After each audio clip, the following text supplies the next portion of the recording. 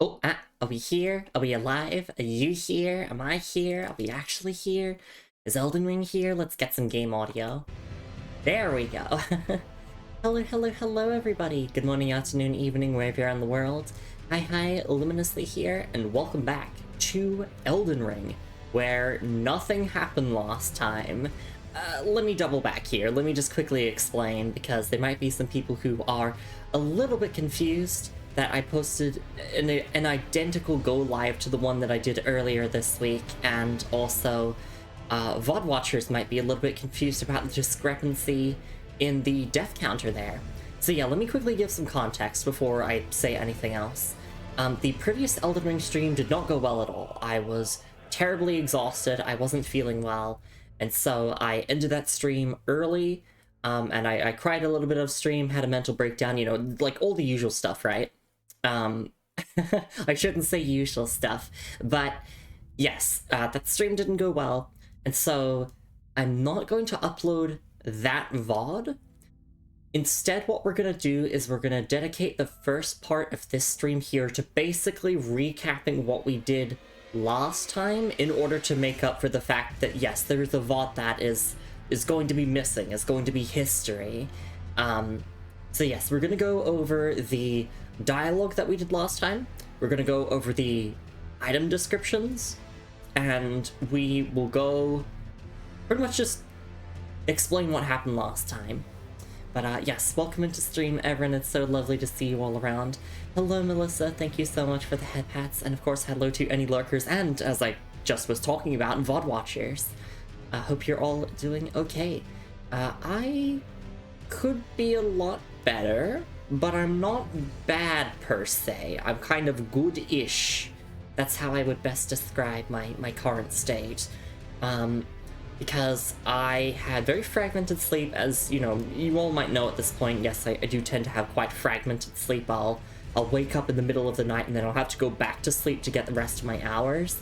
But it was a lot worse last night. I woke up 3 distinct times during the night, and I woke up from a nightmare when I finally, like, woke up for good, so it kind of feels like the whole entire universe is trying to curse the Elden Ring playthrough series at the moment, which isn't very cool.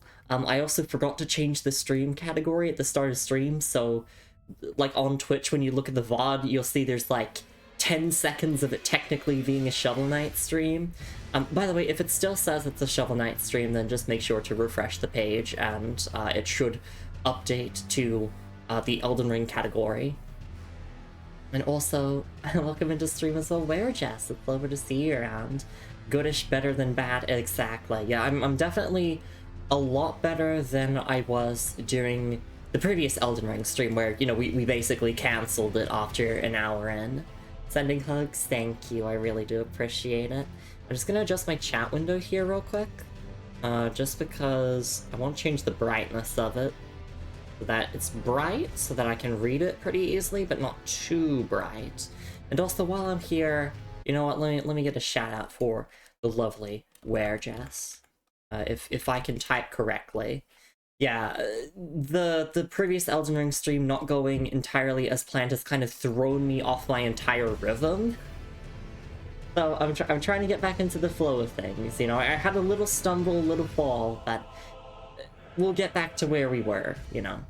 So yeah, let's boot up our save file, and let's start by doing the recap of all the stuff that happened last time. Thankfully, it wasn't much. So if people, like, really upset or, you know, worried, like, oh, there's an Elden Ring VOD that you're not going to put onto YouTube, oh no, it's the end of the world, you really didn't miss anything. I was so tired during that stream that I was kind of just wandering in circles and struggling to process information and talk to chat and everything. It wasn't a nice time. So yeah, let's boot up our save file, let's do that recap, and then we can continue on for realsies.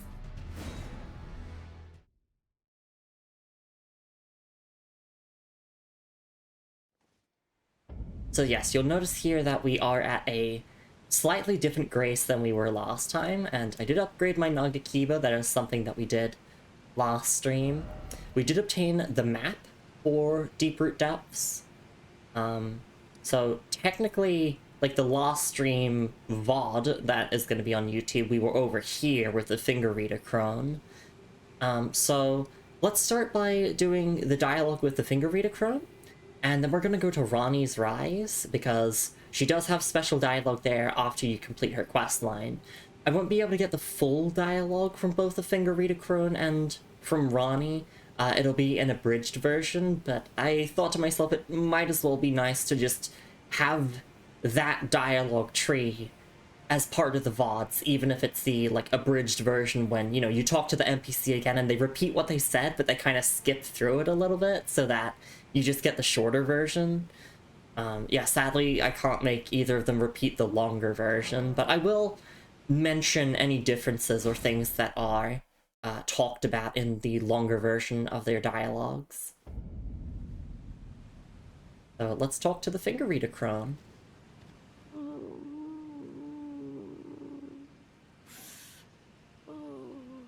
Lord Godwin. Oh, my poor sweet lordling should have died a true death. A scion of the golden bough, sentenced to live in death. How could such a thing come to be? Oh.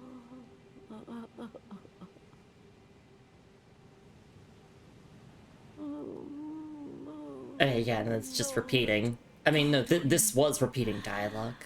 Oh, my poor sweet lordling, a scion of the golden bough. So yeah, basically she's lamenting the fact that, yes, Godwin was assassinated on the Night of Black Knives, but he didn't die a true death because Ronnie's original flesh also perished at the same time. And so Godwin only perished in soul, and Ronnie perished in body.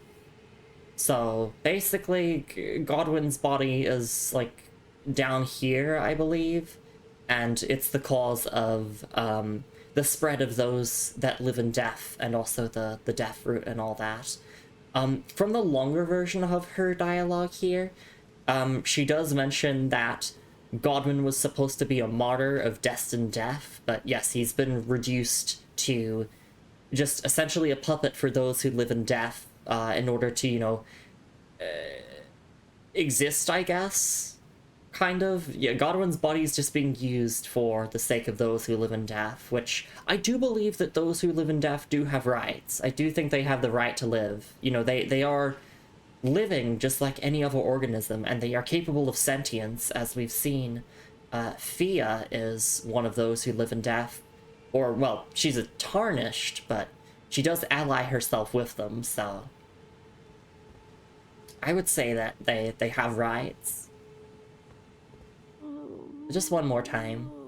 Oh, my poor sweet lordling should have died a true death. A scion of the... Right, and also the finger reader does mention, like, the humiliation and all of that in, you know, what happened to Godwin. And, you know, the tragedy and whatnot. But yeah, that's pretty much that there. Let's go to Ronnie's Rise now and get her post-questline dialogue now. Oh, I also just noticed geographically, right? This is Lanedell. Or, like, we are literally under Lanedell. Which makes sense because, well, Deeproot Depths is essentially the depths of the Erd Tree and also the Great Tree.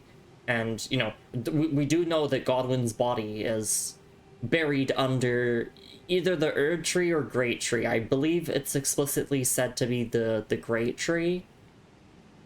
But, like, the Erd Tree would be fine as well as an answer to that conundrum. Sure is, yeah. So basically I've been saying that I fully expect to find, like, Godwin's original body down here. Which I think will be really exciting. Big lore stuff. Let's go to Ronnie's chamber now. Yes, this is her post-questline dialogue. You go back to her chamber and you can talk to the miniature Ronnie again. She won't repeat her full dialogue, but she'll do an abridged version of what she said, and of course I can elaborate on what she said in her full dialogue. So yeah, here it is. Talk to Ronnie. Mine will be an order not of gold, but the stars and moon of the chill night, and I would abandon this soil with mine order. Wouldst thou come to me even now, my one and only lord? And yeah, that's just the abridged version.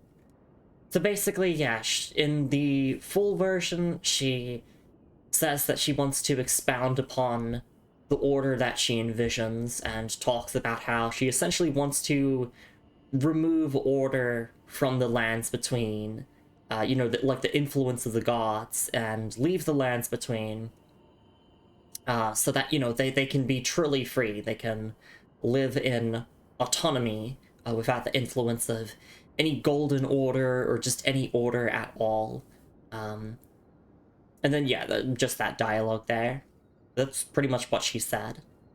Mine will be an order not of gold, but the stars and moon of the chill night, and I would abandon this soil with mine order. Wouldst thou come to me even now? Yeah, and then it's just repeating stuff there. Mine will be an order. I really like these lines of dialogue, though. They're really nice for her character. And moon of the chill night, and I would abandon this soil with mine order. Wouldst thou come to me even now? Alright. So yeah, that's pretty much everything in terms of dialogue that we went through last stream, and then there's 2 item descriptions that we read. Like, that's literally it. That's all you missed from last time, is those 2 dialogues and 2 item descriptions. So you can see why I'm like, oh, there's no point in uploading that VOD, because I can just go over that now. Actually, no, I think it was 3 item descriptions, technically. Yeah, 3 item descriptions, because we did get the partisan drop. Let's just go in chronological order of what we got. So we're going to start with the map of Deeproot Depths.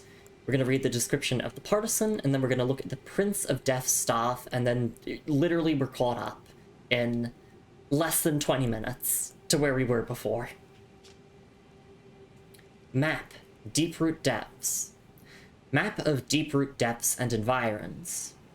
At the very depths of the Erd Tree's majestic roots lies the source of the Ainzel and the Siofer rivers. Here too begins the network of great tree roots that spread throughout the lands between. Yeah, so we are at the source of the Ainzel and Siofer rivers. We're at the very roots of the Erd Tree and also the Great Tree.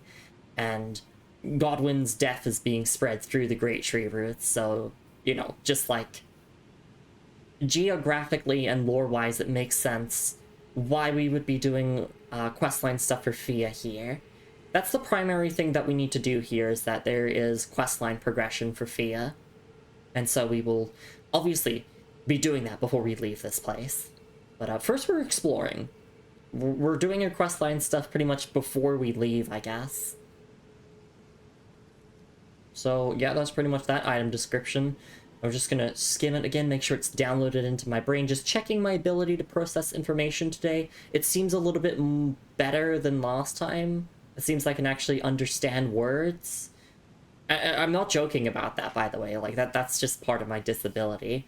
I do believe that I can process words today, and I'm very happy that I can do that. But I'll just skim the item description in my head again, just to double check to see if my brain can actually process information today.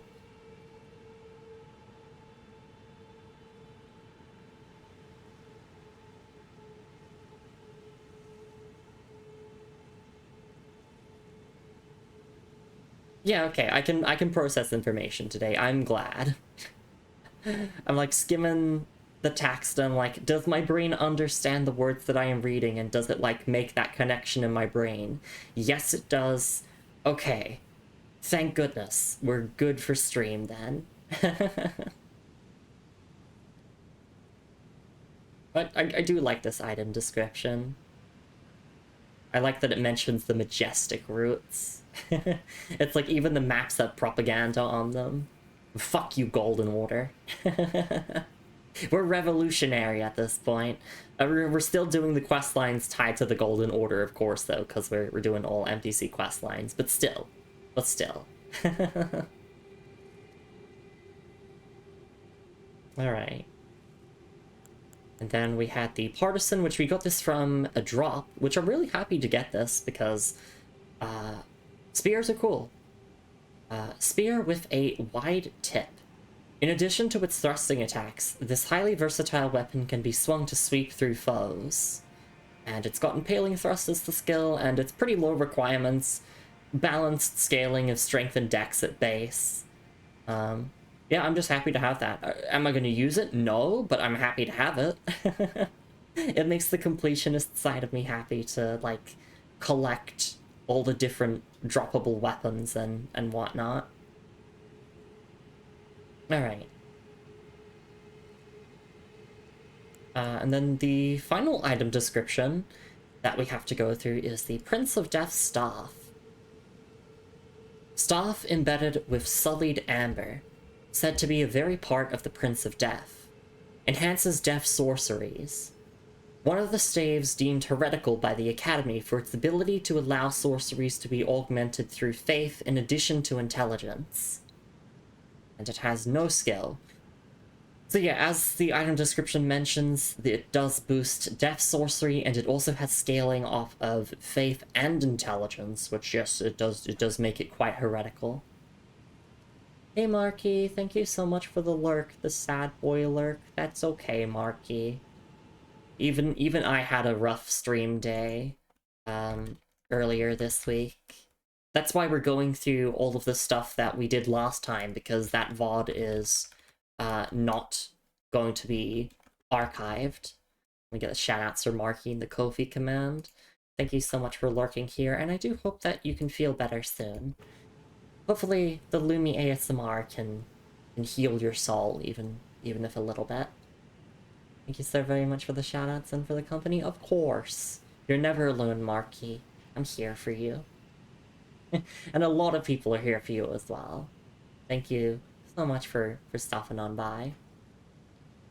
Yeah, so we were just reading item descriptions of stuff that we picked up last time, just so that, in terms of the VOD uploads, I've read every description. LMSMR, exactly. Oh, do I need to reread this description again? Does my brain require it? Yeah, I'll reread it just so that the information is embedded in my head, just like the sullied amber of the staff.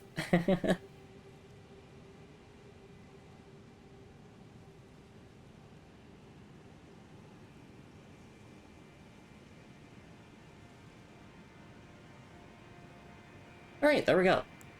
My brain has successfully read and processed all of the item descriptions from last time, and I'm really happy for that.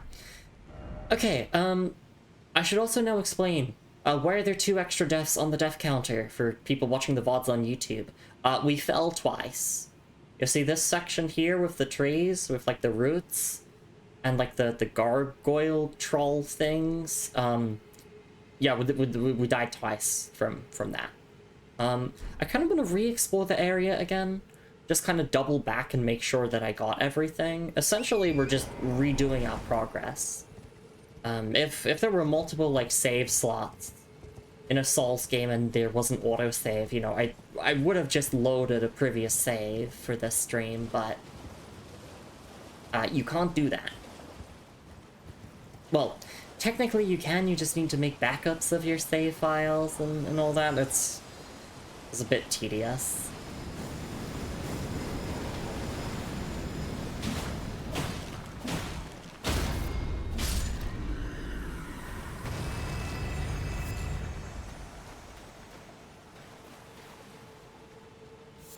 We'll just kill the basilisks around here again. I can show you all that. Yes, last time we also did upgrade our Nagakiva. I have a terrible arcane stat, so we're not really benefiting from its ability to inflict bleed. However, it's still doing good damage. Especially with the heavy infusion.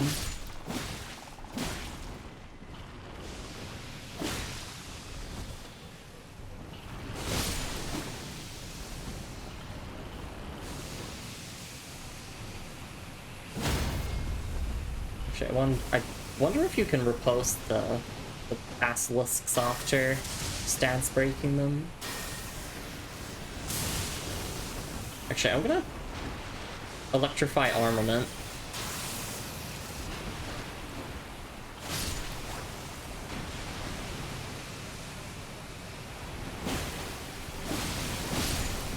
And also, I did note last time, like, mechanically it is cool that, you know, if Godwin's body is here,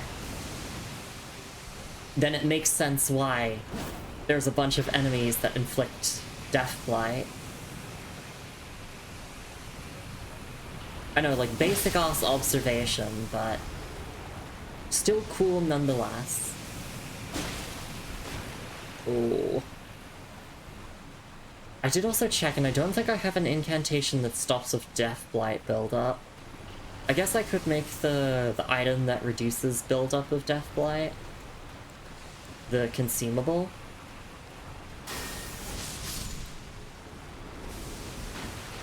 But I'm not too stressed over it. Especially since this basilisk moves. There we go, we can clear out the group. Oh, actually there's more. I believe, yeah, there's some more over this way.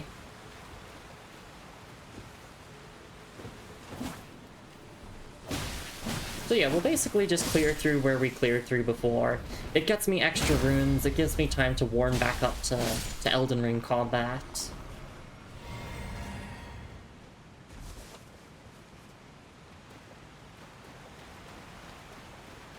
And it gives us time to appreciate the entire environment here. There was a rune arc in those ruins over there, so obviously we've picked that up already. Behold futility!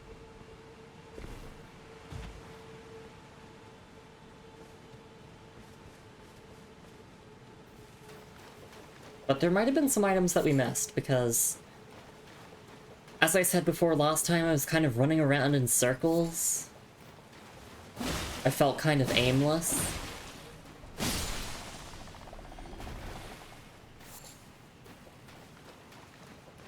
But it seems like this time things are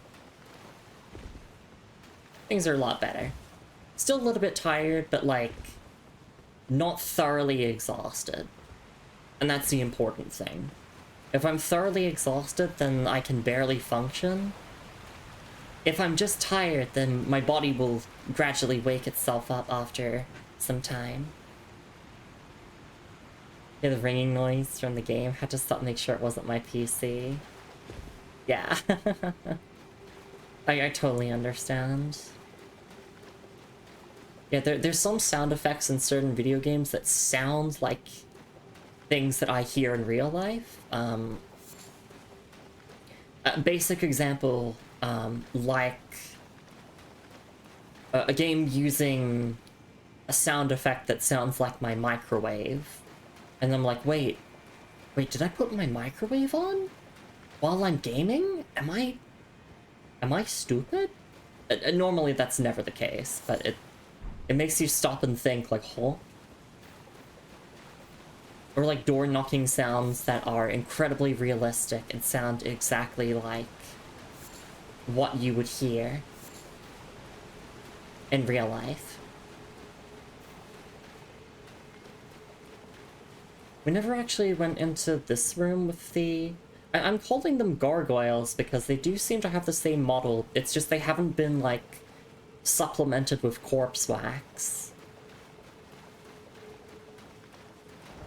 Skill ahead. Yeah, there's 3 of them, right? Oh no, there's just 1 of them.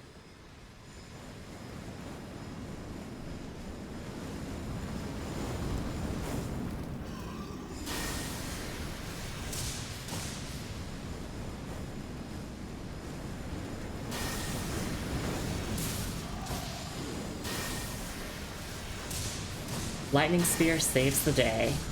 Hip hip hooray. A whole cemetery, but dung! Ash of War vacuum slice? That's not dung. So lonely. You're doing the right or you're doing it the right. So yeah, we can actually see like the faces of these creatures. These are the gargoyles, it's just like... they have actual human hair and faces?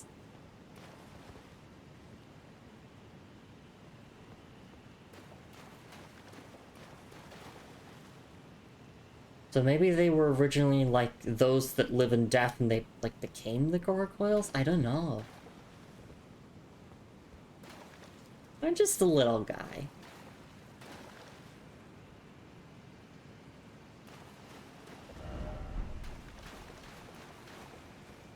Alright, let's take a look at the Ash of War that we just got. Ash of War Vacuum Slice.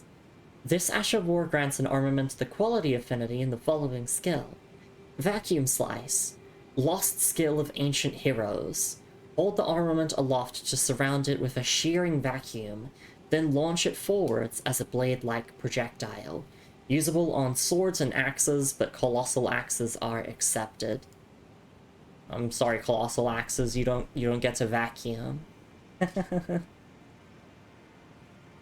Alright.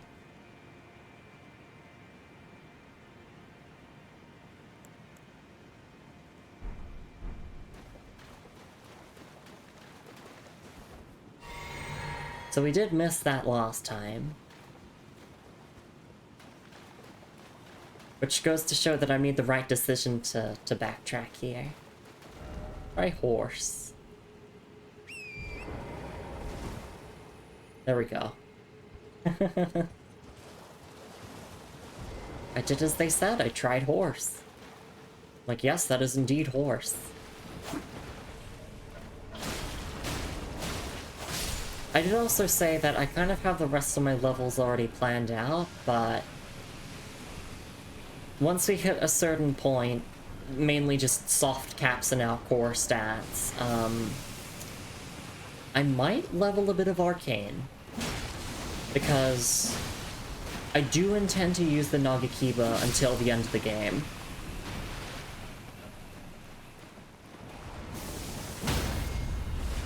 Is it going to be the only weapon I use until the end of the game? Of course not. But this weapon's going to be stuck in our loadout for a while. And by a while, I mean like a couple more 100 hours, considering there's also a DLC to play through now.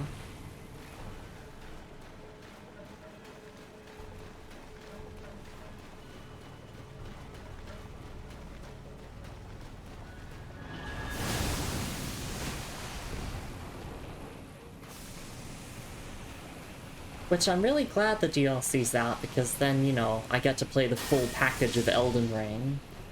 Whereas other people had to wait for the DLC.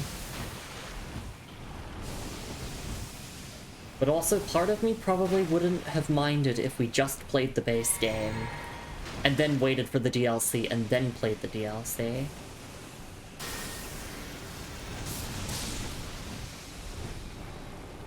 This playthrough is long enough as is. It's gonna be even longer when we add in the DLC.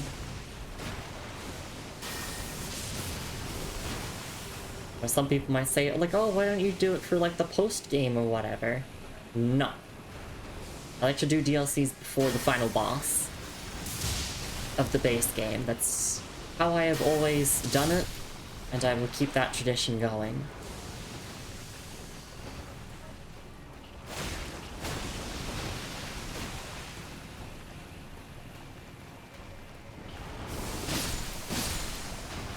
I could equip the item that boosts Death Blight immunity, if there's gonna be more basilisks than this, I mean. You have to do it before the boss anyway. Oh, is the DLC inaccessible if you do the final boss?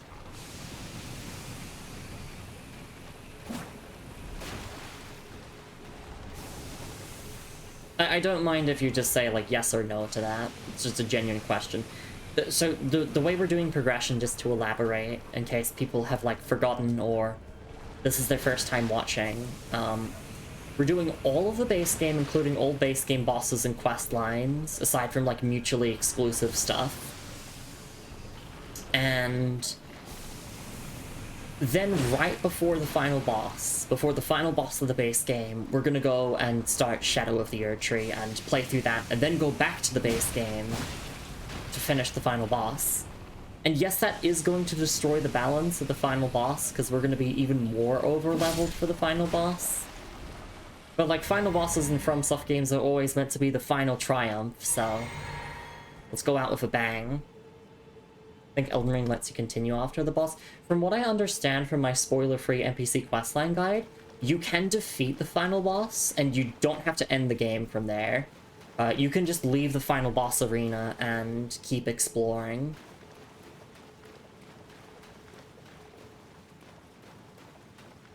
So it's not like Dark Souls 1 or 2 where you're forced, or like Demon Souls, where you're like forced to do an ending as soon as you beat the final boss.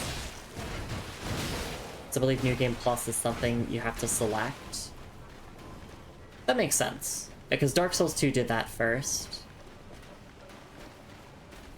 Of having a selectable New Game Plus.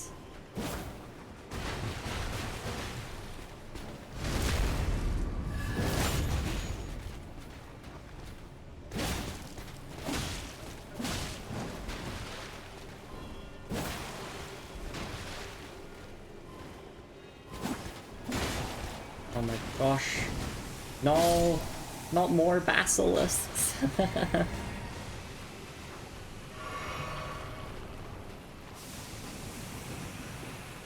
One of my favorite things about the Nagakiba is literally just the fact that it has a thrust attack. Makes life so much easier.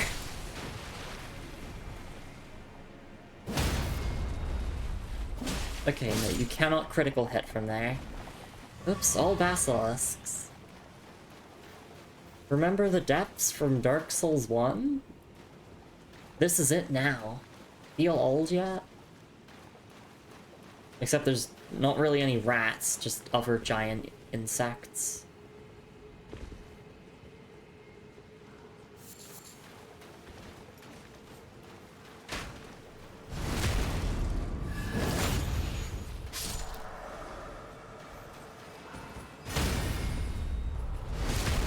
Yeah, I think this is pretty productive as a warm-up. I'm feeling like I'm cooking.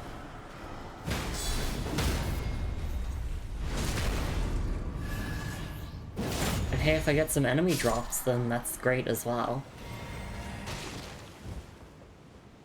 Yeah, so we do want to get our runes back, which are all the way up there. But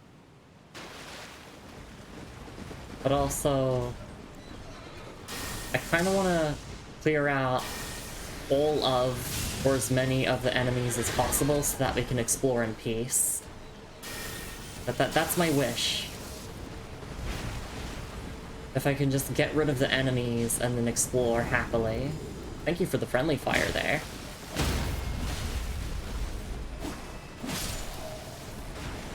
So we got the partisan from that mausoleum knight.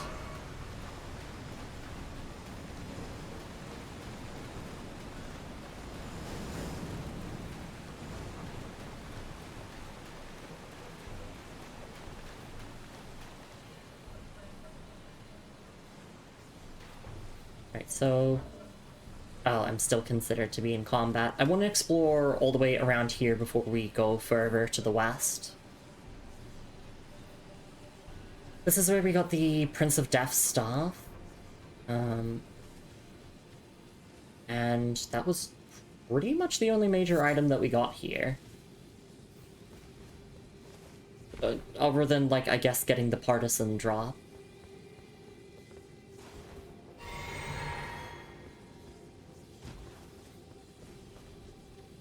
Right, there's also a spirit stream there you can go up on. We don't need to, though. I don't think it'll actually take us to anything at this point. Bless Electrify Armament. It's peak. I like weapon buff incantations that actually last for a decent amount of time and not 7 seconds. I'm so upset that Black Flame Blade only lasts 7 seconds. I was like, it's Black Flame! It's the power of Destined Death itself, and you're telling me it lasts for 7 seconds?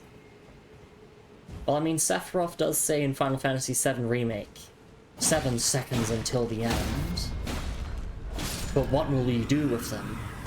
Time enough for you, perhaps. And back when that came out, everyone was like, what the fuck did he mean by this? Destined Death doesn't have the stamina, exactly. Hey Moon, it's lovely to see you around. Feel so disappointed by Black Flame Blade. Yeah, it's definitely a letdown. We're back here in the Deeproot depths. We've read all the item descriptions that we did last time. We went through the dialogues with Ronnie and the finger reader, so basically, yeah, we're just caught up to where we were before last time.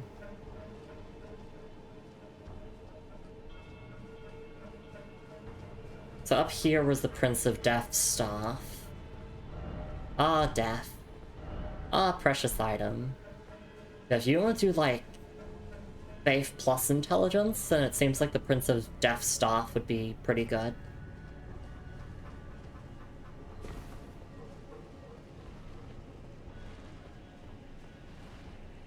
Bonk. Yeah, it's really creepy that the gargoyles are showing a lot more human features.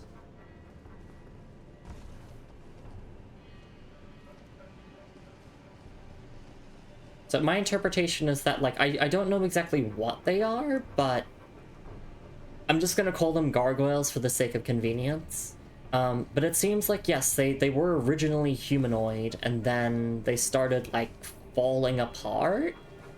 And then so they use corpse wax in order to basically rebuild their body. And that's how we, you know, get the gargoyles that we fight. Okay, so we just want to run along here, because if we don't, we're gonna fall. That's how we died last time. Both of our deaths were to this section here, if I recall correctly. But if you just keep moving, we're all good. Revenge! And there's even an item here. Nascent butterfly, 3 of them, oh my goodness. I wonder, could we hit you from here with Lightning Spear? Please don't fall off, though. Because your character does kind of take a step forward when you do Lightning Spear. So I have to space it correctly so that my character doesn't step off the ledge. That would be funny, though. I would find that hilarious.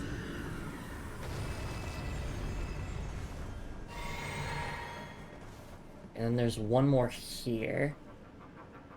I could try to drop down there, but also I think I'll play it safe and I'll just, like, go down normally. What is normally, though? Because it looks like... Oh, there's a grace there. That's cool.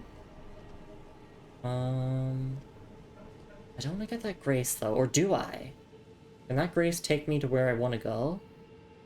I think it can? I'm really concerned about falling to my death here. We'll see if there's, like, a player message that suggests a point to drop down from. It does just look like from here would do the trick. Yeah, there we go. Raise the grace. Alright, I want to activate it, but I don't want to sit at it, because I don't want to respawn the enemies. But it's also the perfect time to quickly give my partner Moon a shout out, because she's very lovely and very pretty. She's just like a princess. Because she is a princess. Thank you, of course. Thank you for being here. That looks like a boss arena. That looks like a body over there. Maybe? I have to get close there.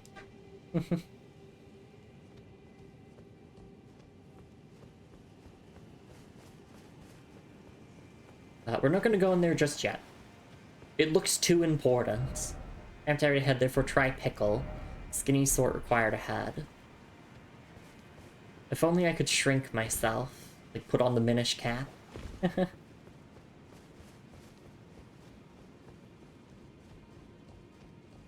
I think if I travel along here... Oh, wait, we can drop down to here? And then... Does this actually lead to anything? Or is this just a dead end? I'm pretty sure that big area ahead is where we might find Fia for her questline, and we need to give her the curse mark that we got from Ronnie's discarded flesh. Cellar. I'll squeeze through there. It was kind of a mistake coming around here. Actually, no, I can just drop down here. That works.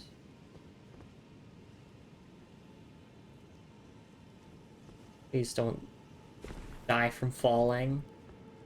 I mean, as I said, it would be funny if I died from falling, but... You know, ideally I'd like to not die. Don't know if that's a hot take or anything. Oh my gosh, a Souls player who doesn't want to die? Clearly you didn't play Dark Souls Prepare to Die edition.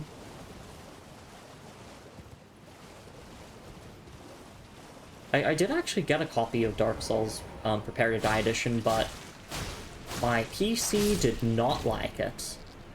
It would just, like, not open.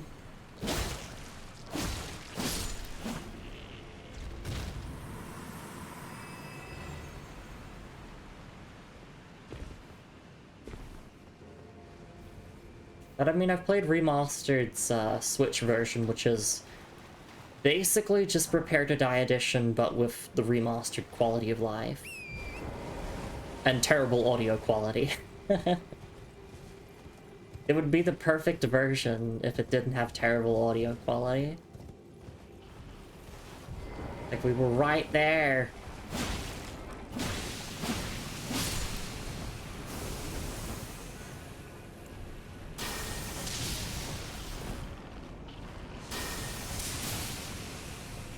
I'd be curious to see if they fuck up the audio quality with the Elden Ring Switch 2 port. Surely it won't happen again. Surely.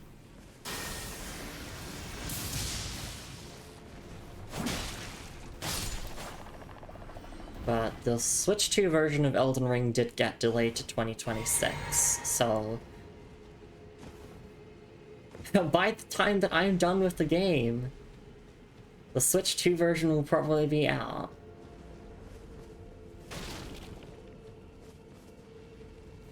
And the Switch 2 version is adding, like, new starting classes and torrent customization.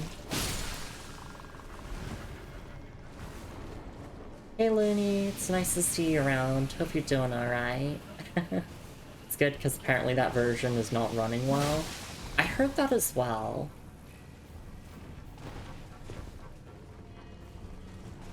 But I also heard that, like, the original build that they showed off for Elden Ring running on the Switch 2 wasn't looking too great, but then, like, apparently future builds showed off at, like, other, like, conventions or whatever were looking a bit better, so...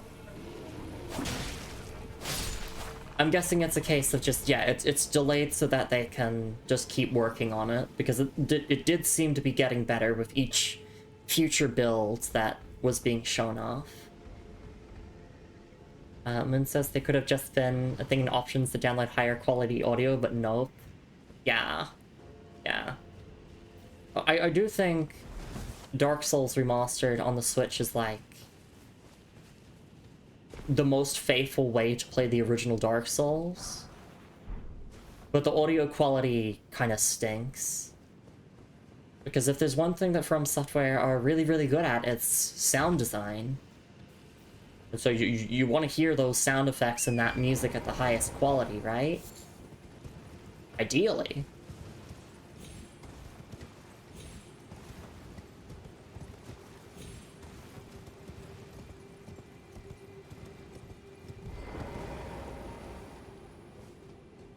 I don't know if my audio sounds a little bit muffled right now on my end or not. I'm not sure.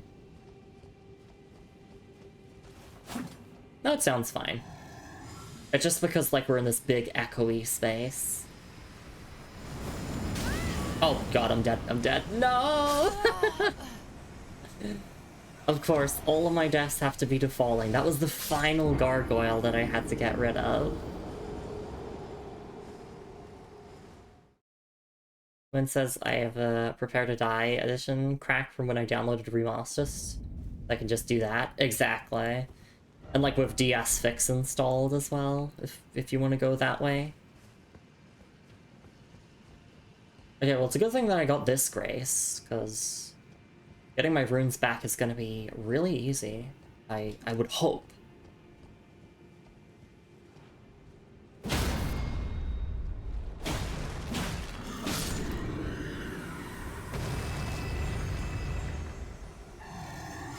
I think actually hopping on Torrent here would be a decent idea, but at the same time, I narrowly avoided that.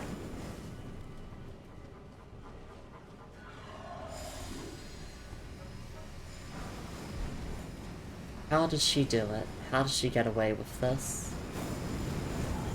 Doesn't that just lead down to where I've already been before, or is that a new section? I can't tell. I guess I'll just kill the enemies so I can pull up the map and be like, oh, I've definitely been down there before. Okay, up we go.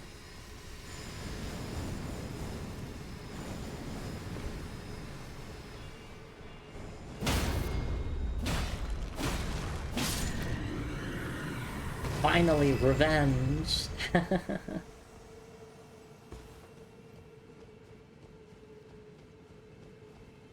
Alright, there was one more of them, yeah.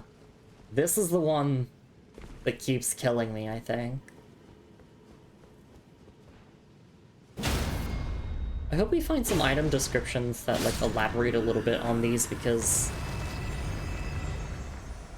it's just weird. I don't understand. They're like humans, but they're also gargoyles. I mean, this is obviously like the gargoyles before they fully start using corpse wax to mend their own bodies, but it's like, what are the implications of this? We've definitely not been to this section up here.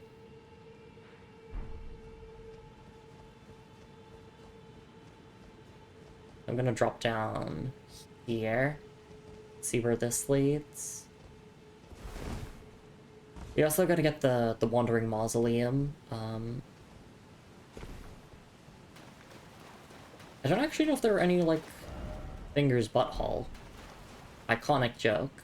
I don't actually know if I'm gonna use any of the remembrances for, like, a boss weapon or not. I feel like if I was gonna use any boss weapons, I'd, like, use Godric's Axe or something. Like something strength-based.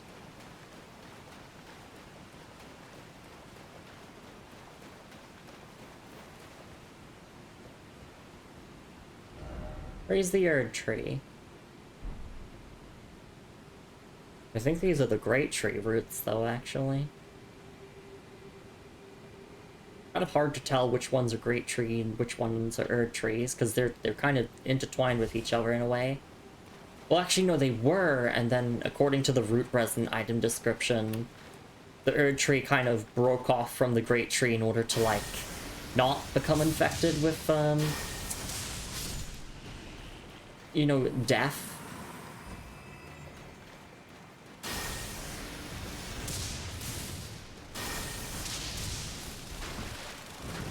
Also, warning for giant insectoids.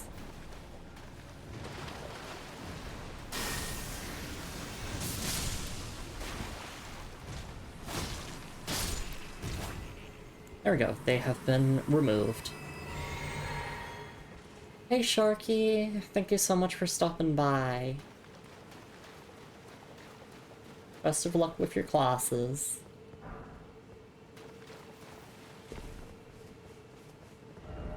This be a Erd tree? Oh yeah, no, that is definitely Erd tree there. I think like the thicker roots are the Erd tree and then the thinner ones are the Great tree.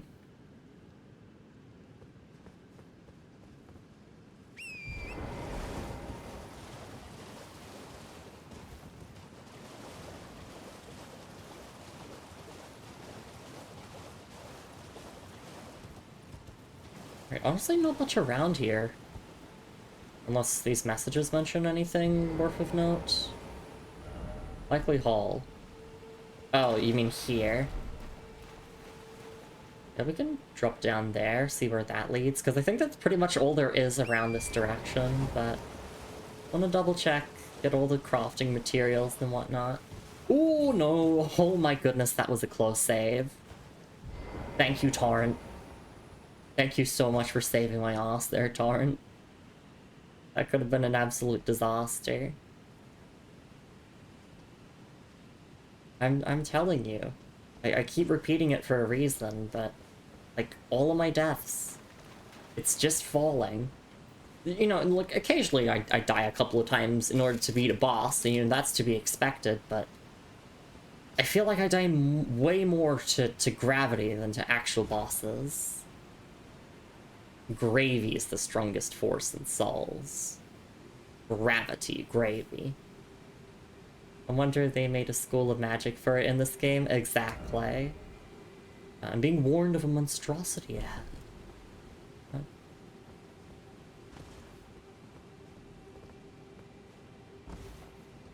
Oh yeah, I see.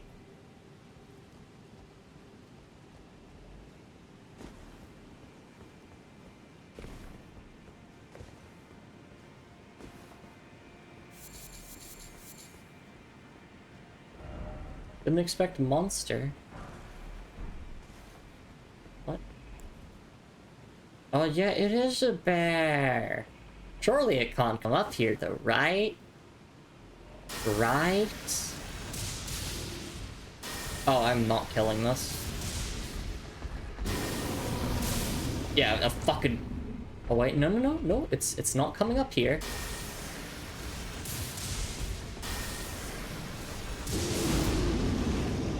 I'm gonna die if I fall, though. My strat is pretty much just to weaken them as much as possible. Actually, we might be better off just throwing Black Flame because of the HP draining. Potentially more damage over time.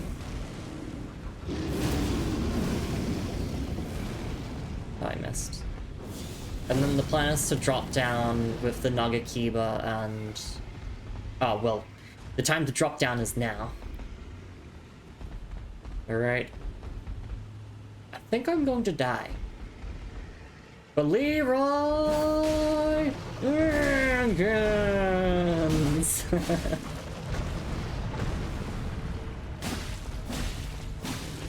Like, my arcane stat is terrible, but if I can get a bleed, which... if the enemy is this tanky, I think it's possible to get one. Or we could just get a stagger. Do a heavy attack, and then I didn't get the riposte. That's fine, though, because... it's dead.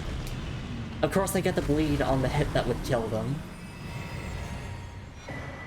Prince of Death's Cyst. Oh. Okay.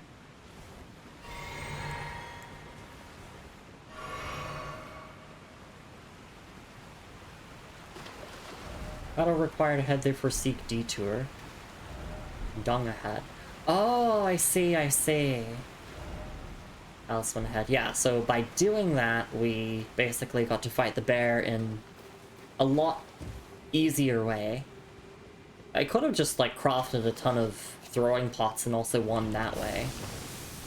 Do I want to kill all these basilisks again? Bacilli? Not really. I don't need to. Alright, then...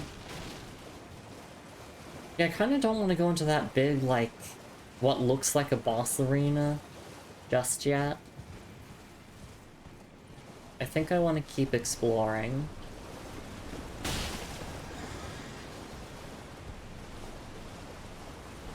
Which actually, I'm gonna sit down at this grace. Perfect timing. Alright. Let's look at the item description of the talisman we got. We'll take a stretch and hydrate break, and then we'll make our way to the west. I'm gonna explore all the way over to the west before we continue any more exploration in this central area. Let's take a look at this item description.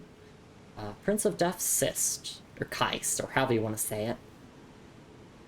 A fetid, overgrown cyst taken from facial flesh greatly raises vitality. Vitality governs resistance to the effects of death. It is said that the cyst came from the corrupted visage of one unable to die a true death. Indeed, it comes from the Prince of Death, scion of the Golden Bough, and the first dead among the demigods. First of the dead among the demigods. So yeah, it's just kind of elaborating on things that we already knew. This is just an upgraded version of the Prince of Death's Fetid Curse, I believe it was called. It's just the same talisman, but better. And with a slightly different item description. Alright.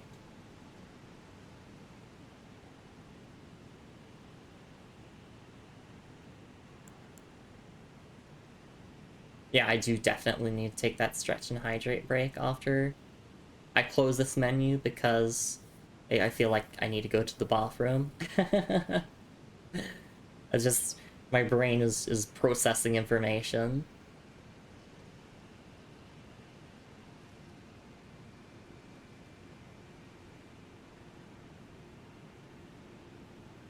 Alright. There we go. Let's sit down at the grace. Let's get that redeem marked off, just so people know that I've recently had a break. And I was gonna say piss yourself as a joke, but you're too good at following orders, I can't do that. A moon! No! I wouldn't. That's too embarrassing. I wouldn't do something like that. Anyway, I'll see you all in a couple of minutes. Please take care of yourselves, everyone. Make sure to grab yourselves a snack and a drink if you can / want to. And yes, we'll be back with more exploration of the Deeproot depths in a couple minutes. We'll see you all after the break. Take care, everyone.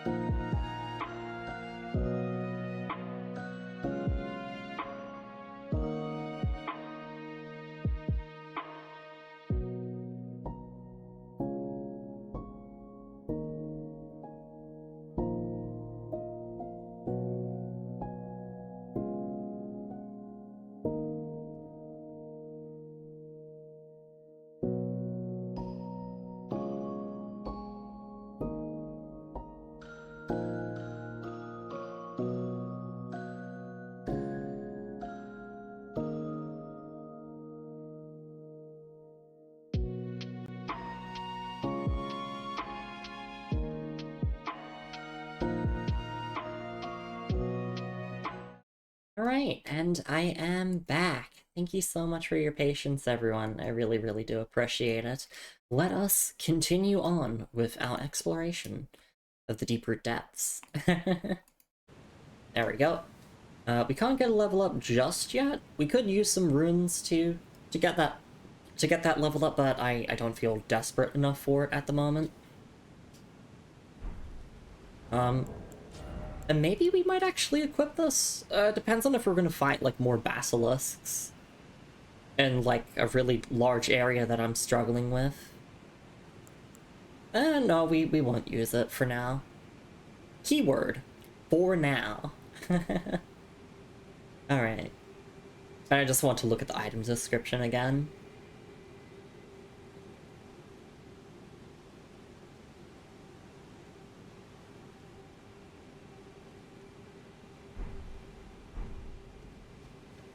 Alright, so... Did we go to this spot here? Oh, that was the hole that we dropped down, right? Yes, that was the hole that we dropped down. Okay.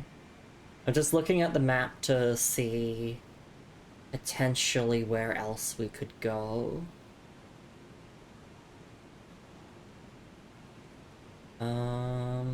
What if we went along this way?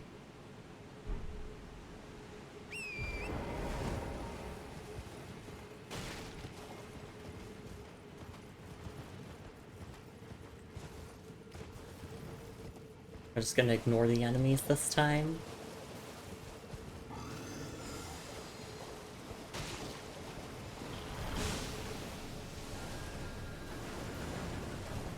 I was thinking if we went like...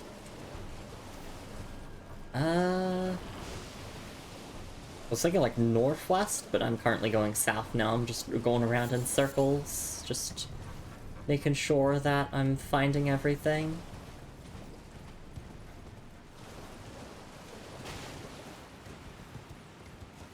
These complex levels that have a lot of geometry going on, it'd be hard for me to navigate because I'm like, how much have I actually explored?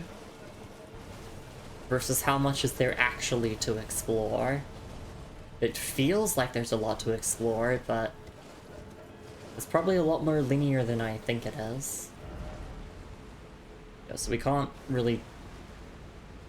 We're gonna have to get this to move over here, I think, in order to get on it.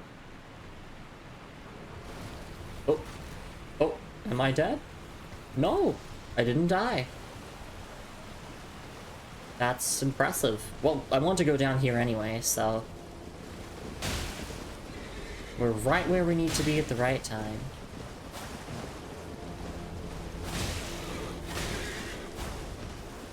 Horseback combat be like, okay, I'm just gonna use the heavy buttons.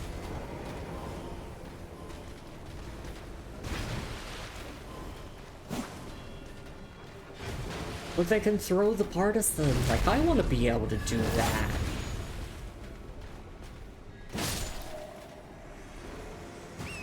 I mean, maybe it's just cooked into the weapons moveset. I wouldn't know, because I haven't equipped it.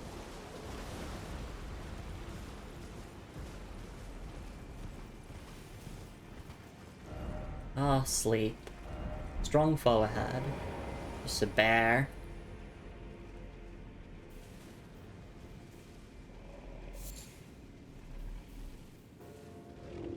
Oh, it woke up. Well, time to grab our items and go. A bunch of fan daggers and all that lovely stuff. Yeah, I'm out of here. See ya, bear. I said I'm out of here. See ya, bear.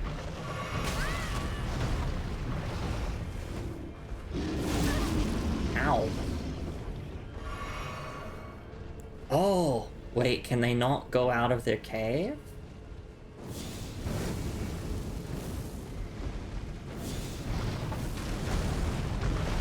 I feel like I could force them out of... Yeah, here they are.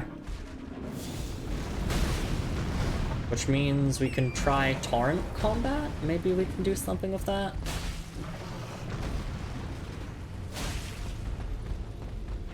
It's good old hidden run tactics.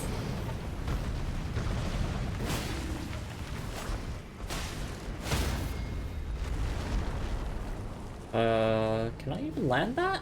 No.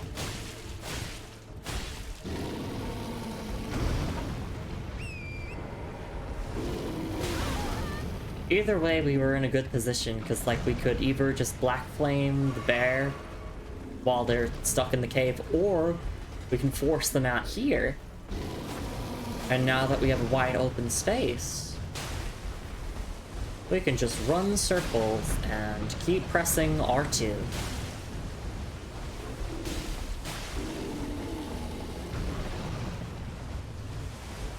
And occasionally L2.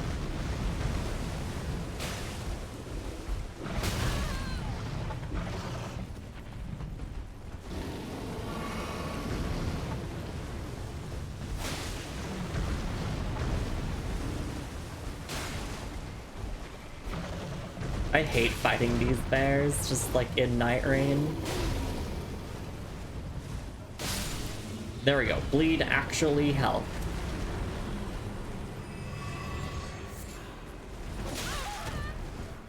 All of that for a drop of blood? Alright, well, this is our cave now.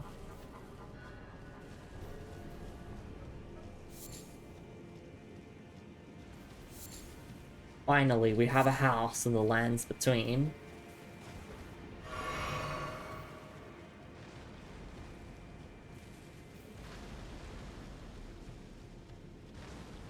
Alright.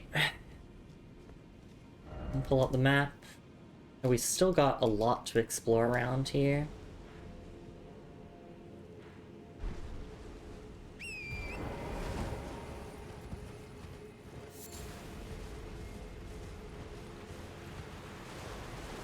There wasn't anything behind here, no?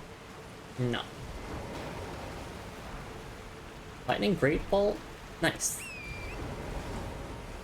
I say that as if I'm never going to use the Great Bow. This seems like one of those mausoleums that you have to get on top of, you know, like bait it over to somewhere. As long as it's not like the one in Liurnia of the Lakes, then we're good.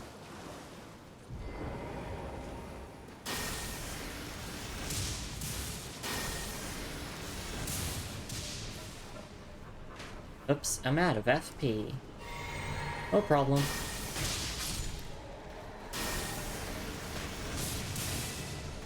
I'm guessing you get like 15 flasks total in this game when you get to the max.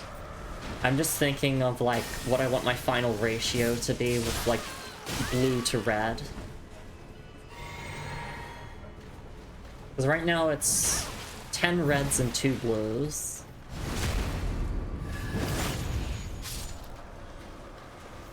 Because they're round numbers. It makes me happy.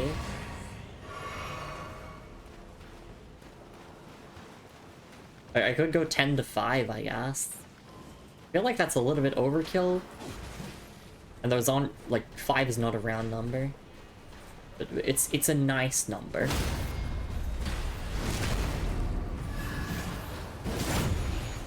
Probably do like 12 to 3 ratio.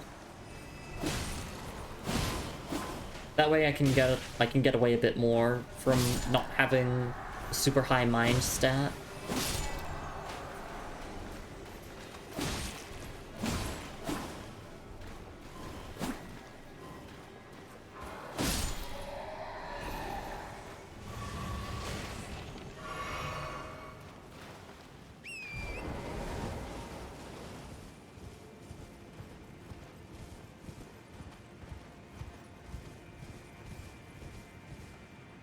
Alright, I mean, I've been here.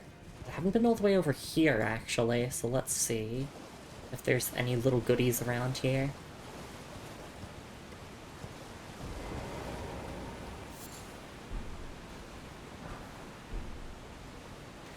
A lot of goodies around here. So many goodies around here. Elden Ring players love looting coffins. But don't loot coffins in real life, okay? Don't do that. Wait. Resting coffin. Where would that take me? Would that take me back to the Siofra Aqueduct? Because this isn't how I got here, right? Research ahead. Visions of Mist. I don't know if I should do that or not. I mean, I guess I could hop in, see where it takes me, and then come back. Yeah, exactly. As where it just says you just fast travel back. So sure, let's watch this cutscene. I'll see you on the other side.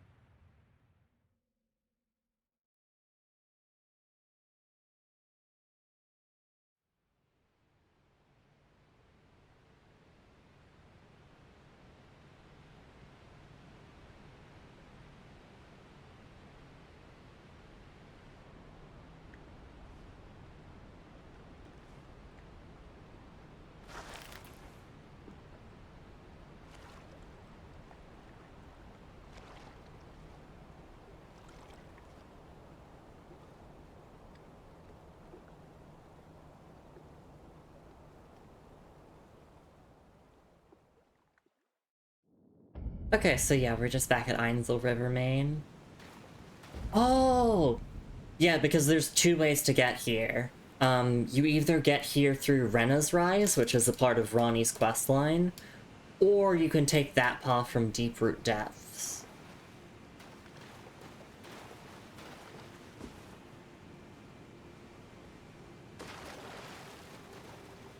That makes a lot of sense.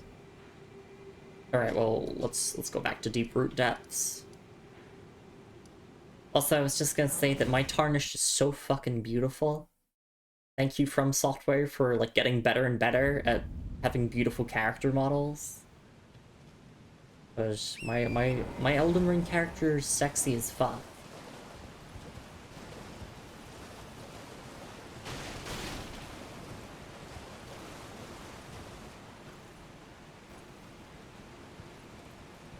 Alright, I was gonna mention. So I remember seeing a bunch of memes about, like, From Software. The picture in the meme was the screenshot or the episode from SpongeBob where SpongeBob and Patrick are gesturing towards a coffin, and the text says, "Okay, get in." There's a meme I saw like a long time back where it was like From Software when they don't know how to connect two areas, and it's like, oh, okay, get in. And I didn't get it because I hadn't played Elden Ring at the time, and I'm like, how many times has that happened in the Soul series? Like, twice? I think? Once in Dark Souls 1 for getting to the Brave Lord Covenant. Once in Dark Souls 2 for getting to the Frigid Outskirts. I don't think it was ever done in Dark Souls 3. But I get the meme now, because they're probably talking about Elden Ring, because... yeah, you certainly do jump into a lot of coffins in this game. The correct use of that meme would be when you want to change gender in a FromSoft game. Exactly. Because yeah, Dark Souls 2 does also have the coffin that changes your gender, which is awesome. We love the transgender coffin. But that doesn't take you to another area, so that's why I didn't mention it. Really fucking funny that the Pursuer shows up at the coffin, though. The Pursuer's literally a chaser.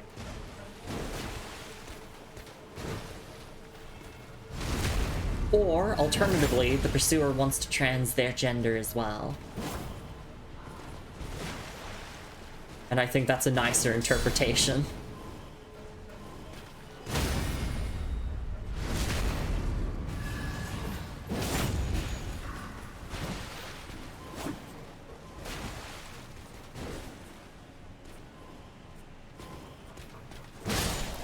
Nicely traded there.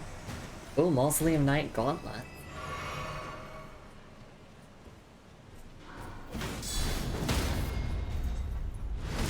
There's 2 ogres and a pursuer guarding the coffin. This is to parallel real-world gatekeeping for trans healthcare. So true. Painfully true. Try defeating one by one and then try horseback battle. So I kind of just took them all on at once.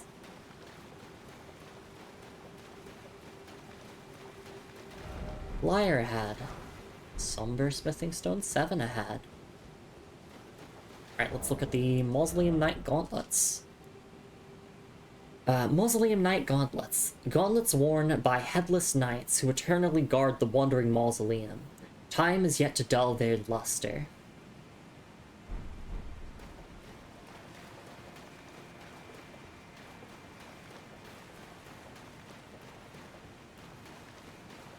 There's so many upgrade materials here, it'd be a shame to, like, skip this area. Even if you didn't care about, like, the lore and, like, doing quest lines, this is just a good area to get free stuff.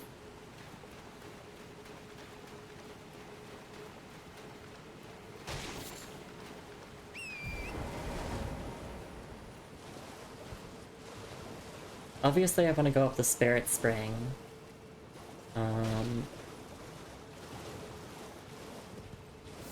Yeah, let's go up that now.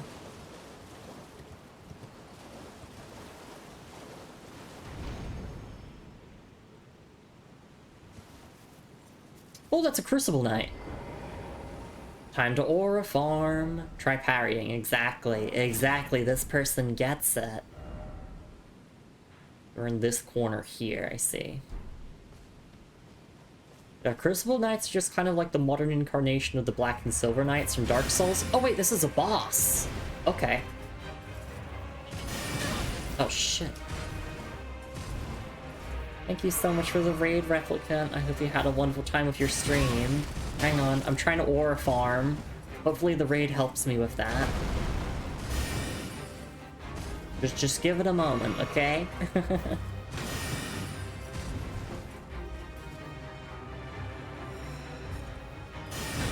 Seems like their animations are like slightly slower than what I'm used to most Crucible Knights.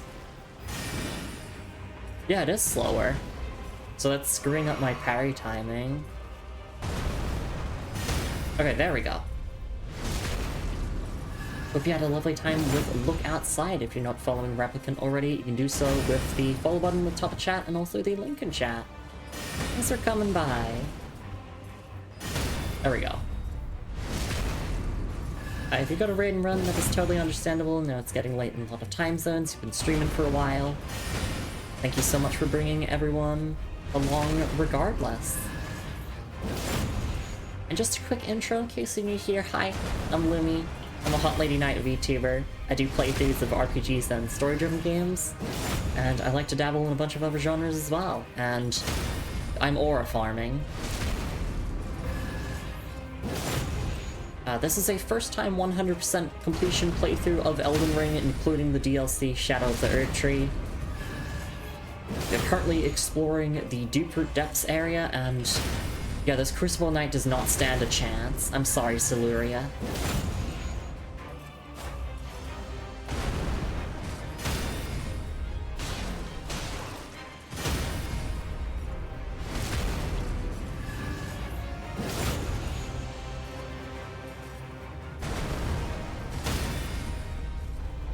God, that feels so good to parry loop. There we go, first try. Sorry, was this game meant to be hard? And we got Siluria's Tree. Nice. Weak forehead, therefore try attacking. Exactly. Elden Ring more like easy ring. Exactly. And thank you so much for raiding in. Replicant said, it's been fun. We got a few creepy party members, and I only looked outside once. I've never heard of that game before, so I'd have to look it up in my own time. But you describing the game with that comment alone is like, oh, okay, I'm intrigued. My interest is piqued. Moon was saying before the raid, you also need a fragrant branch of yore to get in to parallel. How it's so much harder to afford without insurance. So true. Dark Souls 2 is just literally a trans allegory. Alright. Let's take a look at the loot that we got. Siluria's Tree. Siluria's Tree, weapon of one of the two honored as foremost among the Crucible Knights. The primordial form of the Erd Tree is close in nature to life itself, and this spear, modeled on its crucible, is imbued with ancient holy essence. And the skill is Siluria's Woe. Thrust the weapon in a spiraling motion, surrounding it in a vortex of wind. Charged attacks have the power to blow away enemies and can fire a tornado afterwards. Alright. And this is primarily a strength and faith weapon at base. Yeah, it's a great spear. I've used this a whole bunch in Elden Ring Night Rain. It is pretty fun. I like it. And I'm happy to get more lore on the Crucible Knight. So one of two honored as the foremost among the Crucible Knights. I'm guessing Ordovis is the other one then, since I am looking forward to getting Ordovis's greatsword.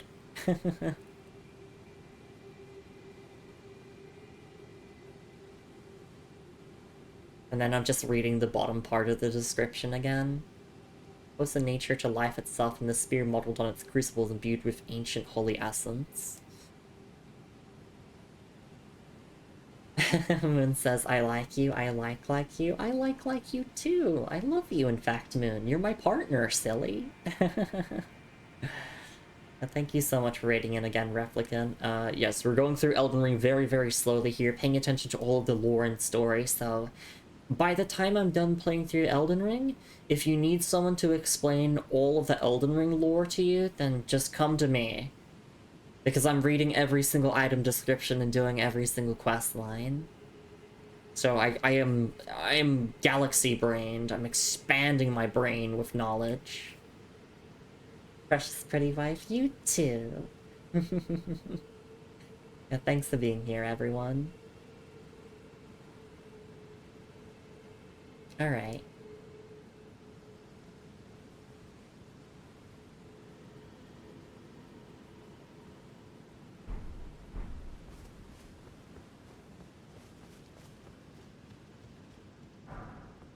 Pick up the Grave Glowfort here. I wonder if there's going to be a Grace here or not. Oh, well done. I can't believe that was just a boss fight. Wonder if, like, the item in this chest might give some... Ooh! Crucible drip? I was about to say... the item in that chest could give me some context as to why Siluria was down here, potentially. Alright, Crucible Greaves. Greaves are the Crucible Knights who serve Godfrey, the first Elden Lord. Hold the power of the Crucible of Life, the primordial form of the Erd Tree. Strengthens aspects of the Crucible incantations. In time, the strength shown by these knights, and even their appearance, was seen as chaotic and deserving of scorn. Ah, okay. And then the rest of the description is the exact same for the gauntlets. The tree armor is different, though. Armor of the Crucible Knights who served Godfrey, the first Elden Lord. Worn by Knight Siluria and her men. Holds the power of the Crucible of Life, the primordial form of the Erd Tree. Strengthens aspects of the Crucible incantation. Yeah, Hot Lady Knight. This is Hot Lady Knight armor. That's awesome. I really like the Crucible Knight drip. We might try on the armor, see if I like it. At least like the parts that aren't the helmet. Because I'm going helmet off for this playthrough. Except for when I need to lock it in and get that like small extra amount of defense. Alright. And then Crucible Tree Helm. Helm of the Crucible Knights who served Godfrey, the first Elden Lord. The great tree ornamentation is the Knight's Siluria's mark, displayed also by her men. Holds the power of the Crucible of Life, the primordial form of the Erd Tree, strengthens aspects of the Crucible incantations. Okay.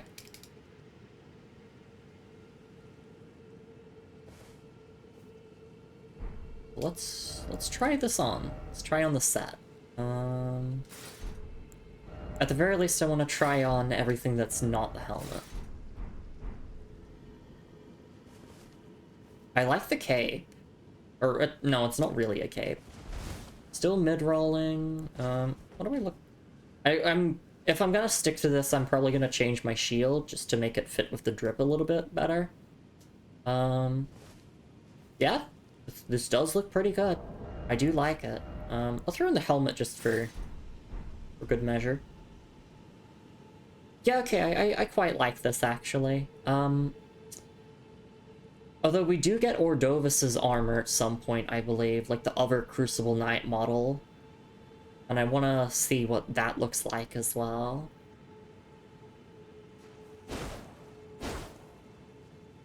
Yeah, this is pretty good. I like it. My worry whenever I don't wear a helmet and an armor set is like my head's gonna look so tiny. But this looks alright, I would say. I just want to like change my shield to a different one to fit the drip a little bit better. Shit, do I want to use this? No, but but Blythe. I miss you, Blythe. And I want to honor his legacy. Yeah, I'm gonna go with this drip for now, but like maybe I'll swap to the Crucible Knight stuff whenever I'm like in the mood for it. I can dress up as a Crucible Knight. It doesn't mean I believe in the Golden Order, per se. We do not stand the Golden Order here. This is a Golden Order unfriendly space. Two fingers do not interact. Well, let's just keep exploring now. We can get a level up, but we'll see if we can find another grace before then. Looks like we could drop down, or jump over there. Let's fight all the knights here first.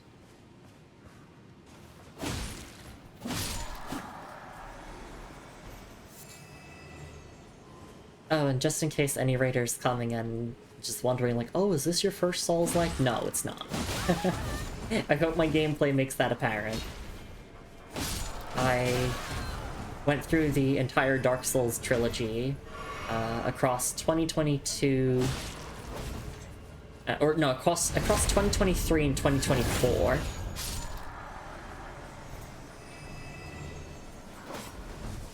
And I've also played a bunch of non-FromSoft Souls-likes as well. Because I told everyone that I would play Elden Ring at some point, but I wanted to do the Dark Souls trilogy first, and I don't regret that.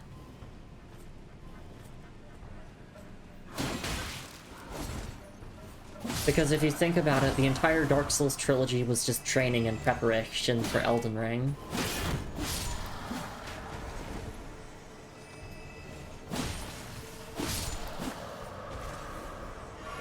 Two fingers when I lure them out to the strong table hold, and a peaceful pact to turn them into 0 fingers. Yes. Turn back, oh turn back. I don't want to. I want to jump across here. See where this takes me. Maybe it doesn't go anywhere. Yeah, it doesn't. And the round table. That's okay. Oh, no, I think I'm just dead there. Oh. I'm alive. Or it could be one of those, like, you know, omae wa mo shinderu moments where it's like my death will come just at a very delayed time. Because that can happen in Souls games. I have seen that happen in a Dark Souls 3 clip where it's like they fall from a distance that would kill them, but the game like stores that information and then only uses that information when they like step off of the smallest ledge of all time.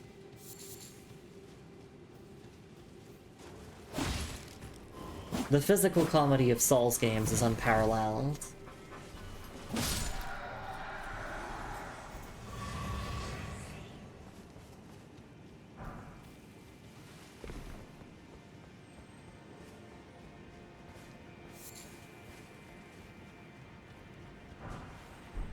Go. There's a scarab up here. I'm guessing it's just gonna give us, like, some upgrade materials, but...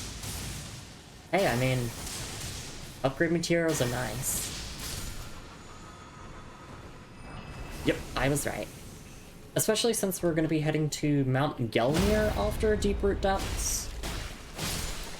And then thus to the Volcano Manor. And... there's just something about those names, Volcano Manor and Mount Gelmir, that scare me. So I want to be as prepared as possible.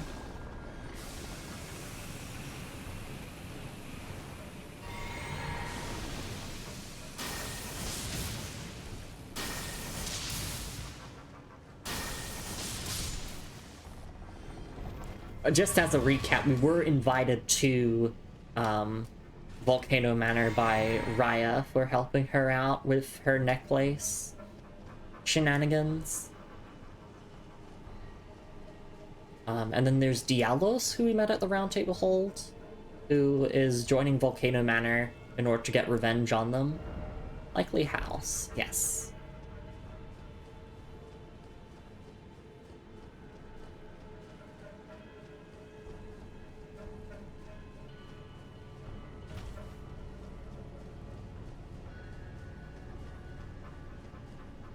Be wary of sniper, okay.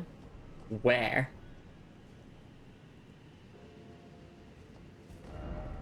Be wary of think carefully. What if I ran over there really quickly and ran back?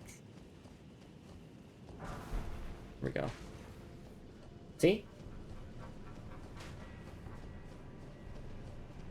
If you keep moving, they can't hit you. I do admire their effort, though.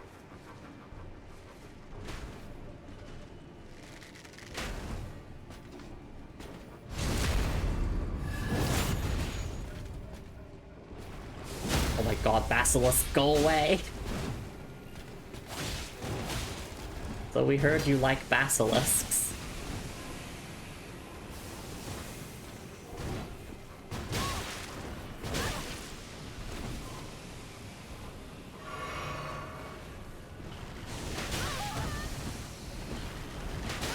Oh my god, no, stop. There we go, I was mistiming my roll every single time there. I do have a shield, but it's only a small widow shield.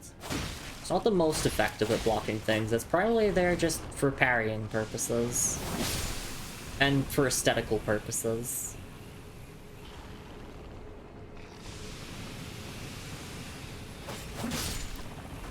That's literally the only reason why I'm not using a great shield.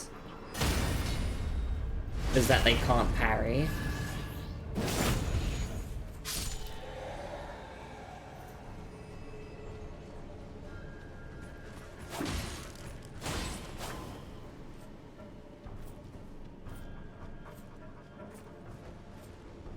I'm just gonna jump attack, force you into a guard counter.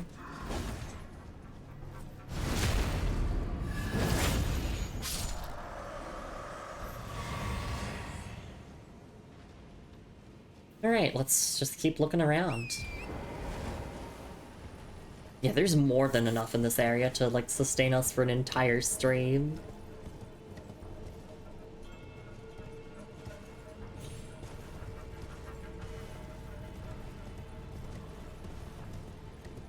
We already did all the stuff up there. Oh my god. There's a sniper all the way over there. They nearly hit me.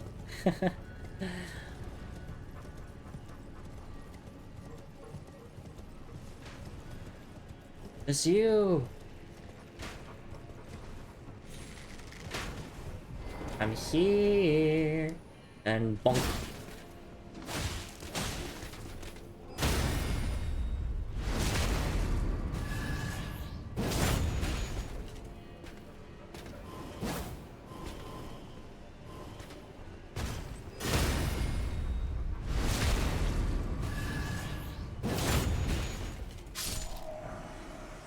Oh, and we got Smithing Stone 6. Yeah, this place is amazing for upgrades. Holy. And I was gonna say, oh, it's probably because it's an optional area, but then I just remembered, like, pretty much 90% of Elden Ring is optional.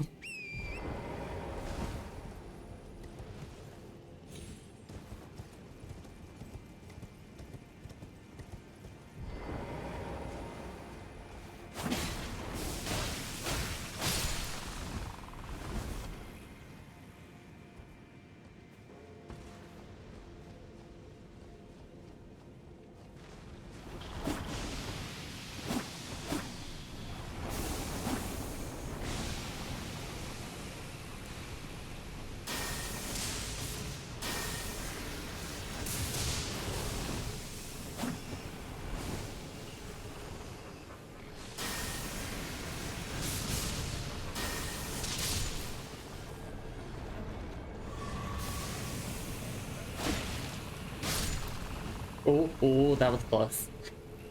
That was very close to getting death blighted. I wonder what, like, the lore explanation for death blight is. Like, it kills us, obviously, right? But why don't we become one of those who live in death?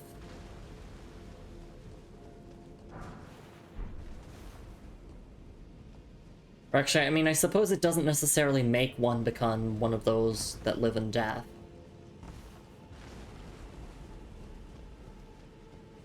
Because you perish in both body and not soul, I guess. Because you're tarnished so tied to graces, you're already undead. Exactly, yeah. That makes sense.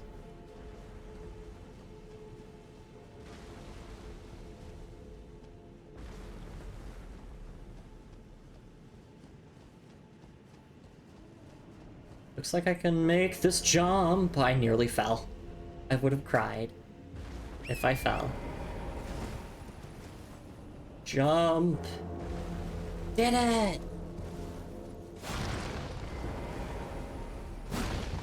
I'm so happy.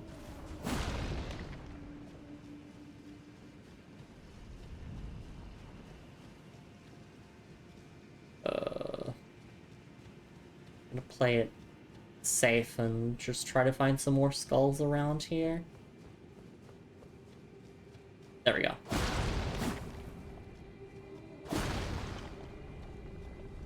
Or wandering mausoleums just want to, like, itch all of their scratches here. And that is a service I can provide. Like, this probably feels like giving them a massage. Ow.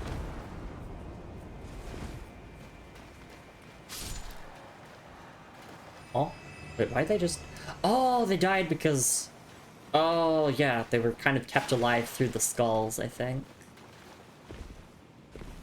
Alright, well, let's open this up, and we will mark this on our map because the game does not mark them on the map for you.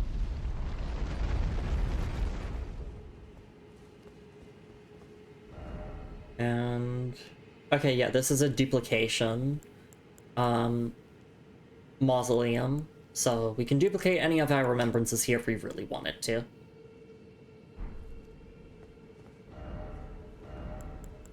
But, I don't care to.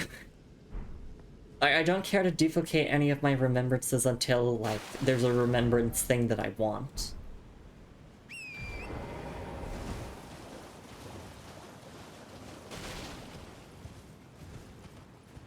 I kind of already know what weapons I'm using in advance, thanks to Elden Ring Night Rain.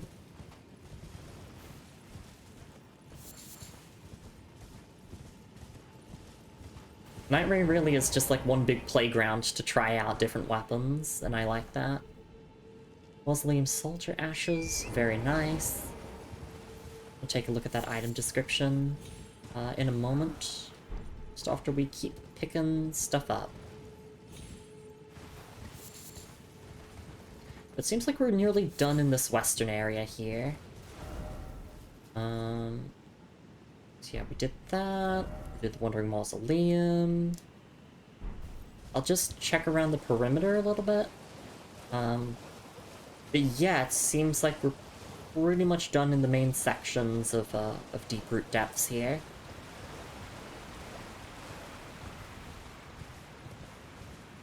Which means that we've got to go to that big arena that is definitely not a boss arena. Definitely not.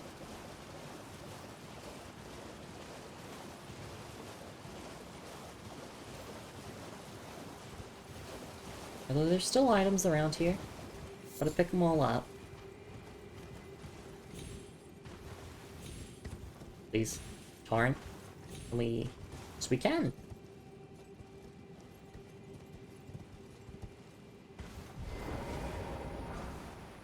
If we got like a mainline Souls game with the Night Rain climbing, I think that would be peak. I think it would break the level design, but it would be peak.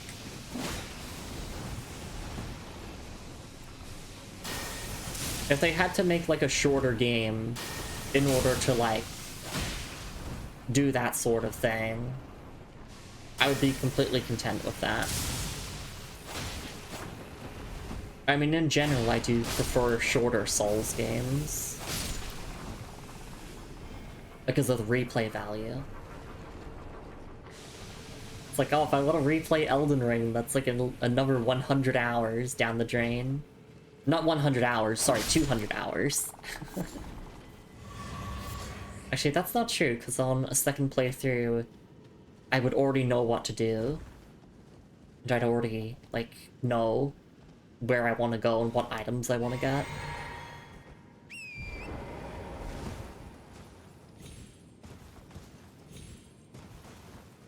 Wondering if you can definitely get on top of that.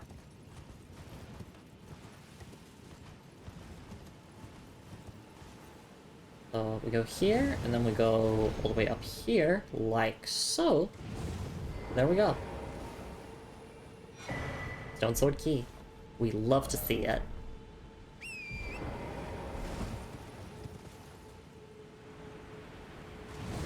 When are we getting Tony Hawk Pro Skater crossover of Souls? I want to love my character and read item descriptions while shredding through the undead berg. That would be awesome. That would be Dark Souls if it was good. I need to emphasize, I am joking about that. My favorite Souls-like is the original Dark Souls. But also, I mean, if Elden Ring keeps being peak, it could sit up there with Dark Souls 1. They could like sit together and hold hands as my favorite Souls-likes. This game's just so refreshing to me, you know? I've said it before a million times, so I won't go into like a massive rant over it, but it's just so refreshing to be like in a different world. And not like retreading the same plot points a million times over and over.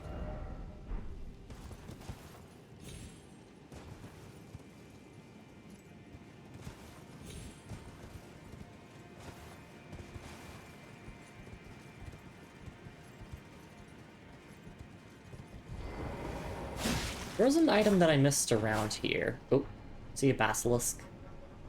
They do die fall damage? Good. Most Souls enemies do, but sometimes an enemy will drop down and they'll receive the blessings of the gods and just survive those falls for no reason. Yeah.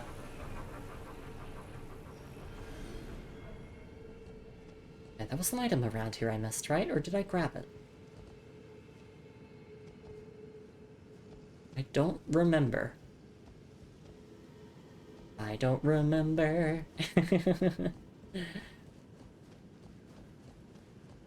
Oh, there it is. That's what I was looking for. Golden Rune 8. So not like the worst thing in the world to miss out on, but still very much appreciated. So that we can become even more over-leveled.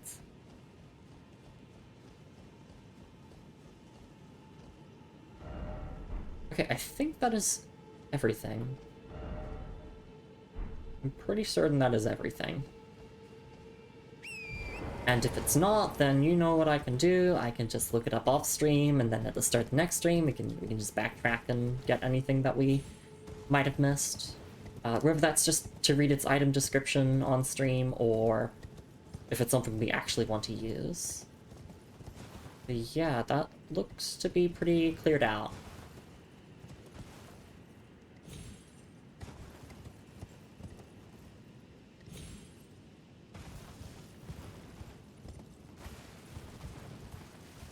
Alright, in that case,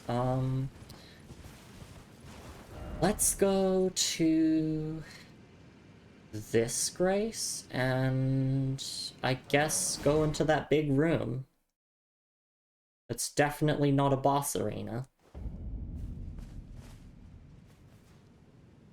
I believe this is where we'll actually meet Fia, if I recall correctly from my notes. Can get to 44 strength. There we go, which means we're at 49 strength total, actually, thanks to Radigan Source Seal. I'm gonna use my Knight's Heavy Greatsword for this.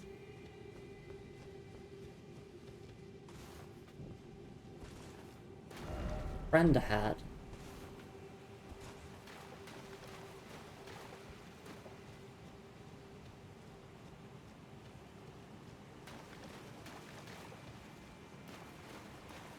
That is definitely Godwin.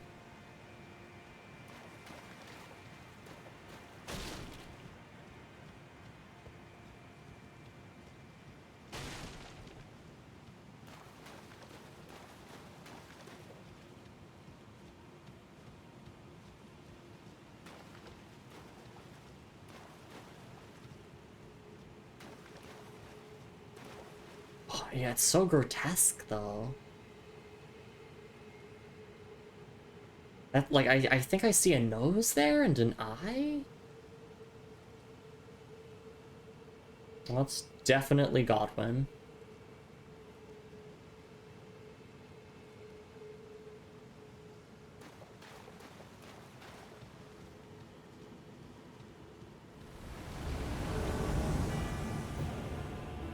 Oh, Fia's champion. Okay.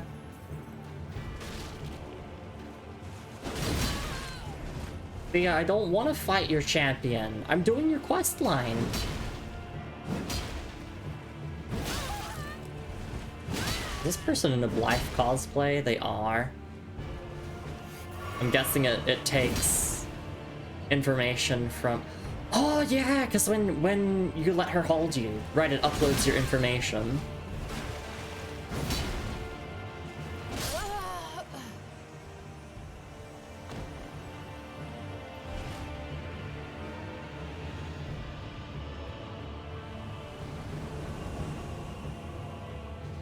Oh god. Sorcerer Rogier?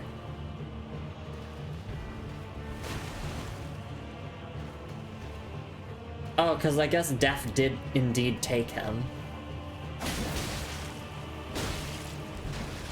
I don't want to fight you, Rogier, even if it's not technically you.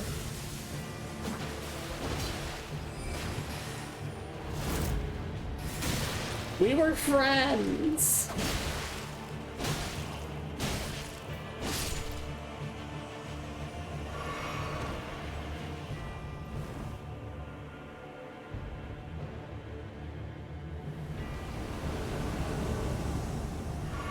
Oh shit. Oh my god, it's the gang squad!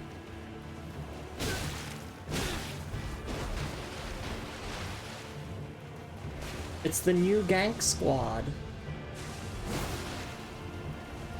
So I know Lionel the Lionhearted was at the Radon Festival. And then these other two are like actual player characters.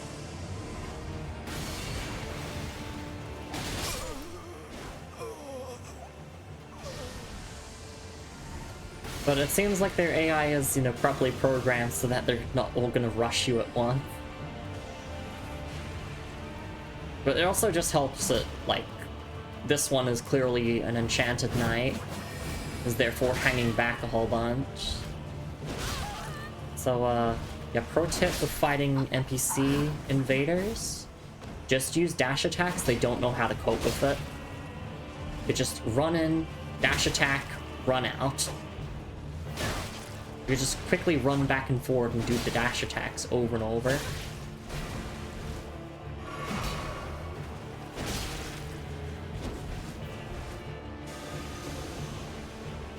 Yeah, simply Wilder hook them. If only. That's what John Wilder would do in this situation.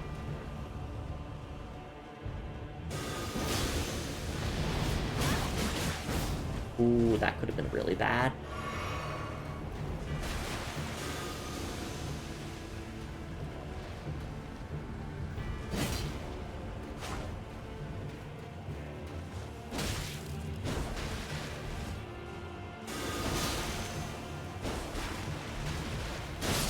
There we go.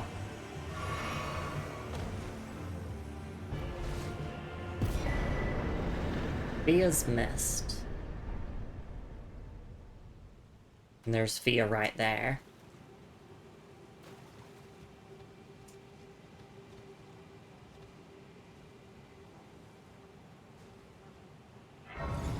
I don't know if I can reload the area.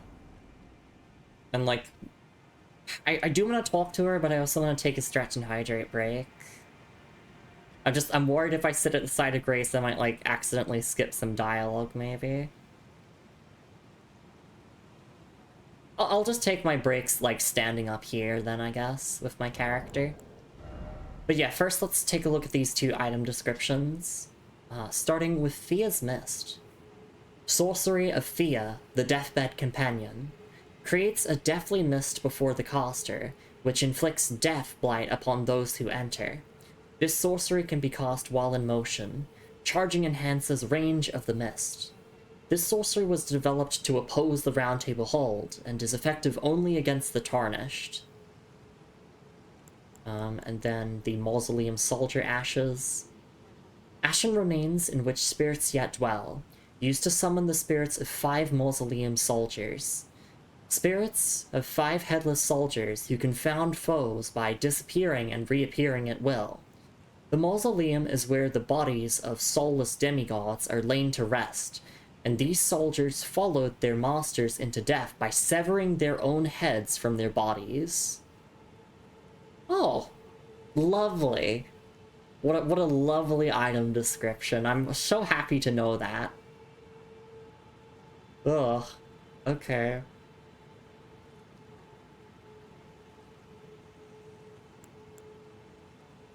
So in every single mausoleum we go into, that's a soulless demigod in there.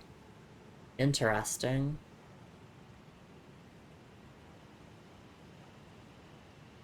There's potentially like so many other demigods that we just don't know about that were just dead, basically. They probably like died during the Shattering, most likely, is what I would imagine. Anyway, yes, I'm gonna go for a stretch and hydrate break, and once I come back from the break, we are continuing Fia's questline, which now's a perfect time actually to review my notes on Fia's questline. In fact, you know what? Let's review them here before I take the break. Let's read them together. Let's see. Ask to be held. Reload the area. Talk to her multiple times until you find her sleeping. Interact with her to fight the there's a boss fight, and then interact with her again. Okay, cool. So yeah, just ask to be held, reload area, talk multiple times. and then we get to do another boss fight. That's pretty cool. I'm looking forward to it.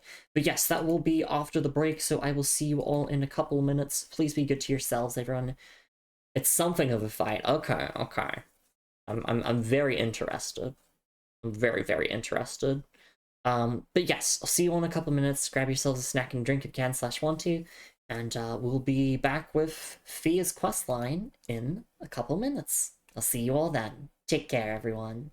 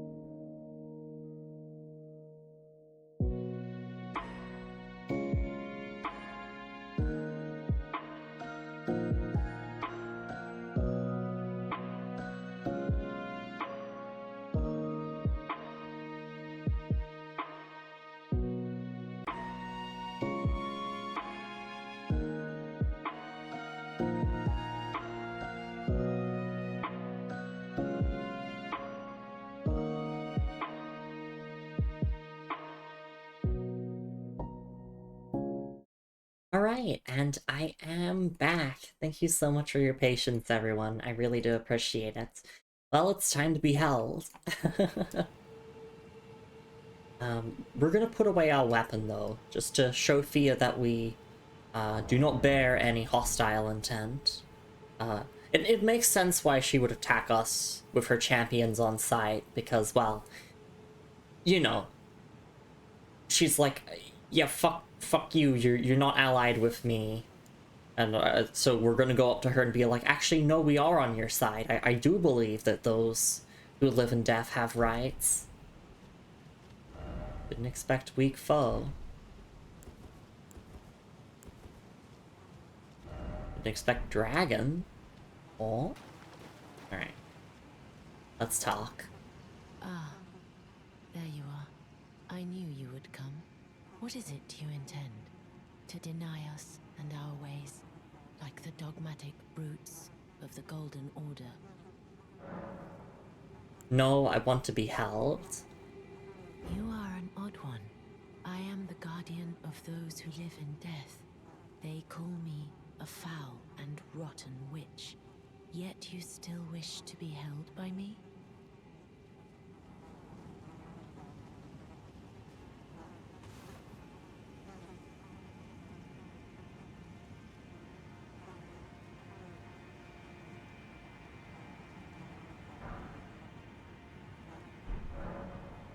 Talk in secret.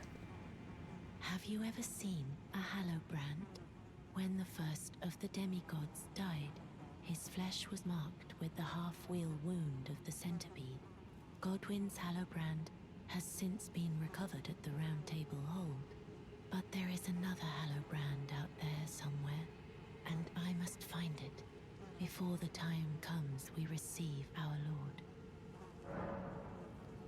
When Godwyn died, a Hallowbrand scored his flesh, but another exists.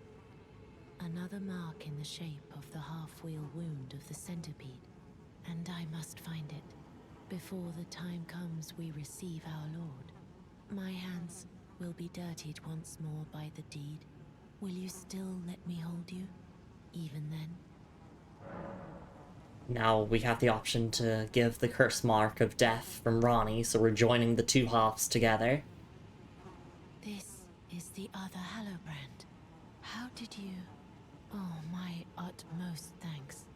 With this, Godwyn can take his rightful place as first of the dead, and claim a second, illustrious life.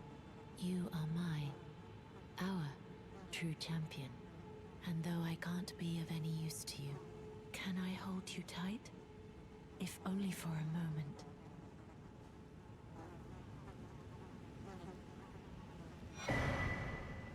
Radiant Baldecin's blessing.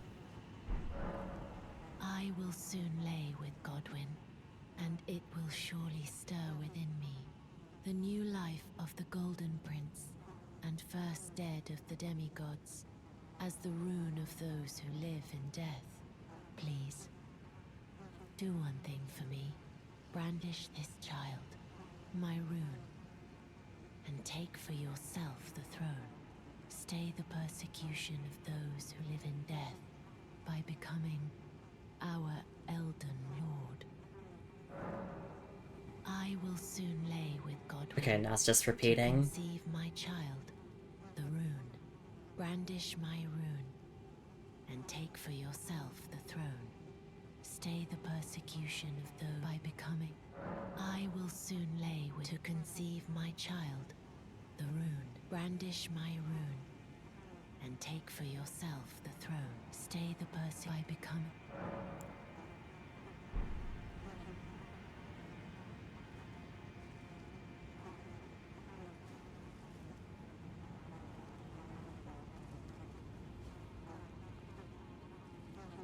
Alright, so we have to reload the area now. But also, let's check our item descriptions, because Radiant Baldecin's blessing is completely new. Protection of a hidden temple in the guise of a bedchamber. This blessing is of utmost rarity. Uses FP to temporarily raise poise. The effect lasts longer than a mere favor. It is said a deathbed companion will only produce a blessing of this kind for a champion but once in her entire life. The sole blessing which she imbues of her own volition. Peak, says Moon. Yeah, this is a really cool quest line. Well, I'm gonna consume it because I don't want to have these in my inventory.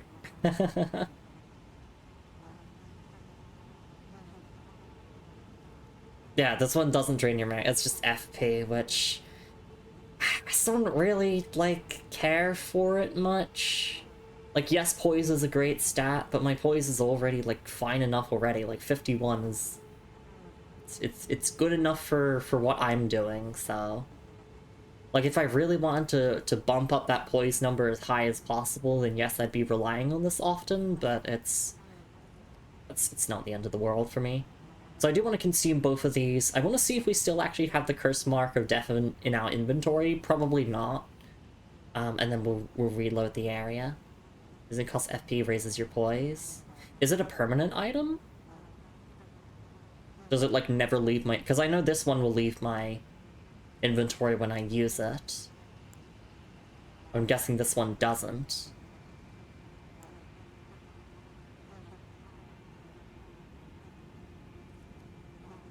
Just looking at these item descriptions again. One time... Oh, okay. I'm just gonna consume both of them. And if that annoys someone on the internet, then I'm glad. I'm glad that that could annoy someone. Yeah, I'm just gonna use both of them. And just to... Because I don't really want them in my inventory. I'd like to have my full HP back, preferably. Well, I'd like to get rid of this Baldekin's Blessing to get my max health back. The favor allows one to forget any aches and pains. In death there is only peace, for in death there can be no sensation.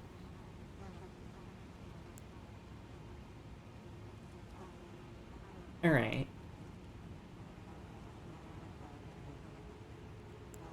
Yeah, I'm gonna use this just to get rid of it. Restore my HP back to normal. I'm gonna sit here at this grace, because I think sitting at a grace can also count as reloading sometimes. No, it doesn't in this case, I don't think. 45 strength.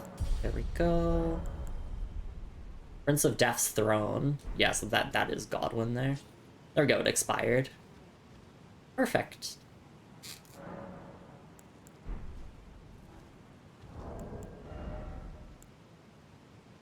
Wait, so this one doesn't reduce my inventory by being here? If so, then yes, I will actually keep it. Because I like to keep these special items. Yeah, this one doesn't drain my max health, and I'll keep it. Which, you did say it doesn't drain your max health. So I'll keep it. Does not, this is the only one you get. Okay, yes, so I'm holding on to it then. Because I like to hold on to those one-time items like the remembrances and whatnot. Yeah, I'll keep this then. Sorry, my brain was a little bit slow there, Jess. My brain was trying to figure this out, but I get it now. I get it now. I needed to consume the other blessing and then keep this one.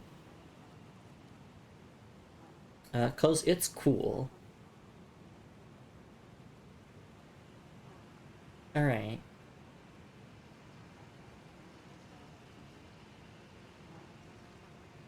Yeah, and even the description says, like, this only exists once.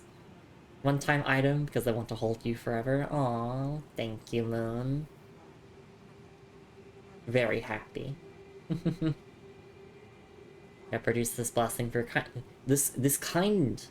Yeah, blessing of this kind for a champion, but once in her entire life. So we'll hold on to it. Alright, and then I wanted to check to see if I actually still have the curse mark in my inventory. I'm guessing I don't. Yeah, I don't. Which, sometimes I like to reread an item description before we, like, lose an item from our inventory. I forgot to do that, because I was just so absorbed in the story. But we already read its item description like 10 million times, so it is A-okay. Oh yeah, looking at the Deeproot description again, just at the bottom part here. On the night of the dire plot, the stolen Rune of Death enabled the first death of a demigod.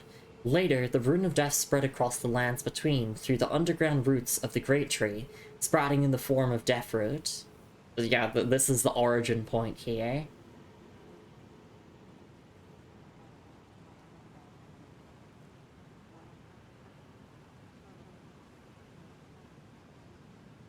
Alright.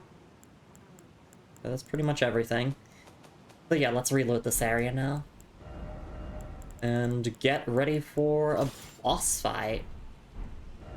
3 boss fights? In one stream? That's wild. There we go. Actually, no, I'll put away my weapon.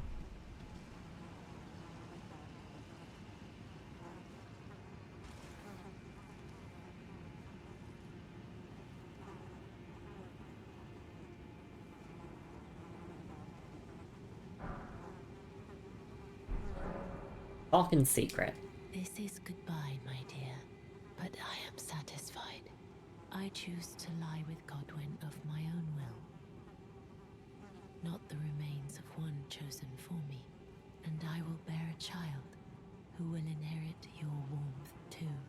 What greater blessing could there be but to be born a deathbed companion? This is goodbye, my dear, but I am satisfied. I choose to lie with Godwyn of my own will, not the remains of one chosen for me, and I will bear a child who will inherit. What greater blessing could there be? Alright, so now let's... I think we need to reload the area one more time.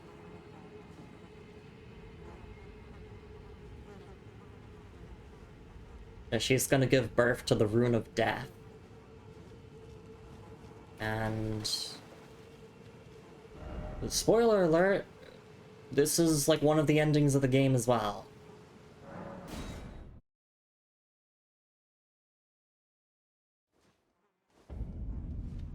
Alright. She's sleeping now? Yep. Use this.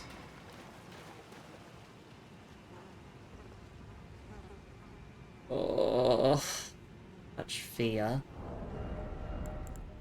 Alright, let's get ready. Enter the deathbed dream. Yes.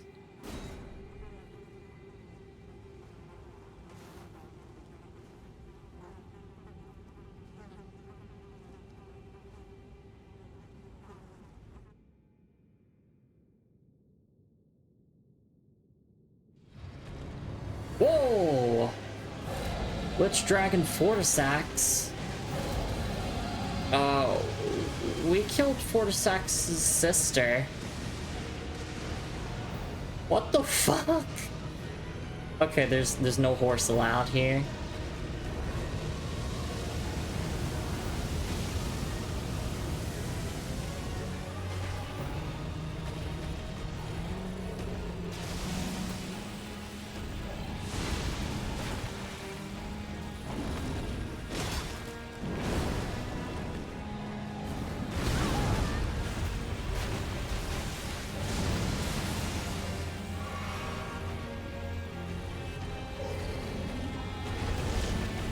Okay, I can't like lock onto the legs, sadly.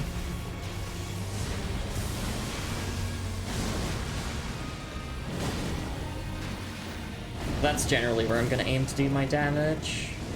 Obviously, headshots will do more damage, but just depends on... Oh, actually, no, we can lock onto like the body, I guess, instead of the head.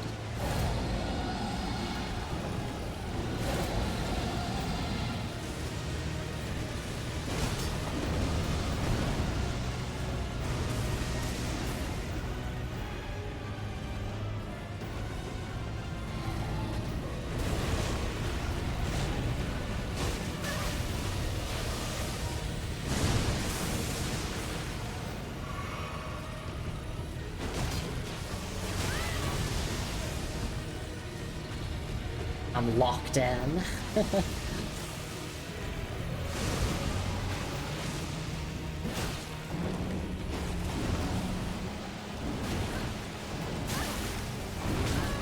Ooh, that hurt.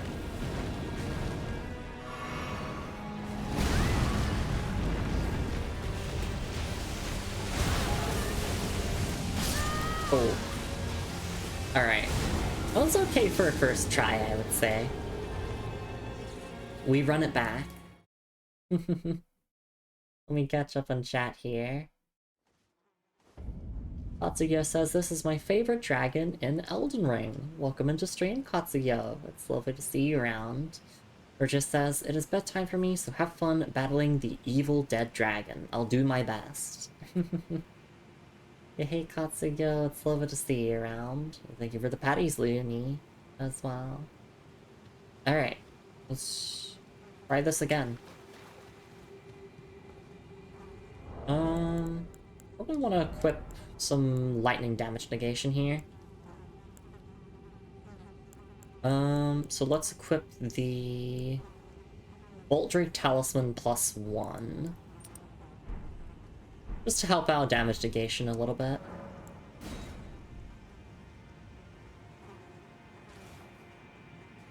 I missed you too as well. I've watched here and there, just not felt like talking, and that's totally fine. Lurking's always appreciated. I mean, I would still be streaming even if no one was talking in the chat. Because for my first year of streaming, that's basically what it was. I would just yap like this to myself. It was great. Oh, wait, they have Death Blight as well. Oh, okay.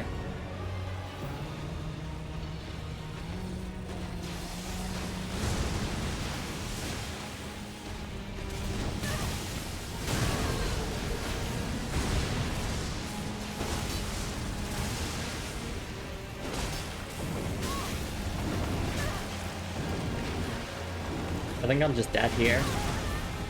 No, I'm fine.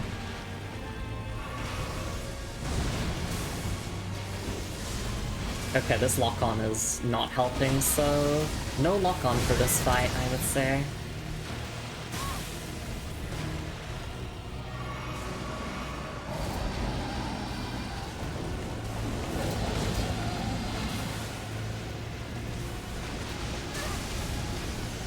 Yeah, so there's those lightning bolts that like kind of form on top of you that you have to dodge. I wonder if you can just run past them though? You can.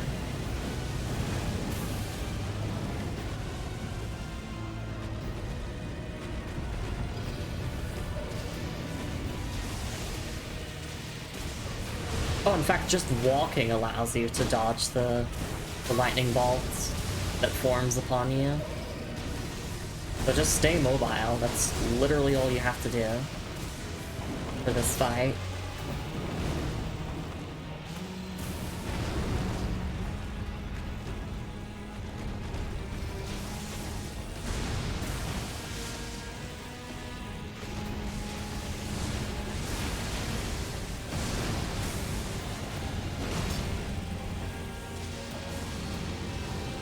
Go heal here.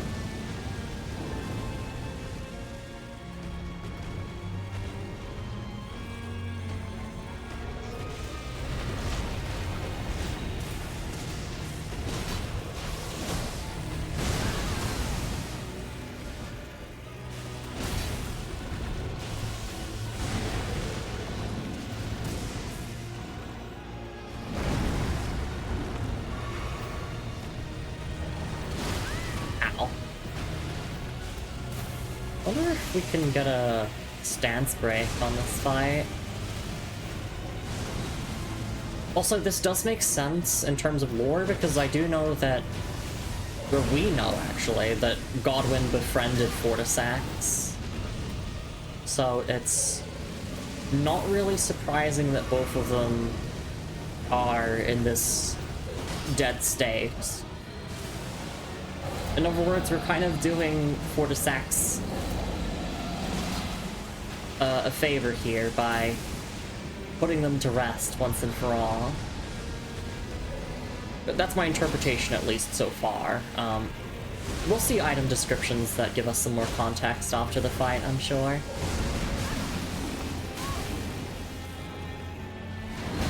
Ooh, that hurt. I mistimed my roll. Yeah, okay, even if you're walking while, like, chugging your flask, you still dodge the lightning, so yeah. Literally just a fight of keep moving, don't commit to any combos, just stay agile. No wonder you can't use Torrent here. Torrent would just trivialize the entire fight.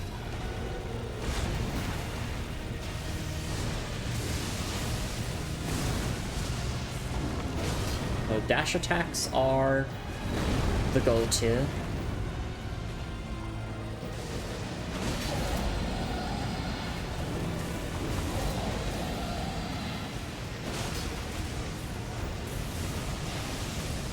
Also, like, stamina management. Ooh, don't get death blighted at the end. That would be pretty unfortunate.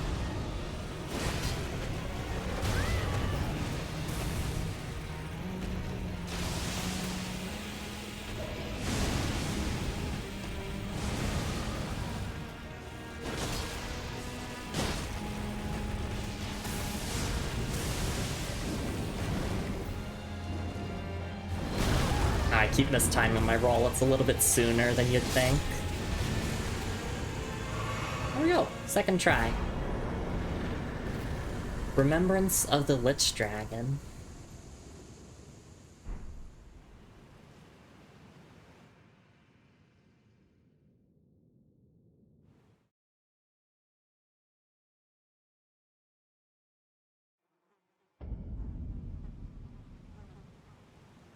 Blow coming from Fia now. Let's quickly level up, take a look at the item description, I'll catch up on chat, and then we will go and collect the Rune of Death from Fia's body there. Moon says, occasionally checked your Blue Sky page. I think the most recent post of yours is the Venture Bros marble map. Atsugo says, I never remember to check Blue Sky. Honestly, social media as a whole is too depressing nowadays. Moon agrees and says, I checked because I was thinking about you, wondering if you were up to anything.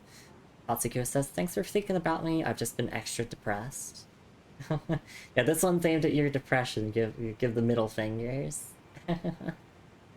Yeah, you're loved and we care about you. Exactly. And thanks for being here. Okay, so we got our strength to 45 now. So we're gonna get our endurance to 45 because then with the Radigan Soar Seal, that will push our endurance up to 50, which is the like soft cap for the stamina bar itself. And then after that, we'll just keep leveling vigor, keep leveling strength. That's kind of it. Like, our build is essentially complete. We're just fine-tuning it and getting to those soft caps. Alright, let's take a look at the Remembrance of the Lich Dragon, and we'll also take a look at the Round Table Hold, what we can extract from this. Remembrance of the Lich Dragon. Remembrance of Lich Dragon Fortisax, hewn into the Erd Tree. The power of its namesake can be unlocked by the Finger Reader. Alternatively, it can be used to gain a great bounty of runes. After Godwyn the Golden became the Prince of Death, the ancient dragon fought long and hard against the death within its companion. Alas, victory was never achieved, and its only reward was corruption. Yeah. Aww, Fortisax tried to save Godwyn from his fate. It's really sad. Very, very sad. Have to see what we can actually make from this. I'm guessing probably some incantations, potentially. We'll have to see. But first, I think we should say goodbye to Fia.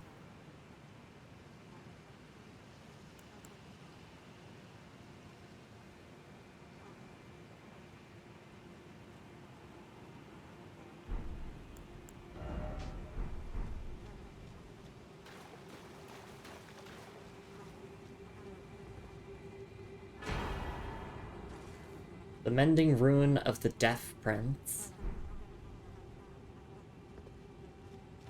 And yeah, she died to give birth to that rune.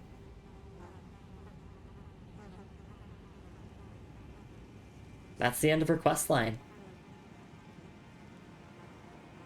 Wait, actually, is she still breathing? It could be the case with Rogier where it's like she's just in this eternal slumber forever, so basically dead.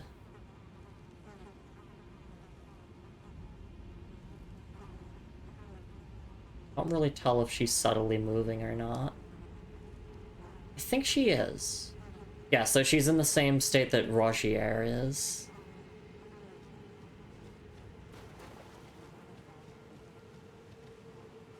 How do I get my runes back? Oh, I just go over there. Okay. My runes! I can't play without my runes! But, yeah, that's another questline just completely done. And we'll take a look at the item description of the Mending Rune of the Prince. There's one more thing. Oh wait, yes, you're right, Looney, there is. We do need to reload the area. There is one more thing, you're right.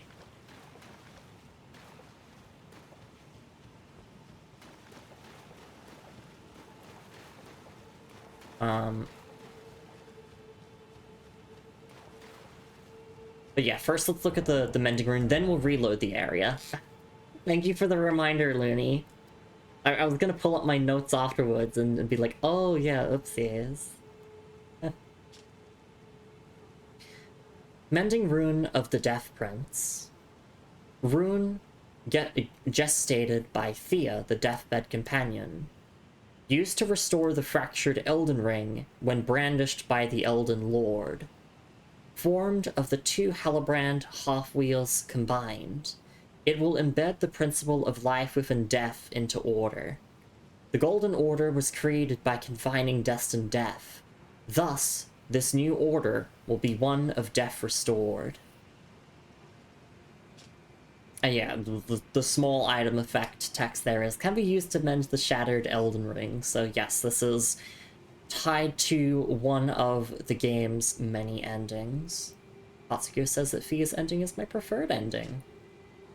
Yeah, this is just one of many options we have for the ending of the game. Our save file can currently do this ending here with Fia, and our save file can also do Ronnie's ending now that we've finished her questline, but we're basically setting up our save file so that it is in a position where it can do every single ending. Because what I'm going to do is I'm going to duplicate my save file and just get all of the endings for Steam achievement completion, just to see all the endings. Thank you so much for the self-care and the headpat redeems Azura.exe. Hope you're doing alright. Yeah, we'll reload the area, we'll do the last little bit here, Fia's questline, and then we can take that break. I think that would be a good time to do so. I just want to reread this item description here, really download the information into my brain. But we'll probably look at this item description again once we get to, you know, the ending of the game, and we can pull up all of our different mending runes and read their descriptions one more time before I make my choice. But yeah, I'm just skimming through this again so my brain can download the info. Or not skimming, but just reading it in my head.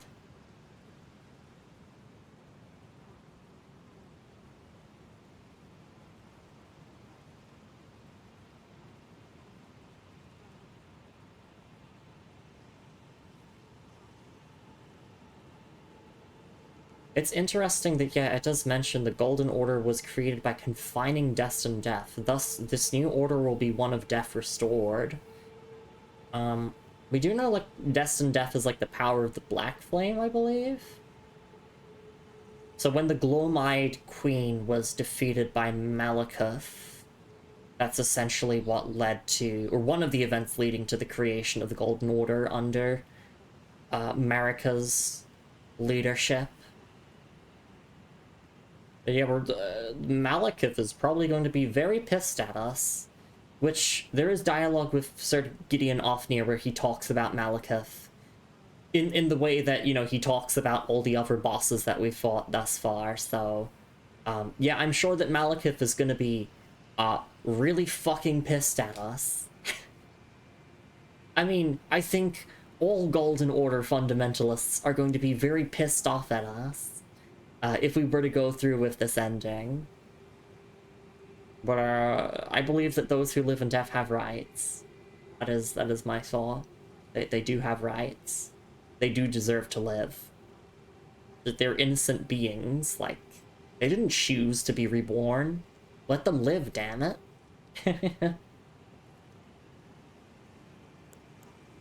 Alright.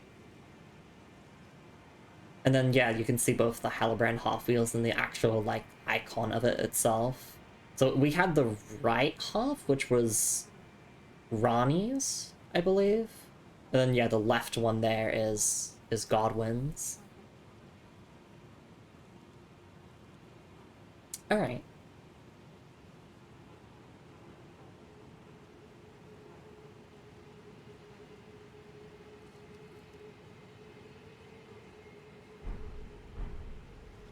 Let's reload the area now. Yes, thank you again, Looney, for the reminder. You reload the area, and I believe that D is meant to be here now? Prince of Death, take a good long look. See the wrath of the Golden Order, the Order's justice writ in blood. This is what's become of your precious witch. Naught but expired meat and bone. This is a proper death, O Prince. Look at this rotten whore. No more children can be got from this useless flesh. Behold, your mother is dead.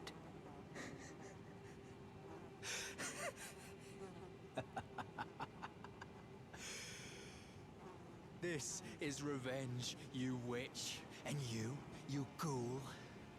This is the wrath of D.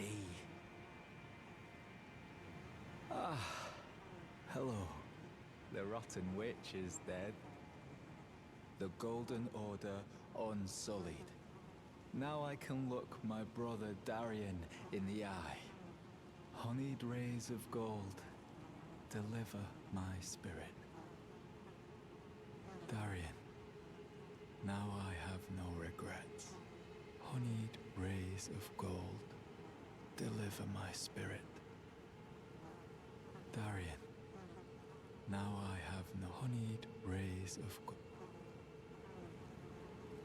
Yeah, fuck you! Fia's hood, Fia's robe. Fucking asshole. I'm tempted to kill him right here and now, but... You bitch. I forgot about this part, fucker. And I'm gonna check my questline notes here. What does it say? Reload the area, talk to D next to Fia. Reload the area, return to where he was. Okay. Yeah, so hopefully he kills himself. The D Beholder of Death.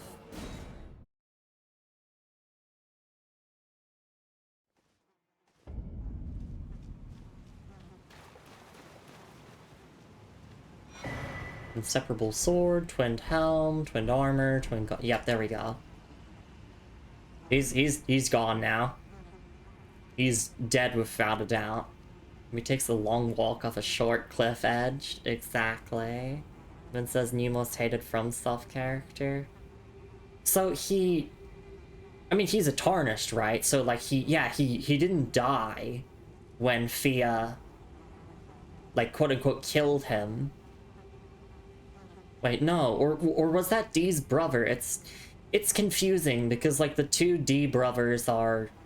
They're kind of intertwined. We'll look at the item descriptions, and you'll see what I mean. The two D brothers are kind of intertwined with one another, so that could technically be D's brother that we gave the armor to, calling himself D, because their lives are technically intertwined. That's like the whole motif going on with the brothers. But yeah, let's look at the item descriptions, and then we'll take that stretch and hydrate break. We've already read the item descriptions of the twinned armor set, but let's just read them again, because I do think that, yeah, this is important. Stuff to recap on for people who missed it. So all the item descriptions are the exact same, other than, like, the first word. So, we'll just read the greaves. Greaves depicting entwined twins of gold and silver. The two known as D are inseparable twins. They are of two bodies and two minds, but one single soul. Not once do they stand together, not one word do they speak to one another. Perhaps this armor longs to find its way to the other D.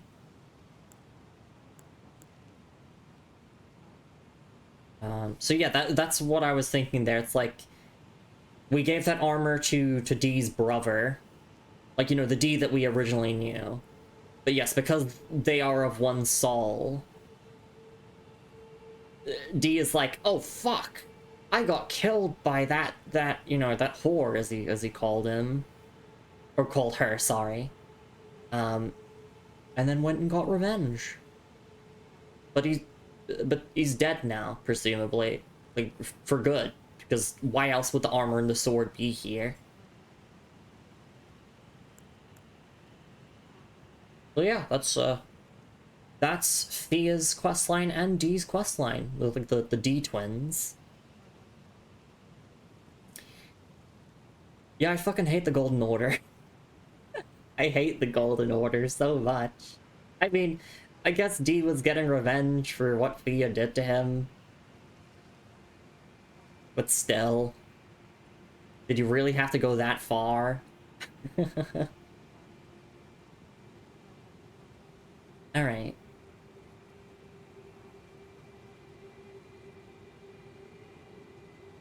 And then Inseparable Sword. Sword forged by compounding silver and gold. A sacred weapon to hunt those who live in death. Deals holy damage. The inseparable twins found solace in the Golden Order, the only institution not to revile them as accursed beings. Oh, okay, no, that explains everything. That really recontextualizes everything. Thea said dogmatic brutes of the Order. They both fucking hate each other. Understandably so, they're literally on opposite sides of the political spectrum here. But yeah, that makes sense, with the bottom part of the description here. The Golden Order was like the only place that they were actually accepted for, you know, being born in the weird ways that the twins were. And the skill is just Sacred Blade, so it is pretty standard. It is a great sword, obviously, and it's primarily faith scaling. Yeah, I mean, if you wanna be like a Golden Order paladin, this would be a great weapon to use. Which I still want to kind of be a Golden Order paladin, just aesthetically, just in terms of the weapons I use, not my actual beliefs. Because, yeah, I don't stand for the Golden Order. I think the Golden Order fucking sucks, actually. It is incredibly flawed. But listen, right? Gold Mask. Gold Mask is the solution to fixing the Golden Order, and I'm not joking about this, because the Order healing item description talks about how Gold Mask is basically questioning the hunters of those who live in death, and whether, like, that's actually the right thing to do. So I think Gold Mask is gonna come up with a solution. Gold Mask is gonna present his magnum opus of correcting the Golden Order. At least I hope so. But, I mean, this solution with the Mending Rune of the Death Prince, that's not bad either. Although, I guess that's only really, like, liberation for those who live in death and not the other life beings that live in the lands between. Like, what about the Albinorics? What about the Crystallians? Like, it doesn't account for them. Although it does seem like those who live in death are the most persecuted, so it's like... Yeah, it doesn't fix everything, but it does provide protections for one of the biggest minority groups in the lands between. I'm just saying words. Like, some people might be like, oh, Lumi is, like, completely got the wrong interpretation of this. This is just my current interpretation. Things can change. There's still a lot more of the story that we have yet to go through. So, my opinions will change over time, most likely. As we learn more about the lore and the story, my opinions will definitely change. Or they will become more informed opinions. But yeah, that's just my current thought at the moment about everything. This is a cool weapon. I don't think I'm going to use it though, just because, like, I have not really leveled my faith that much.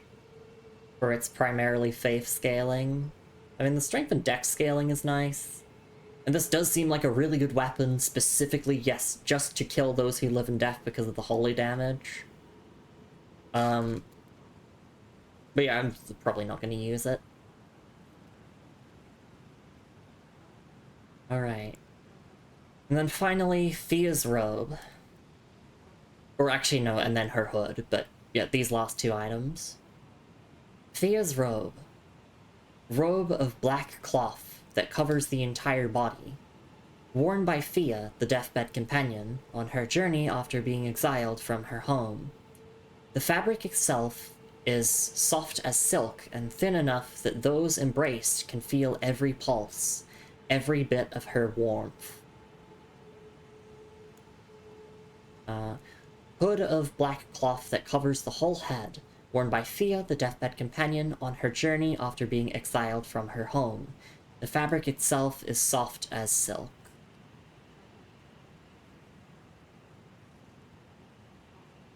I wonder where exactly her home is. Because we do know that she did awaken to the guidance of grace, and thus she was chased away, and presumably came to the lands between. And I think the opening cutscene does also show her, like, laying with some noble. I don't think it's Godwyn, it's just a generic noble. Because I think I've seen stuff with people saying, like, oh, Fia always served Godwyn, and it's like, it doesn't really seem like that was the case.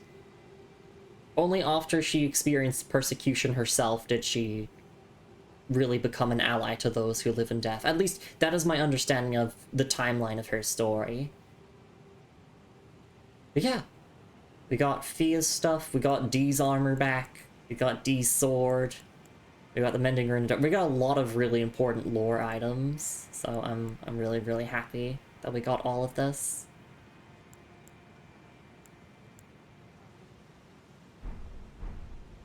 Okay, I'm gonna reload the area one more time, even though I don't think we need to, but we will take that stretch and hydrate break now, as redeemed by Azura.exe. Oh, I need to use the... Oh, I did use the Baldican's Blessing. I'm not using this one, though. I'm keeping the Radiant Baldican's Blessing. I want to see where this takes us. Poor Fia. Now she's actually dead. Hey, Violet. It's lovely to see you around. Hope you're doing alright. Just about to go for a break here. Oh, and also let me change my talismans before I forget. And after the break, I think what we're gonna do is... I'm gonna double check around the Deeproot depths, in particular around, like, the beginning section around here to see if there's anything that I might have missed. I do want to go through that portal to see where that takes us, and then we will begin our journey to Mount Gelmir, which is, like, the next major point in the story for us. So very, very exciting. But yeah, let me sit down at this grace and I'll actually have that break. I'll stop talking about having the break and I'll actually have it. So please take care of yourselves, everyone. Grab yourselves a snack and a drink if you can, /1, 2. And I'll see you all after a quick little break. And catch you all then.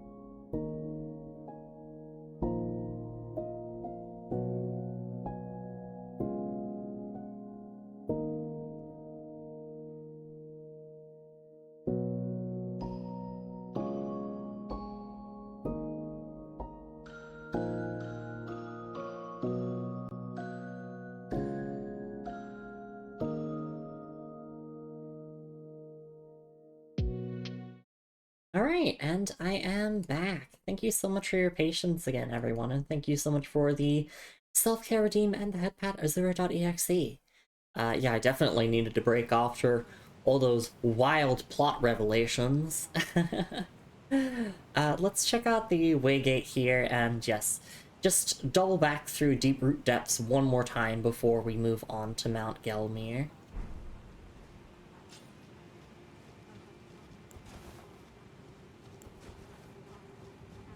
Let's check this out. Where does this take us? And if I don't like it, I can always just fast travel back.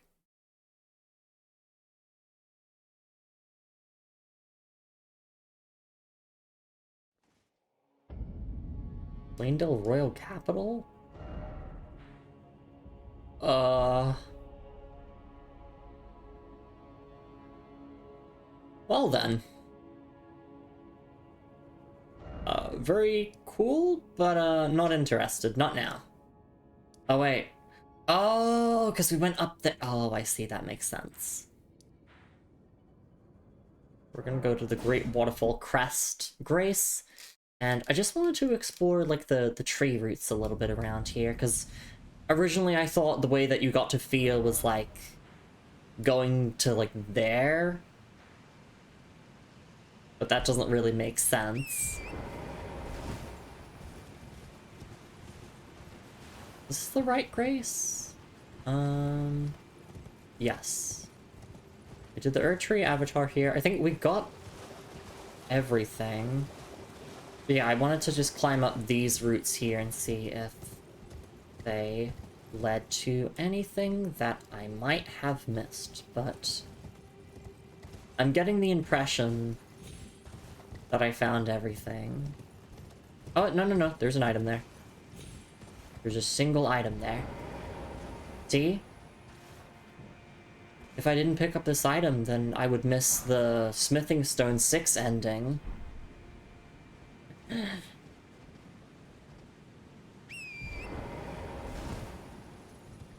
And I want to make sure that my save file can do the Smithing Stone 6 ending, and also the Fire Arrow ending.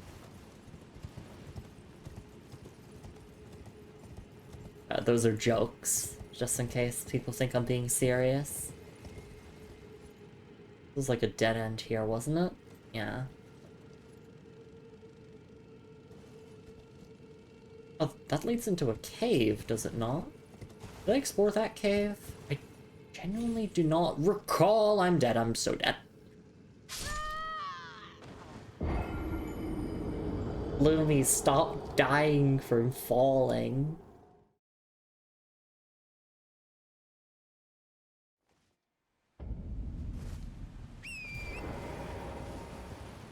I can't help it.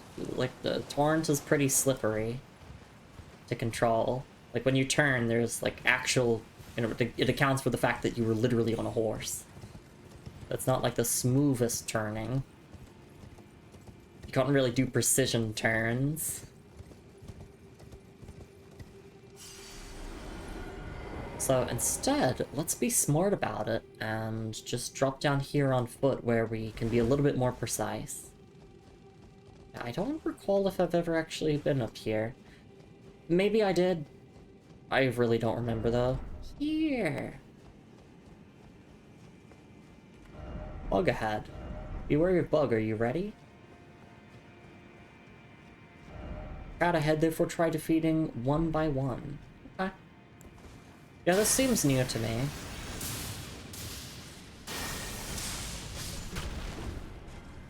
I'm glad that I backtracked here.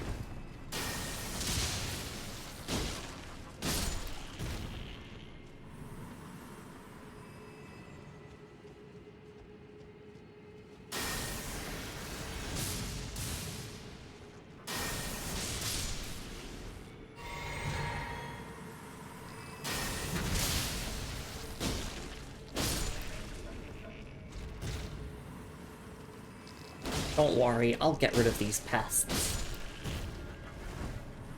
Oh god, that one's massive though!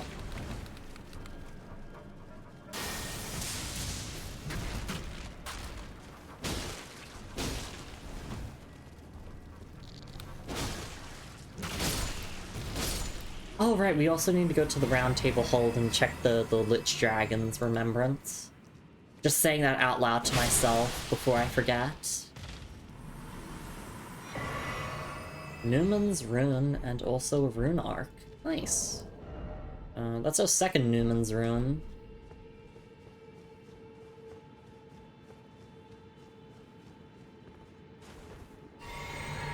Do all of these drop Newman's Runes?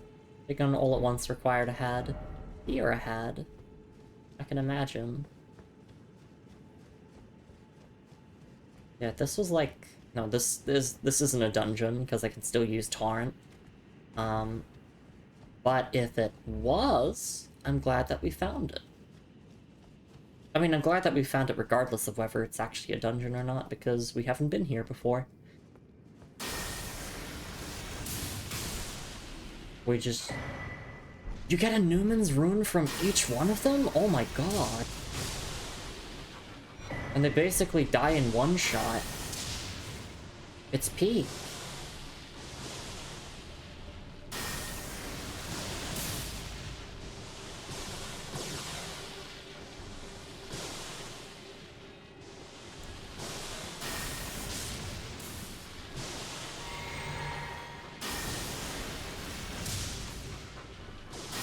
I'm gonna fall here. Yeah.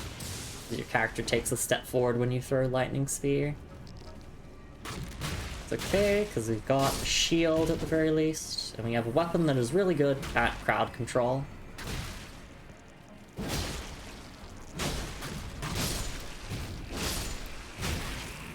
Well, when I have a safe moment to swing.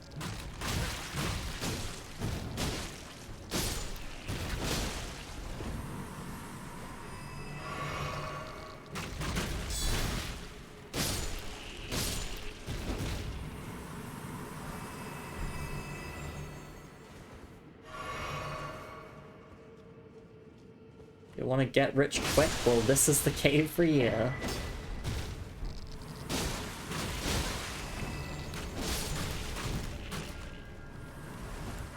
I'm gonna drink the Flask of Wondrous Physic. Just to have that passive healing.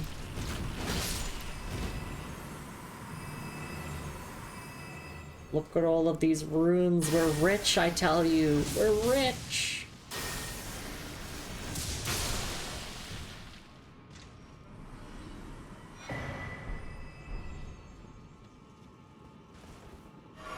How much is a Newman's Rune worth again? Yeah, it's worth 12,500 runes. That's, really, really good.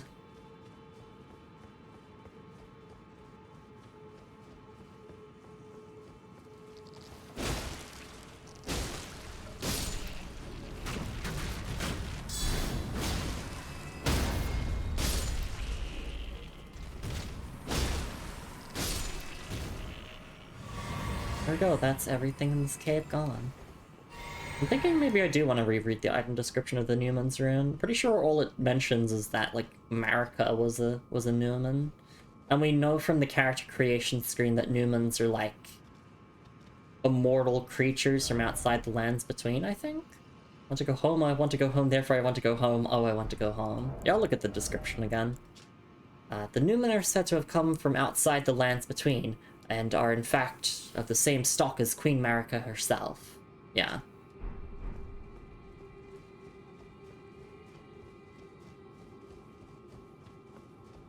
This is a game about colonialism. And a lot of other things. I did it! And I got a legendary item for this? Elden Stars. I'm really glad that we didn't miss that.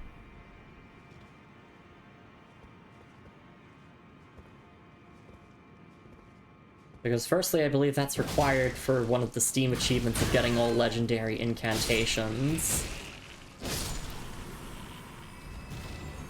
But also it means I don't have to backtrack later. Cool. Let's keep exploring up here. Yeah, okay, I'm really, really glad that I decided to backtrack here.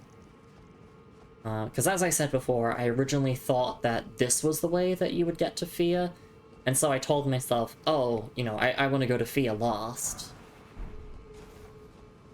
Little did I realize that this just leads to a bunch of really cool items and upgrade materials.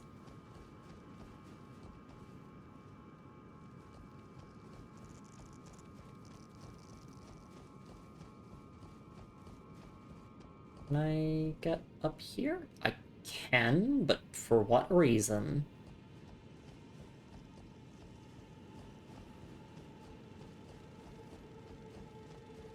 If I fall here, I'm gonna be so upset. Holy Grease, that is the first time we have actually had Holy Grease in our inventory. So make of that what you will. I've just never really been a fan of the greases, honestly.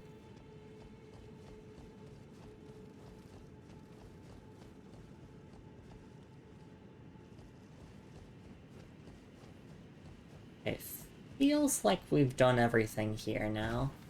Of course, I'll look it up off stream, see if I missed anything down in the Deeproot depths, but I feel like we got all the major things at the very least.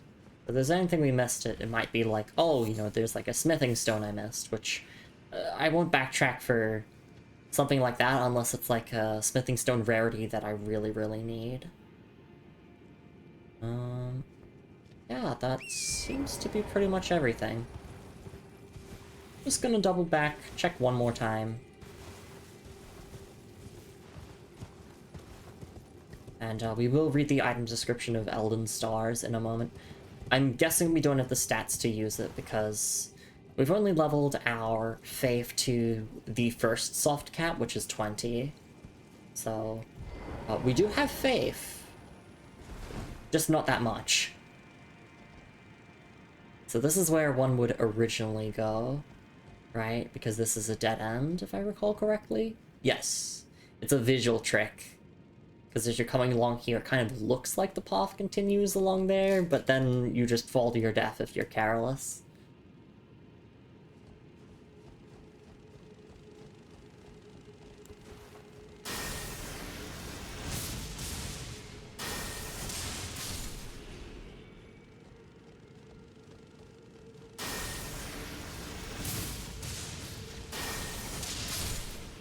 Nice, there we go. Double checking everything. Yeah, I feel like if there's anything we've missed, then it's gonna be really, really minor.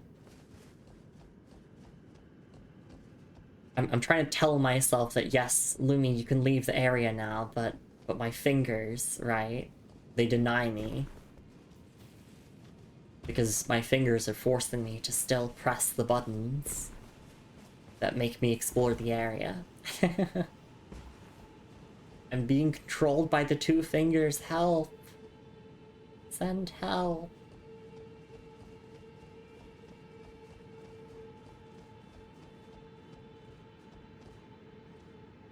Okay. Well, that looks like everything to me. Oh, actually, no, there's a creature up there, which means they haven't been up there, which means there's potentially loot up there. Never mind. Haha, you thought we were gonna leave this place? No. Deeproot depth streams until 2026. Elden Ring streamer who just, like, makes new characters, explores this area, and then quits. It's like, okay, everyone, welcome to Deeproot Depths Part 200. Definitely see something up there. How to get there, though?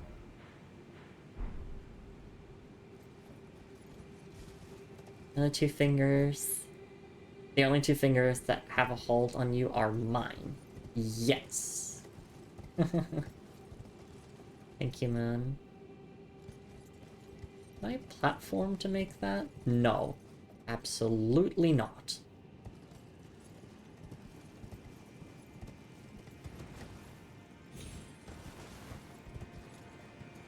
How does one get up there, then?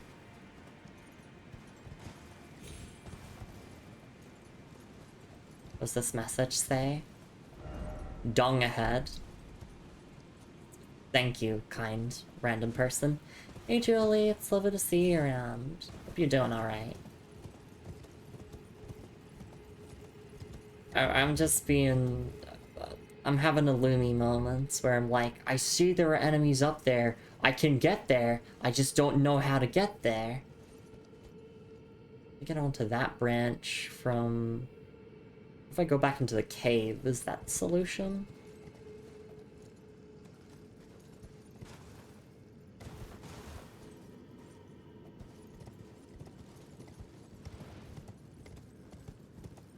There's no more creatures here, so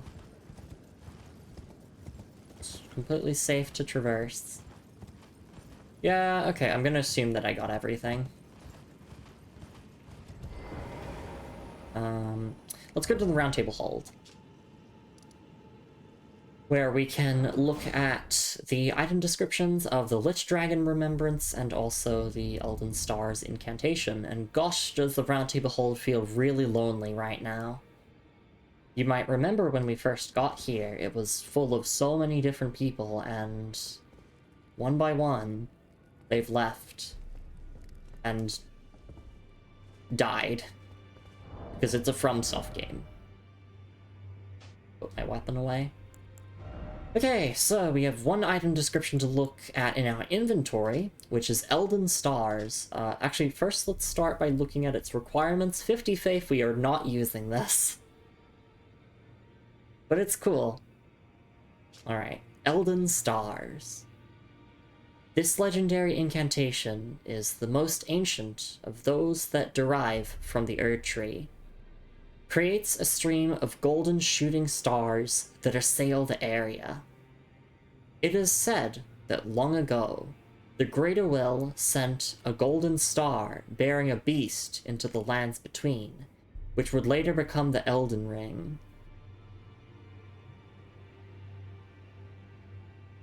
Huh. That's pretty significant lore. Yeah, which, like, I think Moon talked about it when we were in Altus Plateau, the fact that, like, the Erd Tree feels very otherworldly and whatnot, so... It's literally aliens. Or, like, this is literally a game about colonialism.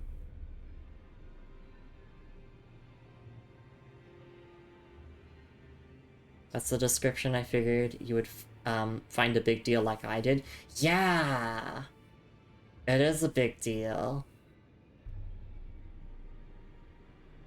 Bearing a beast into the lands between. Later become the Elden Ring. Couldn't find it because I forgot it was an incantation. Yeah. They always put the most significant lore in just, like, the most random description. No, this isn't a random description. This is a legendary incantation, so... But you know what I mean.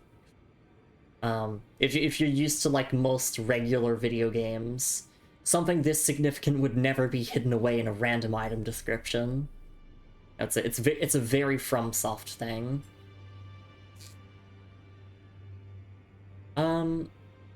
Yeah, no, that's huge lore. We're getting all the biggest lore dumps in this stream, and I'm here for it. And my brain is actually, like, not tired enough. So I can actually process things. Oh, we also have Holy Grace, right? We technically picked up Holy Grace for the first time, so we could read the thrilling item description of Holy Grace. Are you ready for this? Solidified grease, made from a mixture of holy resonant materials. Profitable item.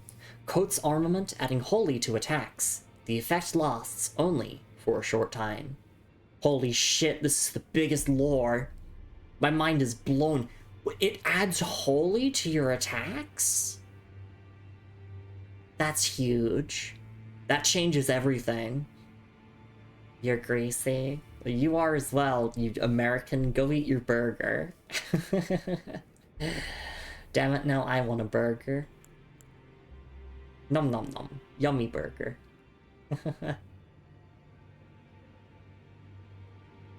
Alright.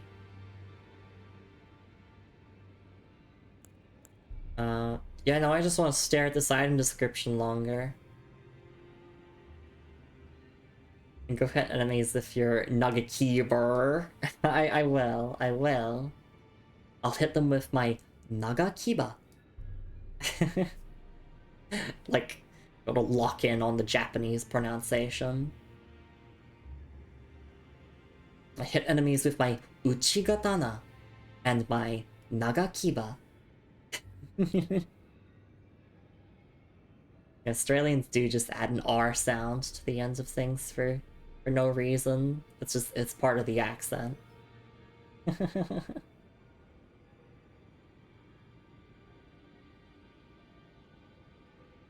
Yeah, so I wonder what this actually looks like when you use it, but I'm not respecing to find out. I have to just look up a video or something. Because I don't think this is in Night Rain either. This feels wrong. I'm sorry. Bring my beautiful Aussie wife back. Alright, I'm back. I'm here, I'm Australian. It's me, I'm Australian lass Lumi. Well, thank you so much for being here, everyone. I do really, really appreciate it. Alright. Sorry, yeah, I wanted to read this item description in my head now just to, you know, to have read it twice, get that memorized. Because this is a really important lore that I don't want to forget.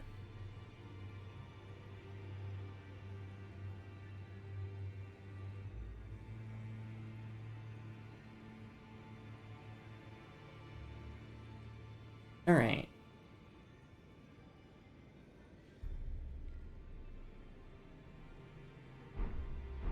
Now let's go to the finger reader and let's see what we can get with the Remembrance of the Lich Dragon. You have returned. What is it? Can I get any new equipment? No, okay. So, Remembrance of the Lich Dragon. We can get two things, they're both incantations, we can't use either. Fortisax's Lightning Spear. Incantation that channels the power of the ancient dragon Fortisax. Creates two spears of red lightning and stabs them into the ground from above, one after another. On impact, each spear will burst into trails of lightning covering the area. During the War of the Ancient Dragons, these twin red lightning stakes were the hallmark of one ancient dragon who was called the Mightiest Boulder Stone. Okay. And then Death Lightning. Incantation that channels the power of the ancient dragon Fortisax, now corrupted by death. Strikes surroundings with a storm of death lightning, afflicts deathlight upon foes. Charging extends duration of the storm. It is said that this golden lightning was wielded by Godwyn, who befriended Fortisax. Aww. Very tragic. Fortisax tried to save Godwyn from his fate of, like, being the Prince of Death and got corrupted himself.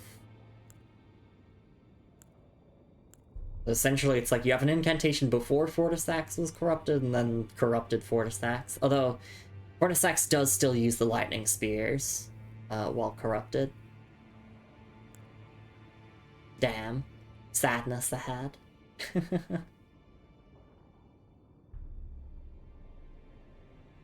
Alright.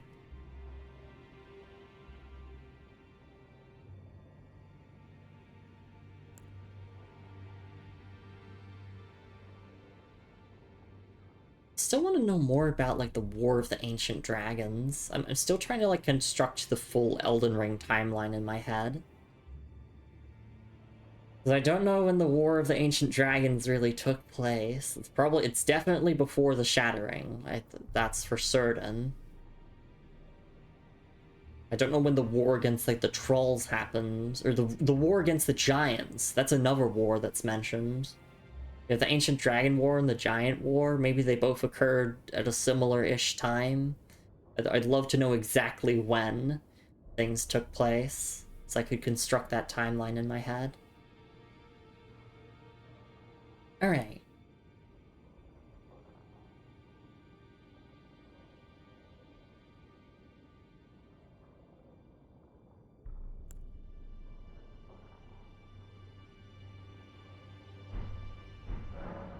Now go forth. Let the words of the fingers guide you. Hi, Fingers.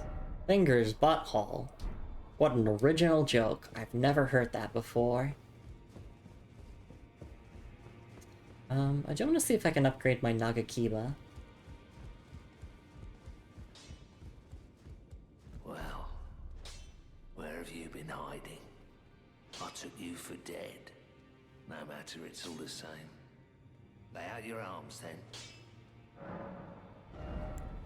I can upgrade it. It needs Smithing Stone 6, which I'm pretty sure that's what my Knight's Greatsword needs at the moment, actually. Yeah, so in terms of prioritization... Well, I'm gonna stop using the Knight's Heavy Greatsword at some point, because I know what I'm replacing it with, so maybe I should actually... no, I'm gonna still upgrade it. I'm still gonna upgrade this. It's my priority. I want to get it to plus 18. Oh, I can get it to plus 19. Oh, I can get it to plus 20. Oh, I can get it to plus 21. Oh, I can get it to plus 22. It keeps going. I can get it to 23. Oh my goodness. Yeah, it's nearly maxed out, because 25 is max. I do know that. Okay, well then. Yeah, compared to plus 16 heavy Nagakiba, like, that weapon is gonna take a while to catch up.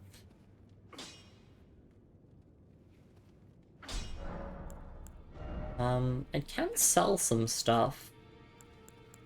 I know I have a dupe copy of the Lord Sworn's Straight Sword, so I'll sell that. I can't really be bothered to sell anything else.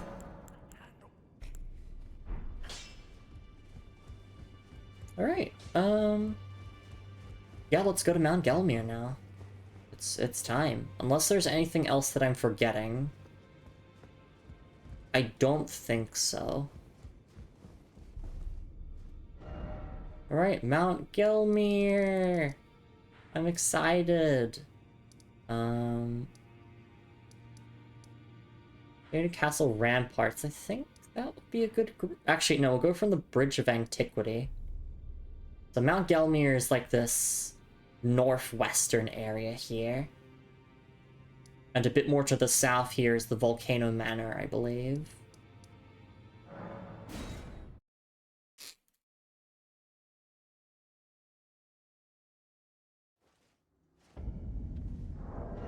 I can't believe my Knight's Greatsword is nearly maxed out. Oh my goodness. What's my AR if I two-hand it?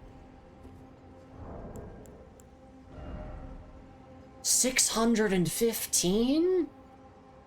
Oh my goodness, that is big damage number.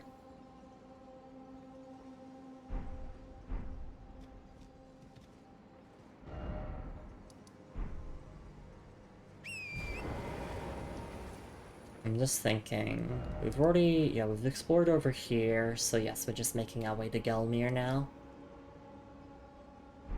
Hey Lena, it's lovely to see you around. Hope you're doing alright. Yours is a lot bigger than mine. Whoa! Hope you're doing okay.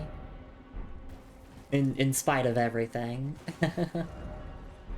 Ah, tarnished. We just got done with the Deeproot Depths area, and so we're moving on to Mount Gelmir now.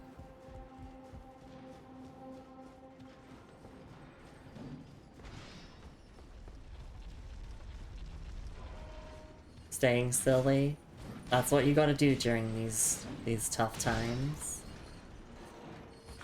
Oh, I wonder if you let the abductor version get you, like this one, it still takes you to Sorry, the quote-unquote foot of the Erd tree, as Patches said.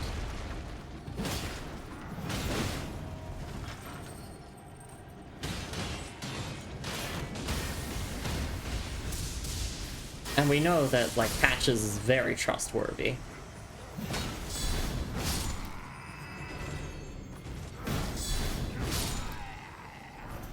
Here are some bolts. Okay, mine just needs a second redo playthrough to grow, then we can compare them again. Yeah, so true. What's this here? Arteria leaf. We'd love to see it.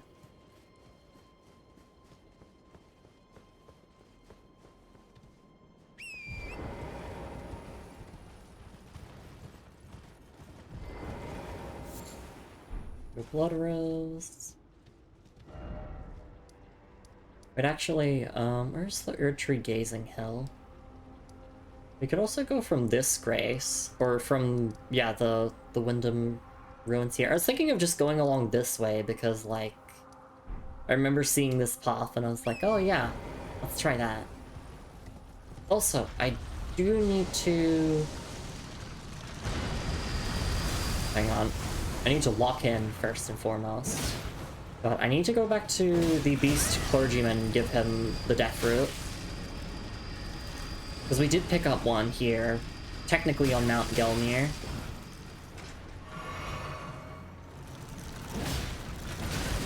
Oh my god.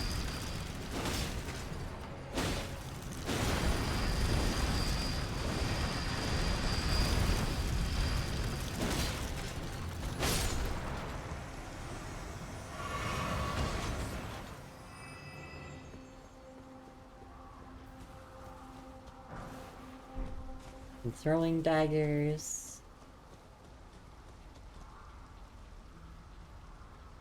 You know what? I'm gonna be a bit uncommittal and just go to the clergyman and hand over the Deathroot before I forget.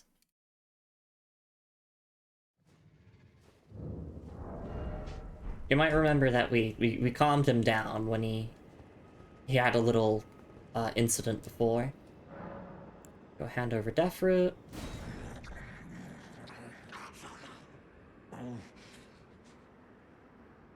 I won't forget. Again. Mine appetite. My sin. I must have more. I must consume more. We get Beast Claw. Nice. More. I am not sated. Feed me more death. More. Feed me. Okay. What is Beast Claw? Beast Claw, incantation taught by Gurunk, the Beast Clergyman, creates beast claws that rend the land with shockwaves. Charging enhances potency. This incantation represents the fury of Gurunk, his bestial nature returned, as much as it does his restless agitation. Right, he did actually use this against us when he went wild. So we have access to this now. It seems pretty powerful when he was using it, but I don't think it'd be as good when we use it. I'm not sure, though. No clue.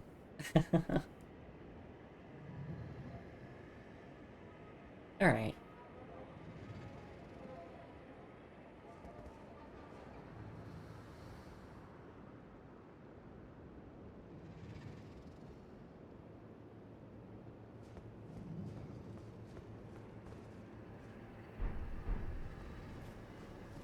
Back to Mount Gelmir. Here we go. We'll just go from the Bridge of Iniquity again.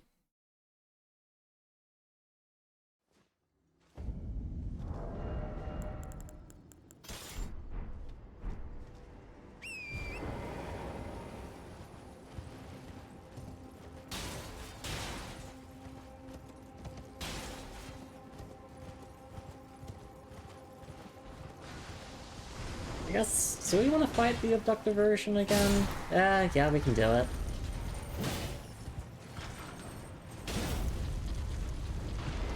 Especially if I just use Lightning Spear. Lightning Spear fixes everything. Or, alternatively, we can use Black Flame.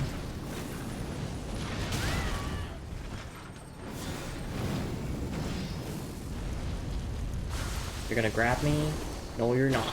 I'm not letting you.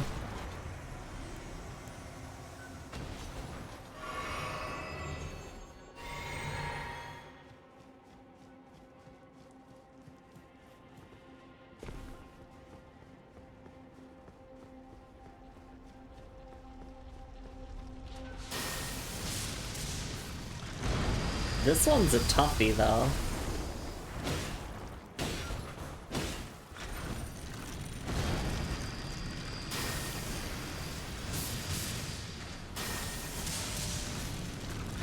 They're gonna mow me over.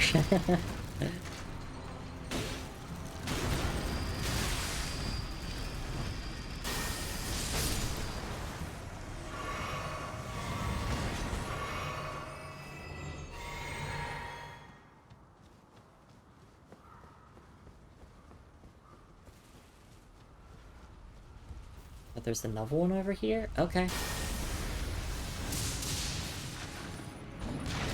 Actually, let me electrify armaments.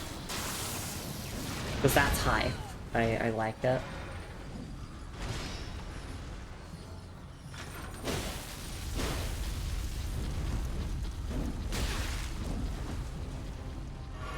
I always feel like if I try to stay close enough to them, then I can, like, dodge the blades, but that doesn't seem to be the case, and thank you so much for the raid, Azurastella.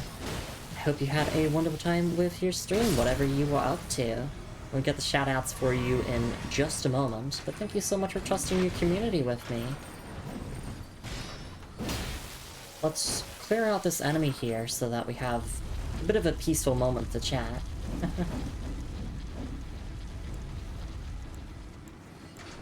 The Night Huntress Foxroll Magus raid, exciting! Welcome in Cheetah Chat, and welcome in Ali Fana. It's lovely to see you around. And I'm assuming that Azura will be here in a moment as well. And hello Volo, it's lovely to see you around as well. Alright, after this enemy, there we go, we're safe. Alright, let me go to a safe spot so I can quickly get you the shoutouts that you absolutely deserve for trusting your community with me. Hope you had a wonderful time with your stream. What were you up to? I will get the category in a second, but you can also just tell me. And did you have a nice time? That's also another important thing. Should be safe by this little camp here. Yeah, we'll just stand here for a moment. Alright, let me get those shoutouts in there. Yes, if you're not following Azurastella already, please go check her out. She is a lovely Foxgirl Magus VTuber who specializes in doing a whole bunch of different streams, but mostly focused on playing hidden gems here on Twitch, indie games, pixel art, and a whole bunch of other things. I've known her for quite a while now, pretty much since my earliest days of being a streamer and a VTuber for that matter. Thank you so much for being here again. I really do appreciate it. Even though the raid lost me, says Alithana. Well, I'm glad that you found your way here regardless. She was kicking Dracula's butt. Yes, kicking Dracula's butt in Castlevania Order of Ecclesia. I'm guessing because it's Halloween. Or like the spooky season. I mean, no, it is Halloween, right? The 30th or the 31st? Look, it's the 31st here in Australia. We don't really celebrate Halloween in Australia, so... I don't actually know the proper date, but it does seem time appropriate that you were playing through some Castlevania. Halloween here in my part of the world. Well, happy Halloween. Thank you so much for stopping by my humble little stream. Lumi's from the future. I don't know by your feet still, luckily. Yes, I am. Thank you so much for raiding in. If you got a raid and run, that is totally understandable. If you got a raid and lurk, understandable as well. Obviously, lurking is appreciated, but you don't need to. And just a quick intro here, in case you're new to the channel. Hi, I'm Lumi. I'm a Hotly Unite VTuber. I do playthroughs of RPGs and story-driven games, but I like to dabble in a bunch of other genres as well.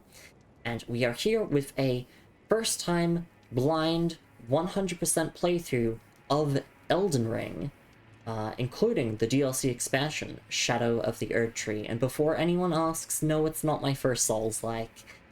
For some reason, there's just this assumption that everyone started with Elden Ring, but no. I started with good old Dark Souls Remastered, played through the entire Dark Souls trilogy across 2023 and 2024, and I did say that after the trilogy I would play Elden Ring, and well, here we are now. We are currently exploring Mount Gelmir after we just got out of the Deeproot depths, and yeah, we're taking down some scary foes called the Swinging Sickles, or Abductor versions. They kind of have two names. Whichever one is your preference. One day I should invade Australia and introduce it to Halloween. Well, there are some people who do still celebrate it here in Australia. It's just like, it is not really the norm. Peak Souls 2. Peak Souls 2 too, even. It's true. It's true. I am very much enjoying my time here with Elden Ring. We wrapped up 2 quest lines today, and yeah, we're just moving along to the next major area, which, that being Mount Gelmir, and then after that, the Volcano Manor, which, I do have a spoiler-free NPC questline guide on me because I want to see all of the lore and story as much as possible. And I do know that Volcano Manor has, like, a very, very big questline from what I understand. Azir says, gonna raid and run. Had a lot of scuff, but stream was worth it. I'm glad to hear. Yes, do rest well, and do enjoy your holiday. As happy Halloween to those who celebrate. Major holiday in the US. May the stars guide you. Thank you, Azura. Thank you for being here. Do take care. Yes, I was going to say that we're a very sensory-friendly environment here. Very quiet, very, very chill. I don't do, like, sound redeems or raid alerts or whatever. So some people might describe my stream as boring, and that's totally fine to describe it as such. I call it boring myself sometimes. But the more endearing term that people would often use is cozy. Like a true cozy stream, where it's like actually quiet and chill. And we like to really focus on the games that we play here, so I don't talk over cutscenes.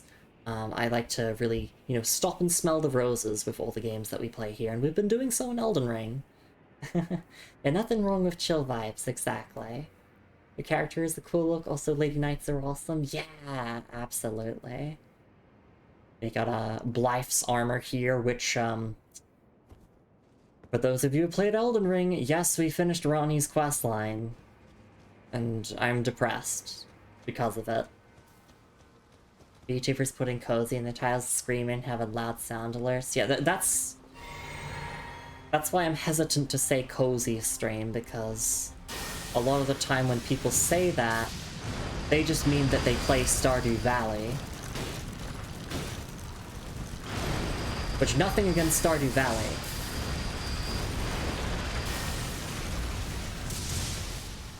If you want to be cozy, you've got to be kind to my eardrums, because I am disabled and I do not like loud noises either. I feel like most people here don't. You know, cultivate the kind of community you want, type deal.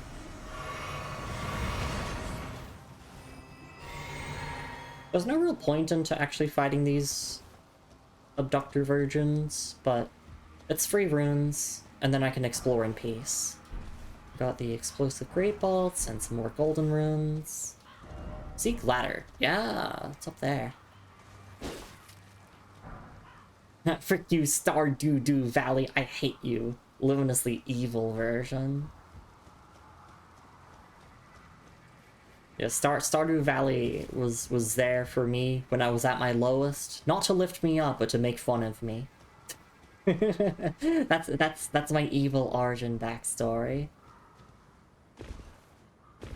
Oh, actually, is this this is a new crafting material. Volcanic stone. We will take a look at that item description in just a moment. I just want to focus on exploring first. There's a golem there. I do want to head down to here, because I saw this location from the... What's the castle called again? The Shaded Castle? I saw all this from the Shaded Castle, and I was like, oh, I want to go there. But I didn't really have a grace that was, like, super convenient to go down there, too. So we're heading up this path first. Although, I kind of want to backtrack now that I say all of this. I'm convincing myself to backtrack. And you know what? I will. I feel like if I go from the Shaded Castle ramparts, that should be close enough.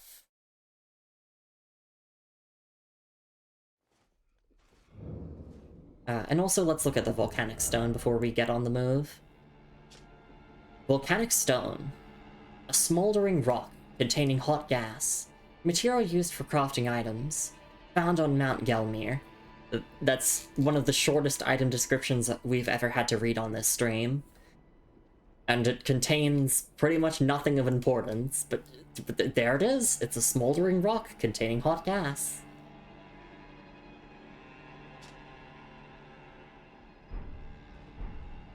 Stardew Valley reached a hand out to me and was at my lowest, and then broke my wrist when I reached one. Look, the way that, like, people who are really into Stardew Valley make the game sound, I wouldn't be surprised if that was actually the case. I don't really like games like Stardew Valley, because I feel like a time pressure, you know, where it's like, oh, you know, there's only limited time in the day before you gotta go to sleep. You gotta hurry, you gotta do everything. You gotta min-max your relationships ASAP. And I know that's not the case. I know that, like, Stardew Valley doesn't have, like, a time limit, I don't think. But still, I can't help but feel like I have to do everything all at once. Also, so many Nicola's lilies here. Really happy to grab all those. To make my life navigating easier, let's just put a marker here. I have a general point to go towards. Then says, I have executive dysfunction, don't process how time works properly, so life sims have to be super simple to not feel like a big, yeah, 2 middle fingers to me, exactly. There was one, like, farming sim that I played back in 2022, or I think 2023. I genuinely forgot what it's called. Sunhaven, that's it. I bounced off of it pretty hard. Just because, like, I felt a time pressure to, like, get as much done ASAP every single day in the game. And, like, maybe that's a me problem. In fact, I'm pretty certain it's just a me problem. But yeah, those kind of farming sim games I can't quite get into because my brain wants to hyper-optimize. But then hyper-optimizing ruins the fun, I would say. Then it becomes a stressful environment, as opposed to a cozy one.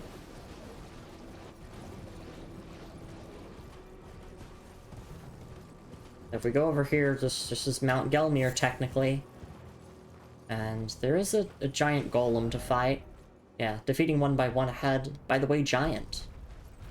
Not a giant, it's a golem. Oh, Alea Marias, Shaded Castle Castellian. We learned about you through the item descriptions that we got in the Shaded Castle. In fact, we'll probably get some extra lore for defeating you.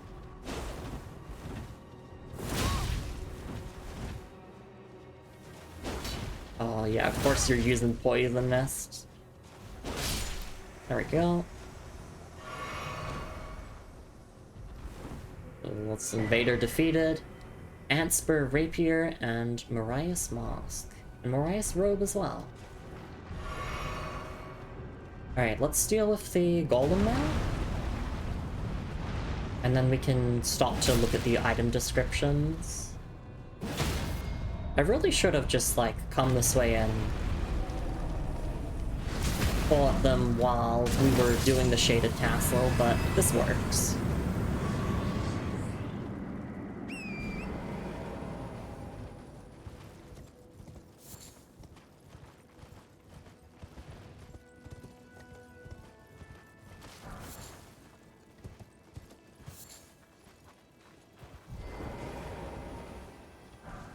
Okay, Smithing Stone 5. Could this be a dog?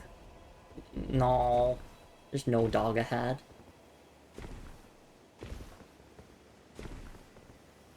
Sinner ahead. Paul? Oh, yeah, don't drop down there. Not a good idea, I would say. In my humble opinion. Alright, let's take a look at these item descriptions now that we got a peaceful moment. Oh, actually, no, there's some runes there. Let's grab those. Really, really important. It's gonna be like Golden Rune 1, but if you collect a bunch of those over time, then you can really cash them out for a ton of runes. Right. We have 3 item descriptions to read here. Marias robe. Robe with a black mantle across the shoulders, customarily worn by the head of House Marias. The sons of House Marias are all sickly born. Little wonder that Malaya Marias would be so beguiled by the beautiful and fierce goddess who was born into rot. That referring to Melania. Right, yes, because there were a couple of item descriptions that mentioned that, like, the Shaded Castle, like, was connected to Melania. I think just through obsession, simply. Okay.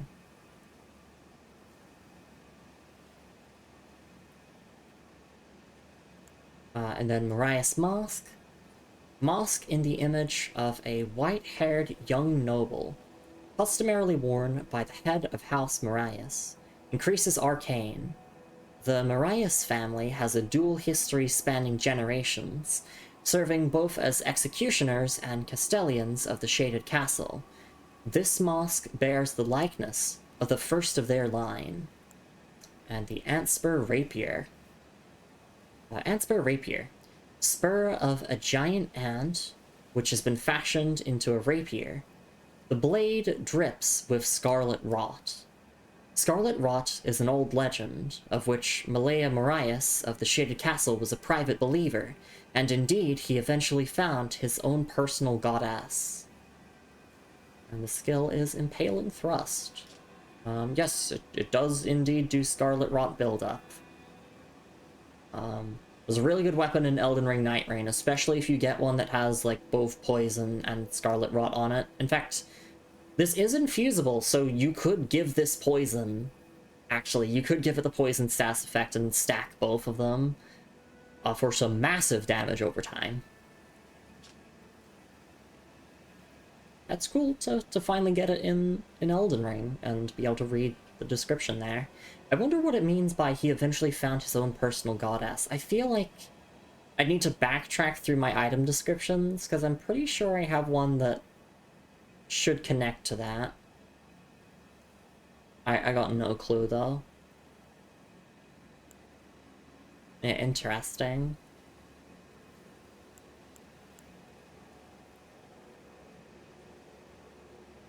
I'm just looking at all these item descriptions again before I close the menu.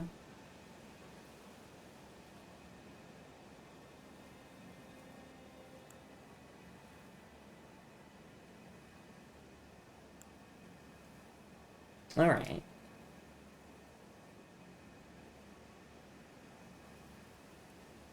Now, I kind of want to scroll through... let me check the Marias Executioner's Greatsword. That might have what I'm looking for. Yeah, Marias Executioner's Sword. Checking this here. Storied Sword of House Marias, the family of executioners who presided over the Shaded Castle. One of the legendary armaments. Elemer of the Briar, the bell-bearing hunter, snatched the sword from the site of his looming execution and furnished it with battle skills from his home of Aokide. Yeah, that doesn't really add much lore there. Also, in terms of scaling, yeah, it's just like equal strength and dex at base, but you could probably just give it like a heavy infusion or whatever.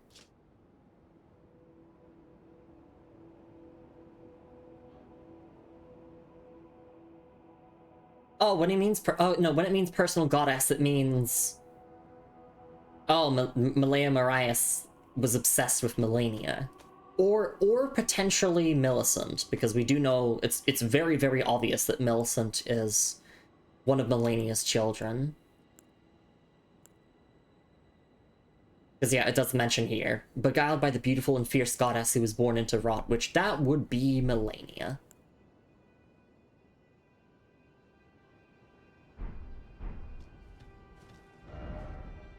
Okay, now with that out of the way, hopefully we can actually find the map of Mount Gelmir before wrapping up stream. That's kind of like my ideal goal, is to find the map of Mount Gelmir. I do want to go up that ladder though, but I feel like that's going to lead to something important. We'll see. Let me scroll through chat here. Julie says, I do love Stardew, but I feel this. I have executive dysfunction and I'm super time blind. I have to be careful or I lose hours and things without really even accomplishing much. So I'm super picky about the open world games I play. And it says this is unfortunately how most of my days go. Yeah. I also kind of have that problem with open world games, kind of. Look, open world games just take me forever to finish. To the point where I don't finish most open world games I play, so... Elden Ring here is gonna finally earn the title of, like, the third open world game that I've ever finished. I think that sounds about right to me.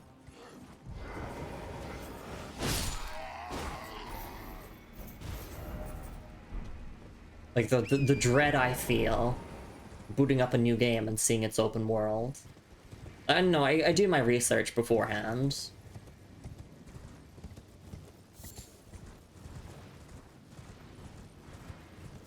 That's why I really like the level structure of both Dark Souls 1 and Dark Souls 2, because one could describe them as an open world, but I would say they're closer to like a tightly knit Metroidvania. So you get that feeling of exploration, but without it being too big or too grand that you know, spend hundreds of hours wandering the lands.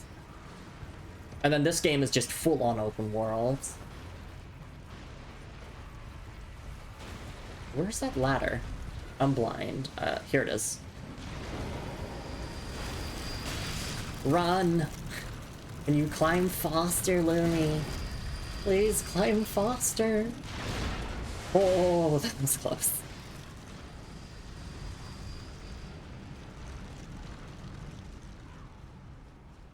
It'd probably be safer to clear out the enemies and then climb the ladder, but I don't feel like fighting them all again.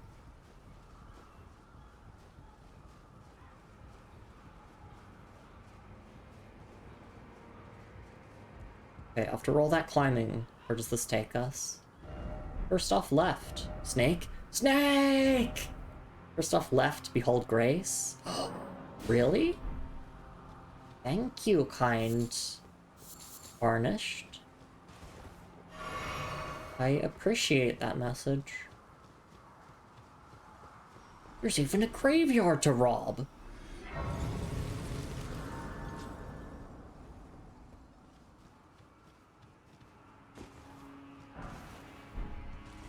So there are multiple different questline things to do here in Mount Gelmir. I don't have my notes up at the moment. Behold skeleton. But I think there's stuff here with... Alexander said that he was going to Mount Gelmir during our last encounter, so obviously there's going to be more stuff with him here. And I think we get an item for Box questline here. Old Codger head. Aw, old Codger and old Codger's dog. No. I'm sorry, dog. Friend. Didn't expect gorgeous view. First off, loyalty, they have to praise the dog. Exactly. there's the Erd Tree. So, yeah, we know that the lands between were basically colonized by the Greater Will, who sent the golden star that became the beast that then became the Elden Ring.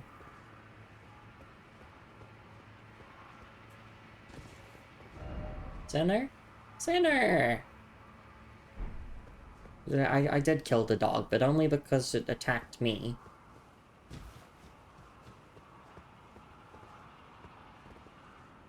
That's always how I've been with FromSoft games, unless I have to attack something for, like, a questline or, like, something specific, then I will do it, but otherwise my general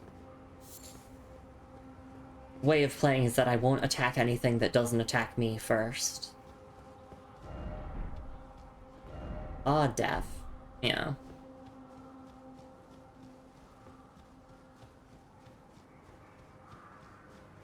Mount Gelmir is very, very cool. I like this place. So we could explore this camp here. In fact, the Guidance of Grace is pointing us this way. We can also keep traveling along the road there if we want to. But, I mean, if this is where we've ended up, then let's check out this encampment here. See what we can find. A bunch of Lanedell soldiers who are eating each other? I don't think he was eating his comrade. I think they were just inspecting the bodies. Although, like, if I crouch here... No, they're eating each other. They're very explicitly eating each other. Hey, stop that. No eating. No cannibalism.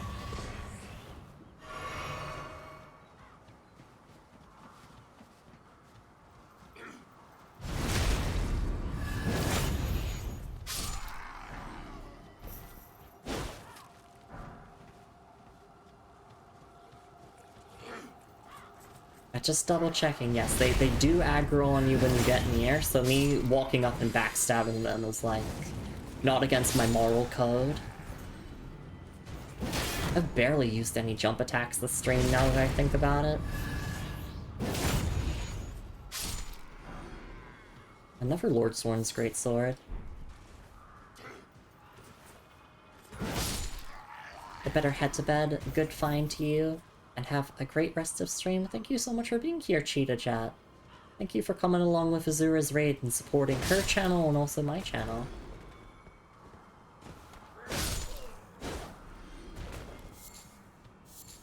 Sacramental butts are pretty rare to get, so we do want to pick them up whenever we see them. Didn't expect Pathetic Sword, yeah. I mean, I know they've lost their minds, but still. Lynn says, I'll be off very early tonight, might want time to work on stuff, but also letting you know I'm free. Okay, yeah, that sounds great.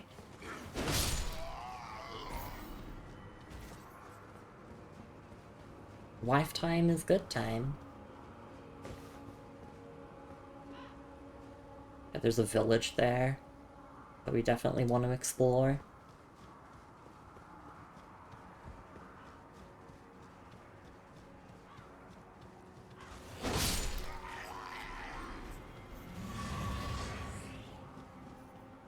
Oh, there's a pumpkin head.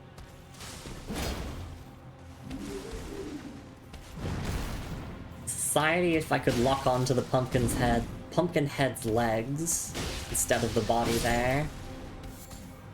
Because the problem is if you're doing like jump attacks or like aiming a bow or any projectile at them, it's just gonna hit the head because you're locked onto the upper half of the body.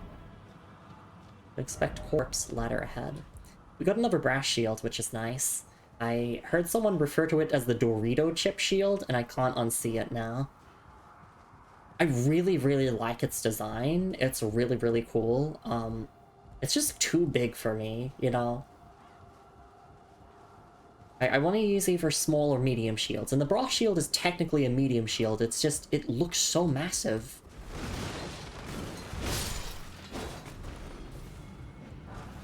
Fire arrow. Ow. I should probably deal with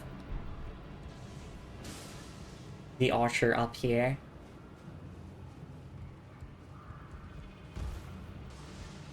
Or, no, not an archer. Where's the lightning coming from? I might be pretty unobservant. Oh, it's... Oh, I see, they're throwing lightning pots. That makes sense.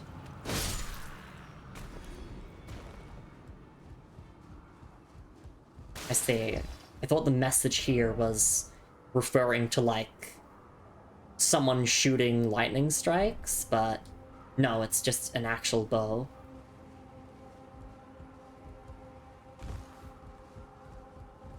It is the pulley bow. Pulley bow. Longbow which utilizes a series of pulleys and springs. The complex mechanism, which required advanced mathematical and mechanical understanding to craft, was likely made by a certain genius who learned Golden Order fundamentalism. Enhances precision while shooting, enabling arrows to fly much further distances, and the skill is Mighty Shot. We do meet the stats for it, and it has a range stat of 55, which I don't know if that's good or not, but that seems decent, potentially. I wonder if the item description is referring to Gold Mask there, because that's the only other genius I can think of who learned Golden Order fundamentalism. Because we know that Gold Mask is not originally from the Lands Between. He came to the Lands Between. So yeah, I feel like this is something that maybe he made before, you know, departing on his journey, and then, or maybe while on his journey, and these soldiers ended up with it. Because, well, they're Lanedale soldiers, so they're allied to the Golden Order. Anyway, really, really cool design. I like how it looks. And it's a shame this one isn't in Night Rain. Put this one into Night Rain. It seems cool. Or maybe it is a Night Rain. I don't know. I've not played enough Iron Eye to tell. Really funny, though, because, like, there are certain weapons that are in Night Rain that I didn't know were in Night Rain, because, like, my drop luck is just wacky. They're like, did you know the Dark Moon Greatsword is in Night Rain? I've only seen it, like, once or twice in, like, my hundreds of hours of playing. So yeah, just some funny observations there.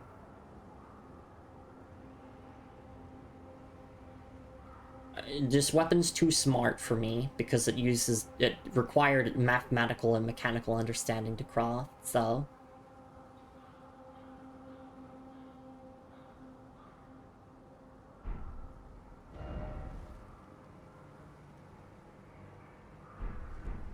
Alright. I am thinking of wrapping up stream soon. It has been 4 hours, but if we can just find a good stopping point, you know? Like a point that feels right. But I am feeling pretty hungry and tired, and I don't want to push myself too far. So potentially we could wait until we find another grace, or we could just end around here, because there's a grace right by this place. And then we could just continue on from here, but I do want to push forward a little bit more. 1 rune 6. Looks like a player message here? Or not a player message, a dev message here, sorry. Rainbow stones lead the way to riches. Okay. Friend. What do you mean, friend? Rainbow stones lead the way to riches. Okay. Is Patches around here? Is he gonna, like, jump out of nowhere and kick me down? Behold, liar. This feels like a very Patches thing to do.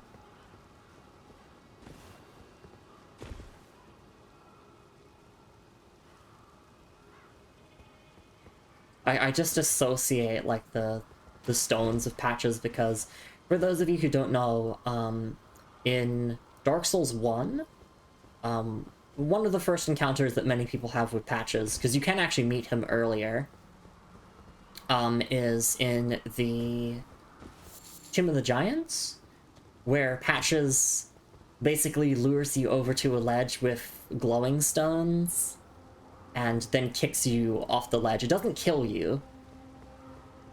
Oh, that is Patches! He's right there!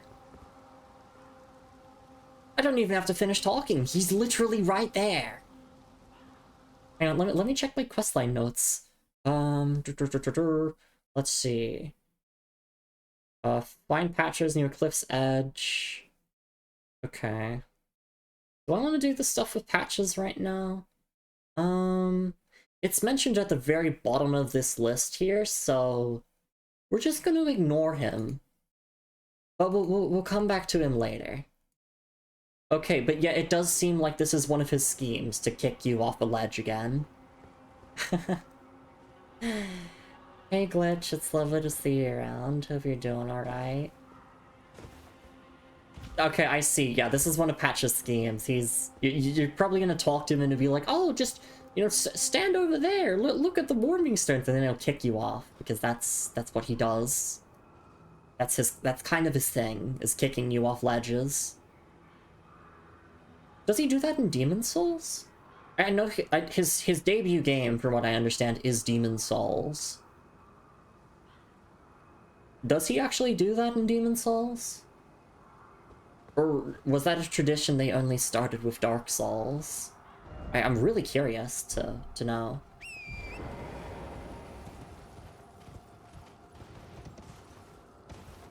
But yeah, I can just put a marker here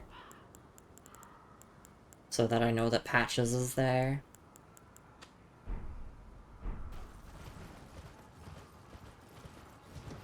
Yeah, like, I do want to get kicked off the ledge by him. Because, you know, it's a tradition, like, getting tricked by Patches. You know, it's like a comedy routine. It's like, I know I'm getting tricked by Patches, but I let myself get tricked because it's funny each time. And then you come back to him and he's always like, oh, I didn't mean it, you know, I just, you know, I just, you know, I have these urges, you know, I'm really sorry. That's what makes him so funny.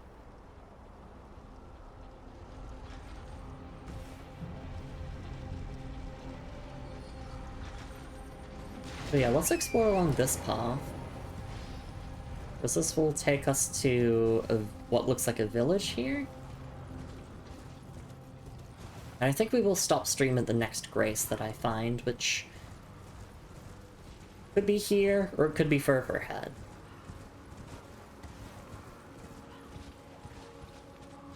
What are all these bodies here? These are trolls, right? Oh god. These are dogs. Welcome to Lumi Identifies Basic Animals, the stream. These are humans.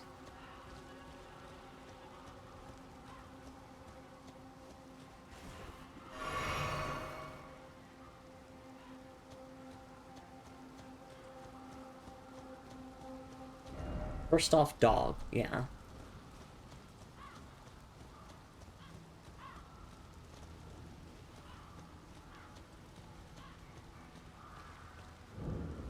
Corpse Stench Shack. Oh!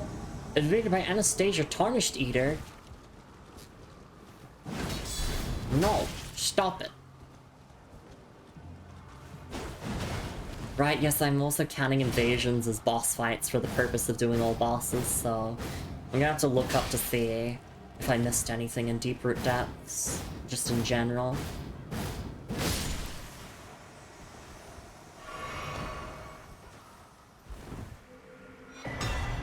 There we go, we get the Sacred Butchering Knife. Nice.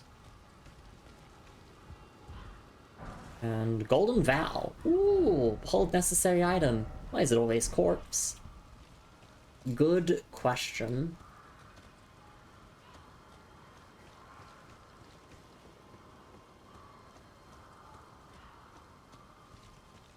So many bodies here, ugh.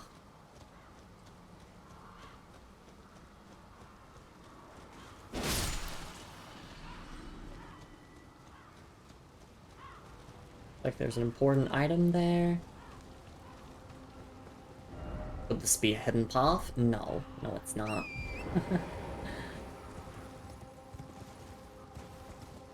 Oh, actually, glitch, kind of related to the Leon Gritty emote.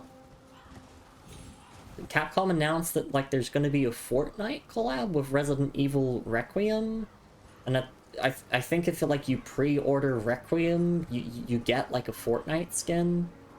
You have to pre-order it on the Epic Games Store, I believe, though. So.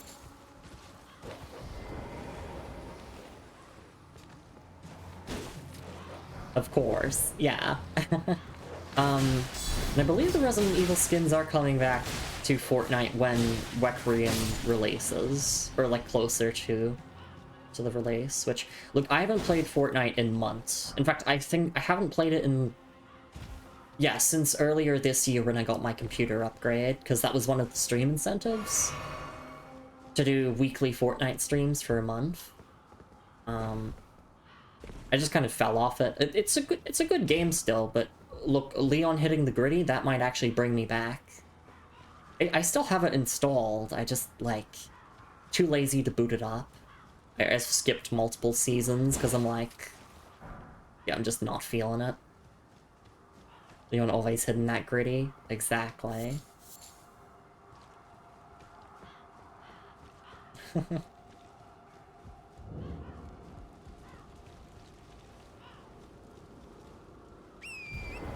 I mean, we speedrun Resident Evil 2, so it's always relevant on my end. Remake or original?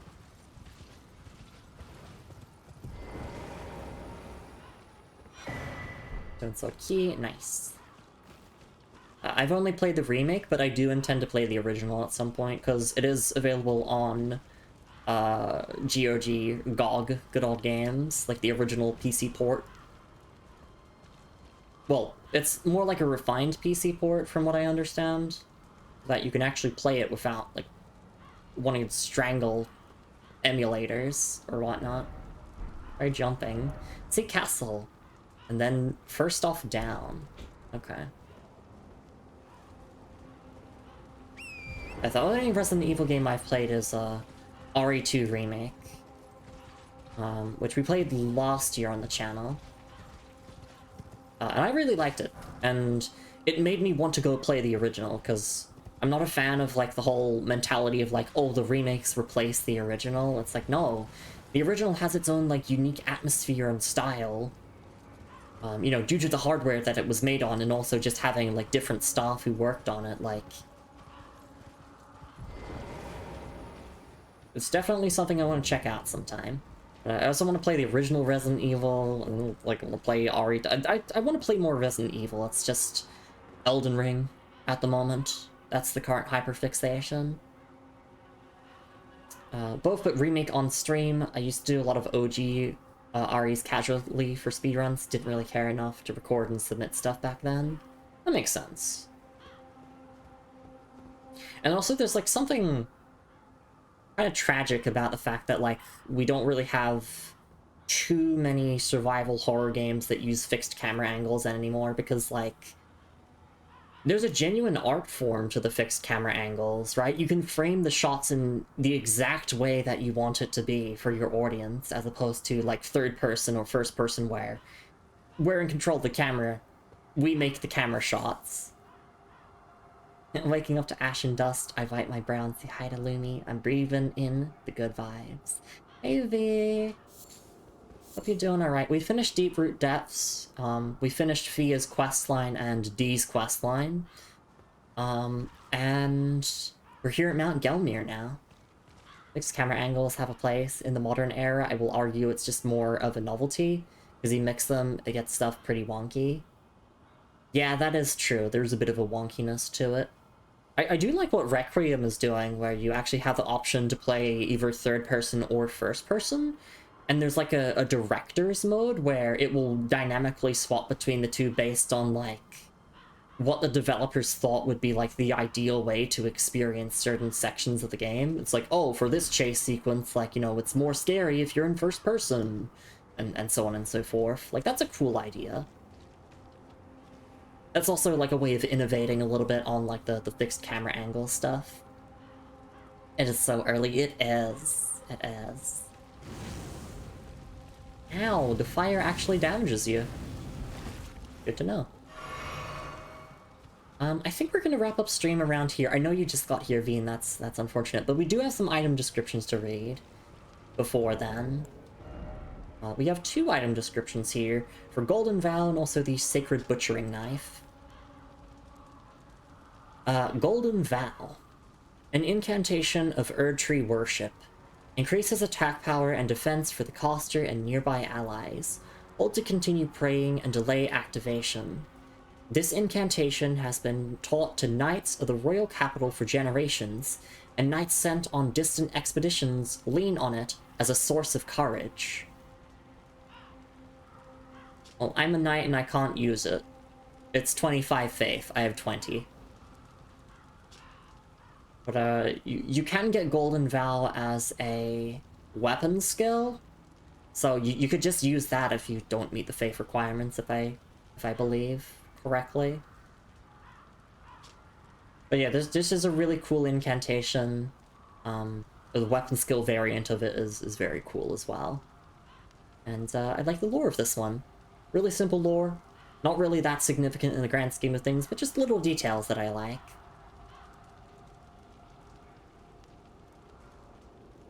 Alright, and then Sacred Butchering Knife.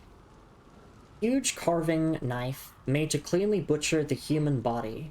Signature weapon of the Ogress Anastasia, known to have eaten countless tarnished while disguised as a finger maiden. Restores a very small amount of HP when it squarely strikes an enemy. And the skill is Barbaric Roar. So how does that HP, like, healing mechanic work? Oh, it actually scales off of faith. Yeah, it does do some holy damage. Interesting. No faith requirements, though.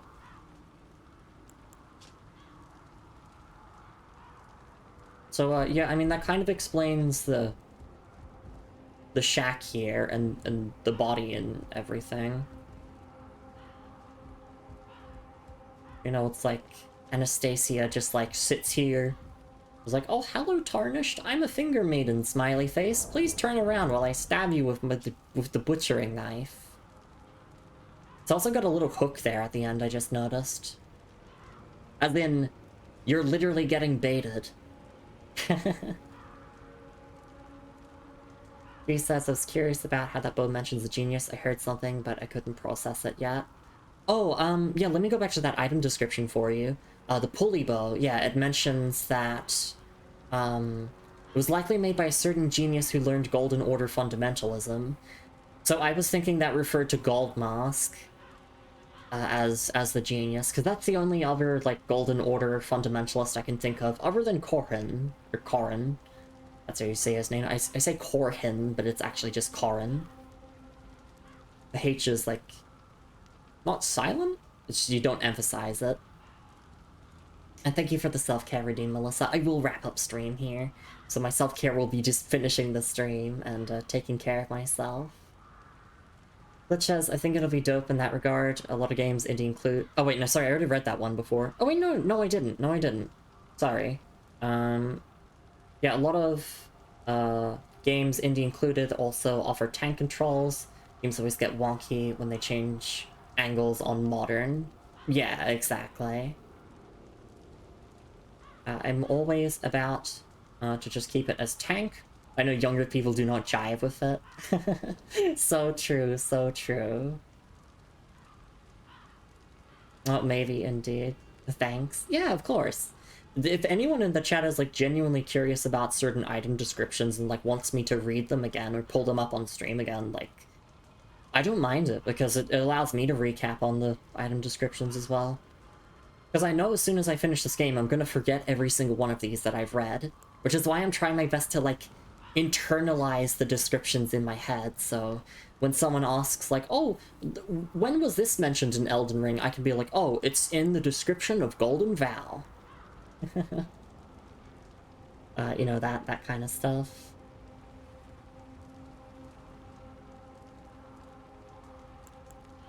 Alright.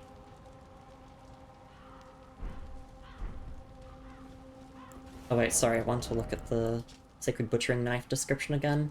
Yeah, I wonder what they mean by when it squarely strikes an enemy. Does that mean like a critical hit? I'd probably have to look it up on the wiki. But that's cool. It's a cool weapon. I like it. And it counts as a great axe. It's a very big knife, so it's a great axe.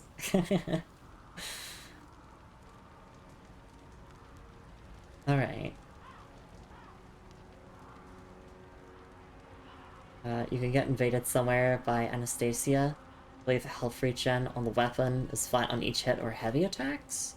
Oh, we did just do her invasion. She invades you here.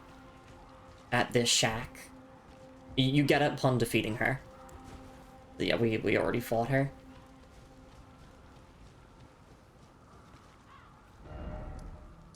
Like, the corpse stench shack.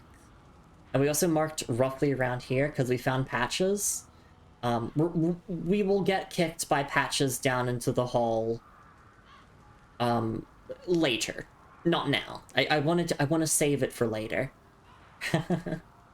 So let's go to the Bridge of Iniquity Grace, I guess. We'll go from there. Thinking of another church, maybe somewhere fuzzy in the morning. Yeah, I totally understand. I go through the exact same as I wake up, typically. I do kind of want to get a level up.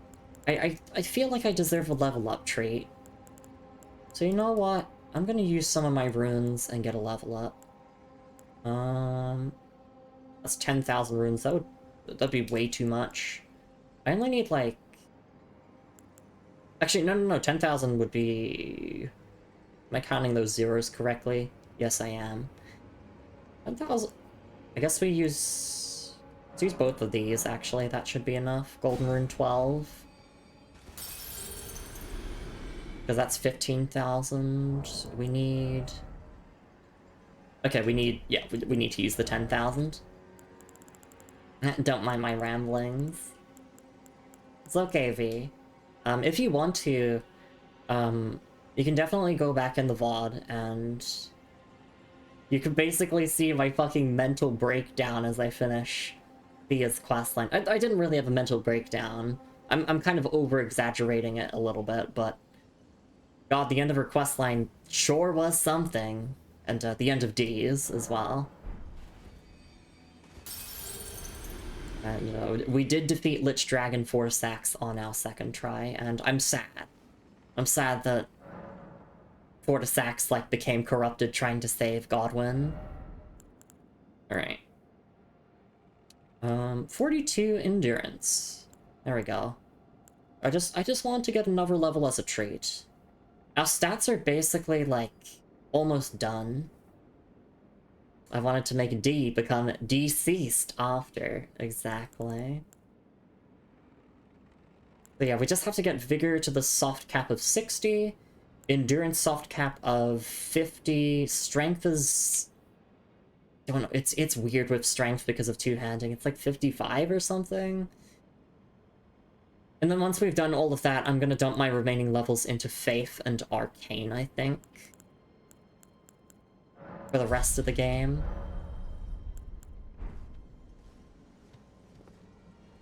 But yeah, we also got the Siluria's tree, and also like the Siluria Crucible Knight armor, which is really cool.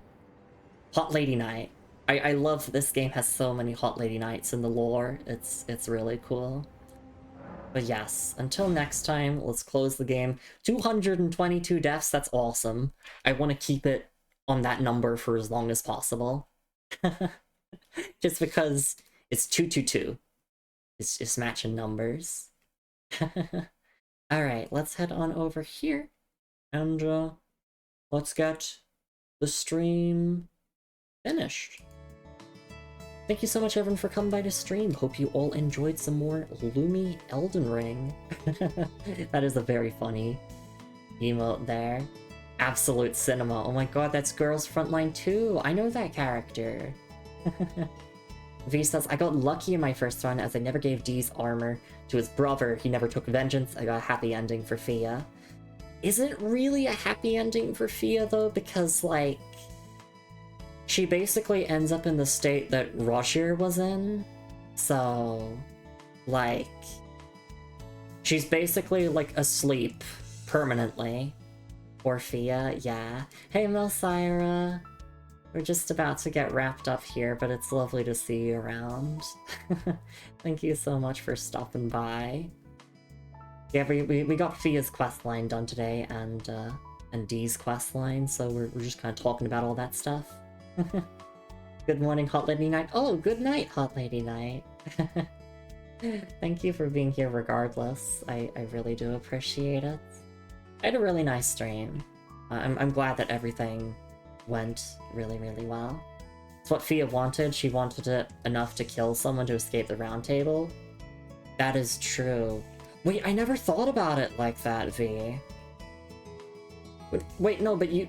Wait. How did V kill D in the round table hold if there's the pact? I'm thinking, is that like a gameplay story dissonance there? She wasn't trapped in the round table hold, was she? She's a Tarnish. She can just leave the round table hold whenever she wants to. Unless there might be some dialogue from her that I need to look up again where she mentions like being trapped in the round table hold. Because yeah, I never really thought about it from that angle before. Sorry, I'm getting sidetracked. We can talk about the lore all we want off stream. I definitely want to get things all wrapped up here, though, first and foremost.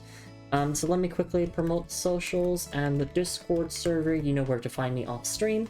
I post my stream schedule every single week on both Blue Sky and Discord, and I do upload these Elden Ring VODs onto YouTube. Sure, taking it to the Discord. Yeah, let's talk about the lore in the Discord. I should just make like a thread in the general channel just for Elden Ring lore discussion, like spoiler-free Elden Ring discussion, where like you can only talk about lore up to the point of the game that I'm at. Something like that would be cool. Anyway, yeah, thank you for being here, everyone. I really, really do appreciate it. Speaking of socials, actually, I did upload a new YouTube video. I made a review video of Once Upon a Katamari on the Nintendo Switch because Bandai Namco sent me a review code, and it would be awesome if you supported that video.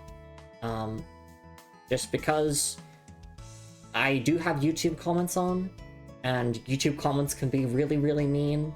So we gotta scare away the meanies, because like we hardly, if ever, get mean people in this stream chat here, because I've done such a good job at cultivating a nice community. So I kind of wanna see if we can try and push that positive energy onto YouTube and scare away all the transphobes. I'll link it if I have time. You should have enough time. I'm gonna keep yapping for a while longer. Because I do need to go over what we're doing for the rest of the week. Tomorrow is more Elden Ring, same time, same place, and the day after that is Monster Hunter Rise Sunbreak with Moon, who's right here. That's awesome. I'm looking forward to more Sunbreak. It's gonna be great. And, yeah. I have the same luck when I upload again. Yeah, I will make sure to comment, Moon, and I will share your videos when you upload stuff. I will scare away all of the meanies on your YouTube uploads. I'll protect you, because I'm the strongest. I'm the strongest knight. Last comment I had was just being told, ugh, yeah, it's... ugh. Yeah, YouTube comments are terrible, to say the least. Simply just blow them up. It's true. It's true. Alright. I do want to thank everyone who came by to stream here as well before we actually get the raid up and going. Remind there's some after transphobic ones. Ugh. Yeah, that's no fun. Yeah, YouTube comments is like it just feels like 4chan. I say that in a derogatory way in case that's not obvious enough. I need to make that explicitly clear. It's like 4chan. It is so evil in YouTube comments. Like, it is like Asmongold's bedroom in there. They get wild occasionally, especially if you're a trans woman. Like, holy shit. It's miserable, to say the least. And that's why I like Twitch, because all you people are so nice. Because people aren't confident enough to go into a stream to, like, say stuff to my face. Like, if you're gonna call me a slur, just come to my Twitch stream and say it to my face, and then we can ban you. Like, it's just that simple. Occasionally it became 95% of the time after I came out. Yeah. Yeah. It's brutal. Sorry, yeah, we're getting really sidetracked here. Trans rights, just in case that's not obvious enough. We love all of our trans friends here. You're all loved, you're all accepted. That also applies to just everyone else who is part of the LGBTQ community. You're all loved, you're all accepted, and you're safe here, because I'll protect you. Okay, yes. I do want to get wrapped up here because I am quite hungry, so I do want to get through just thanking everyone for coming by to stream, and then we'll get that raid up and going. Thank you so much for being here, Melissa. Thank you so much for being here, Replicant, and thank you so much for the raid, Replicant. Thanks for being here, Moon. Thanks for being here, WereJess. Thank you so much for being here, Katsugo and Looney Ravenwitch. Thank you so much for being here, Zero.exe. And thank you so much for being here, Violet. Thank you so much for being here. Gotta keep scrolling. RPG Julie and Lena LaFay. Thank you so much for being here, Azura Stella, and thank you so much for the raid. Thanks for being here as well, Cheetah Jet, Alithana, Volarthos, and I gotta keep scrolling. Of course, Glitch, thank you for being here. Thank you for being here as well, V. Thanks for being here, Melsyra. And yeah, that seems to be pretty much everyone. But obviously, whether you were here for a minute, an hour, the whole stream, you just lurking and watching the VOD. Hope you had a nice time. There's actually a single message here that I missed from Moon that I want to read out of context because I think that would be funny. It's not making fun of you, Moon, or anything. It's where you talked about Bubsy 3D. There's a guy who has over 3,000 hours in Bubsy 3D and knows a lot of cool out-of-bounds secrets. Imagine if he played this. Gosh. Yeah. If he played Elden Ring, then oh my goodness. It would be wild. Okay. Let's see, who is live at the moment? Who is gaming? Who can we raid into? Can we raid into an Elden Ring stream? No. No, we can't. You want to know why? Because none of my mutuals are playing Elden Ring. And I don't like risking it on people that I haven't watched before. So let's just go with a raid into... Oh, right, also Marky was here to drop a lurk. I did say thank you to all the lurkers, but still. Do we want to raid into something horror, or do we want to raid into something chill? That's kind of the question here. Because there's a lot of Souls-likes here, but then there's also a lot of horror games going on at the moment, you know, because it is the spooky season.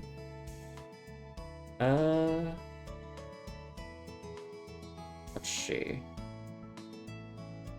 Yeah, I don't know. I have decision paralysis. This is the hardest part, is deciding who to raid into. I'm like, please. Just pick Lumi. Just pick someone. Stop being socially anxious. You're a streamer.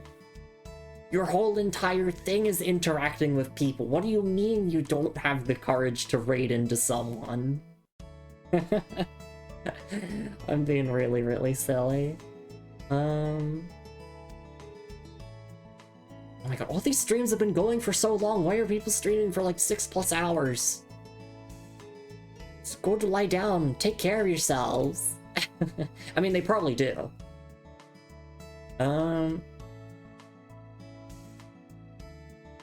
Just decide. Just hurry up. Just pick something. Lumi, just pick something. We're gonna raid into something horror. Oh my god, why is this stream going for so long? And it's nearly at the end of the game. Never mind. Okay, fuck it. I don't know if she's ending stream soon or not. We're gonna raid into Dizzy Rolls EXE, who is currently playing Fatal Frame Mask of the Lunar Eclipse, which is on the Wii. I've never played any of the Fatal Frame games before, but I do know that I think the second one is getting a remake.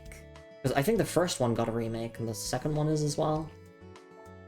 But look, it's remake season. I mean, it's always been remake season, but especially like the 2010s and 2020s, we've seen so many horror games getting remakes, especially like Resident Evil and Silent Hill primarily.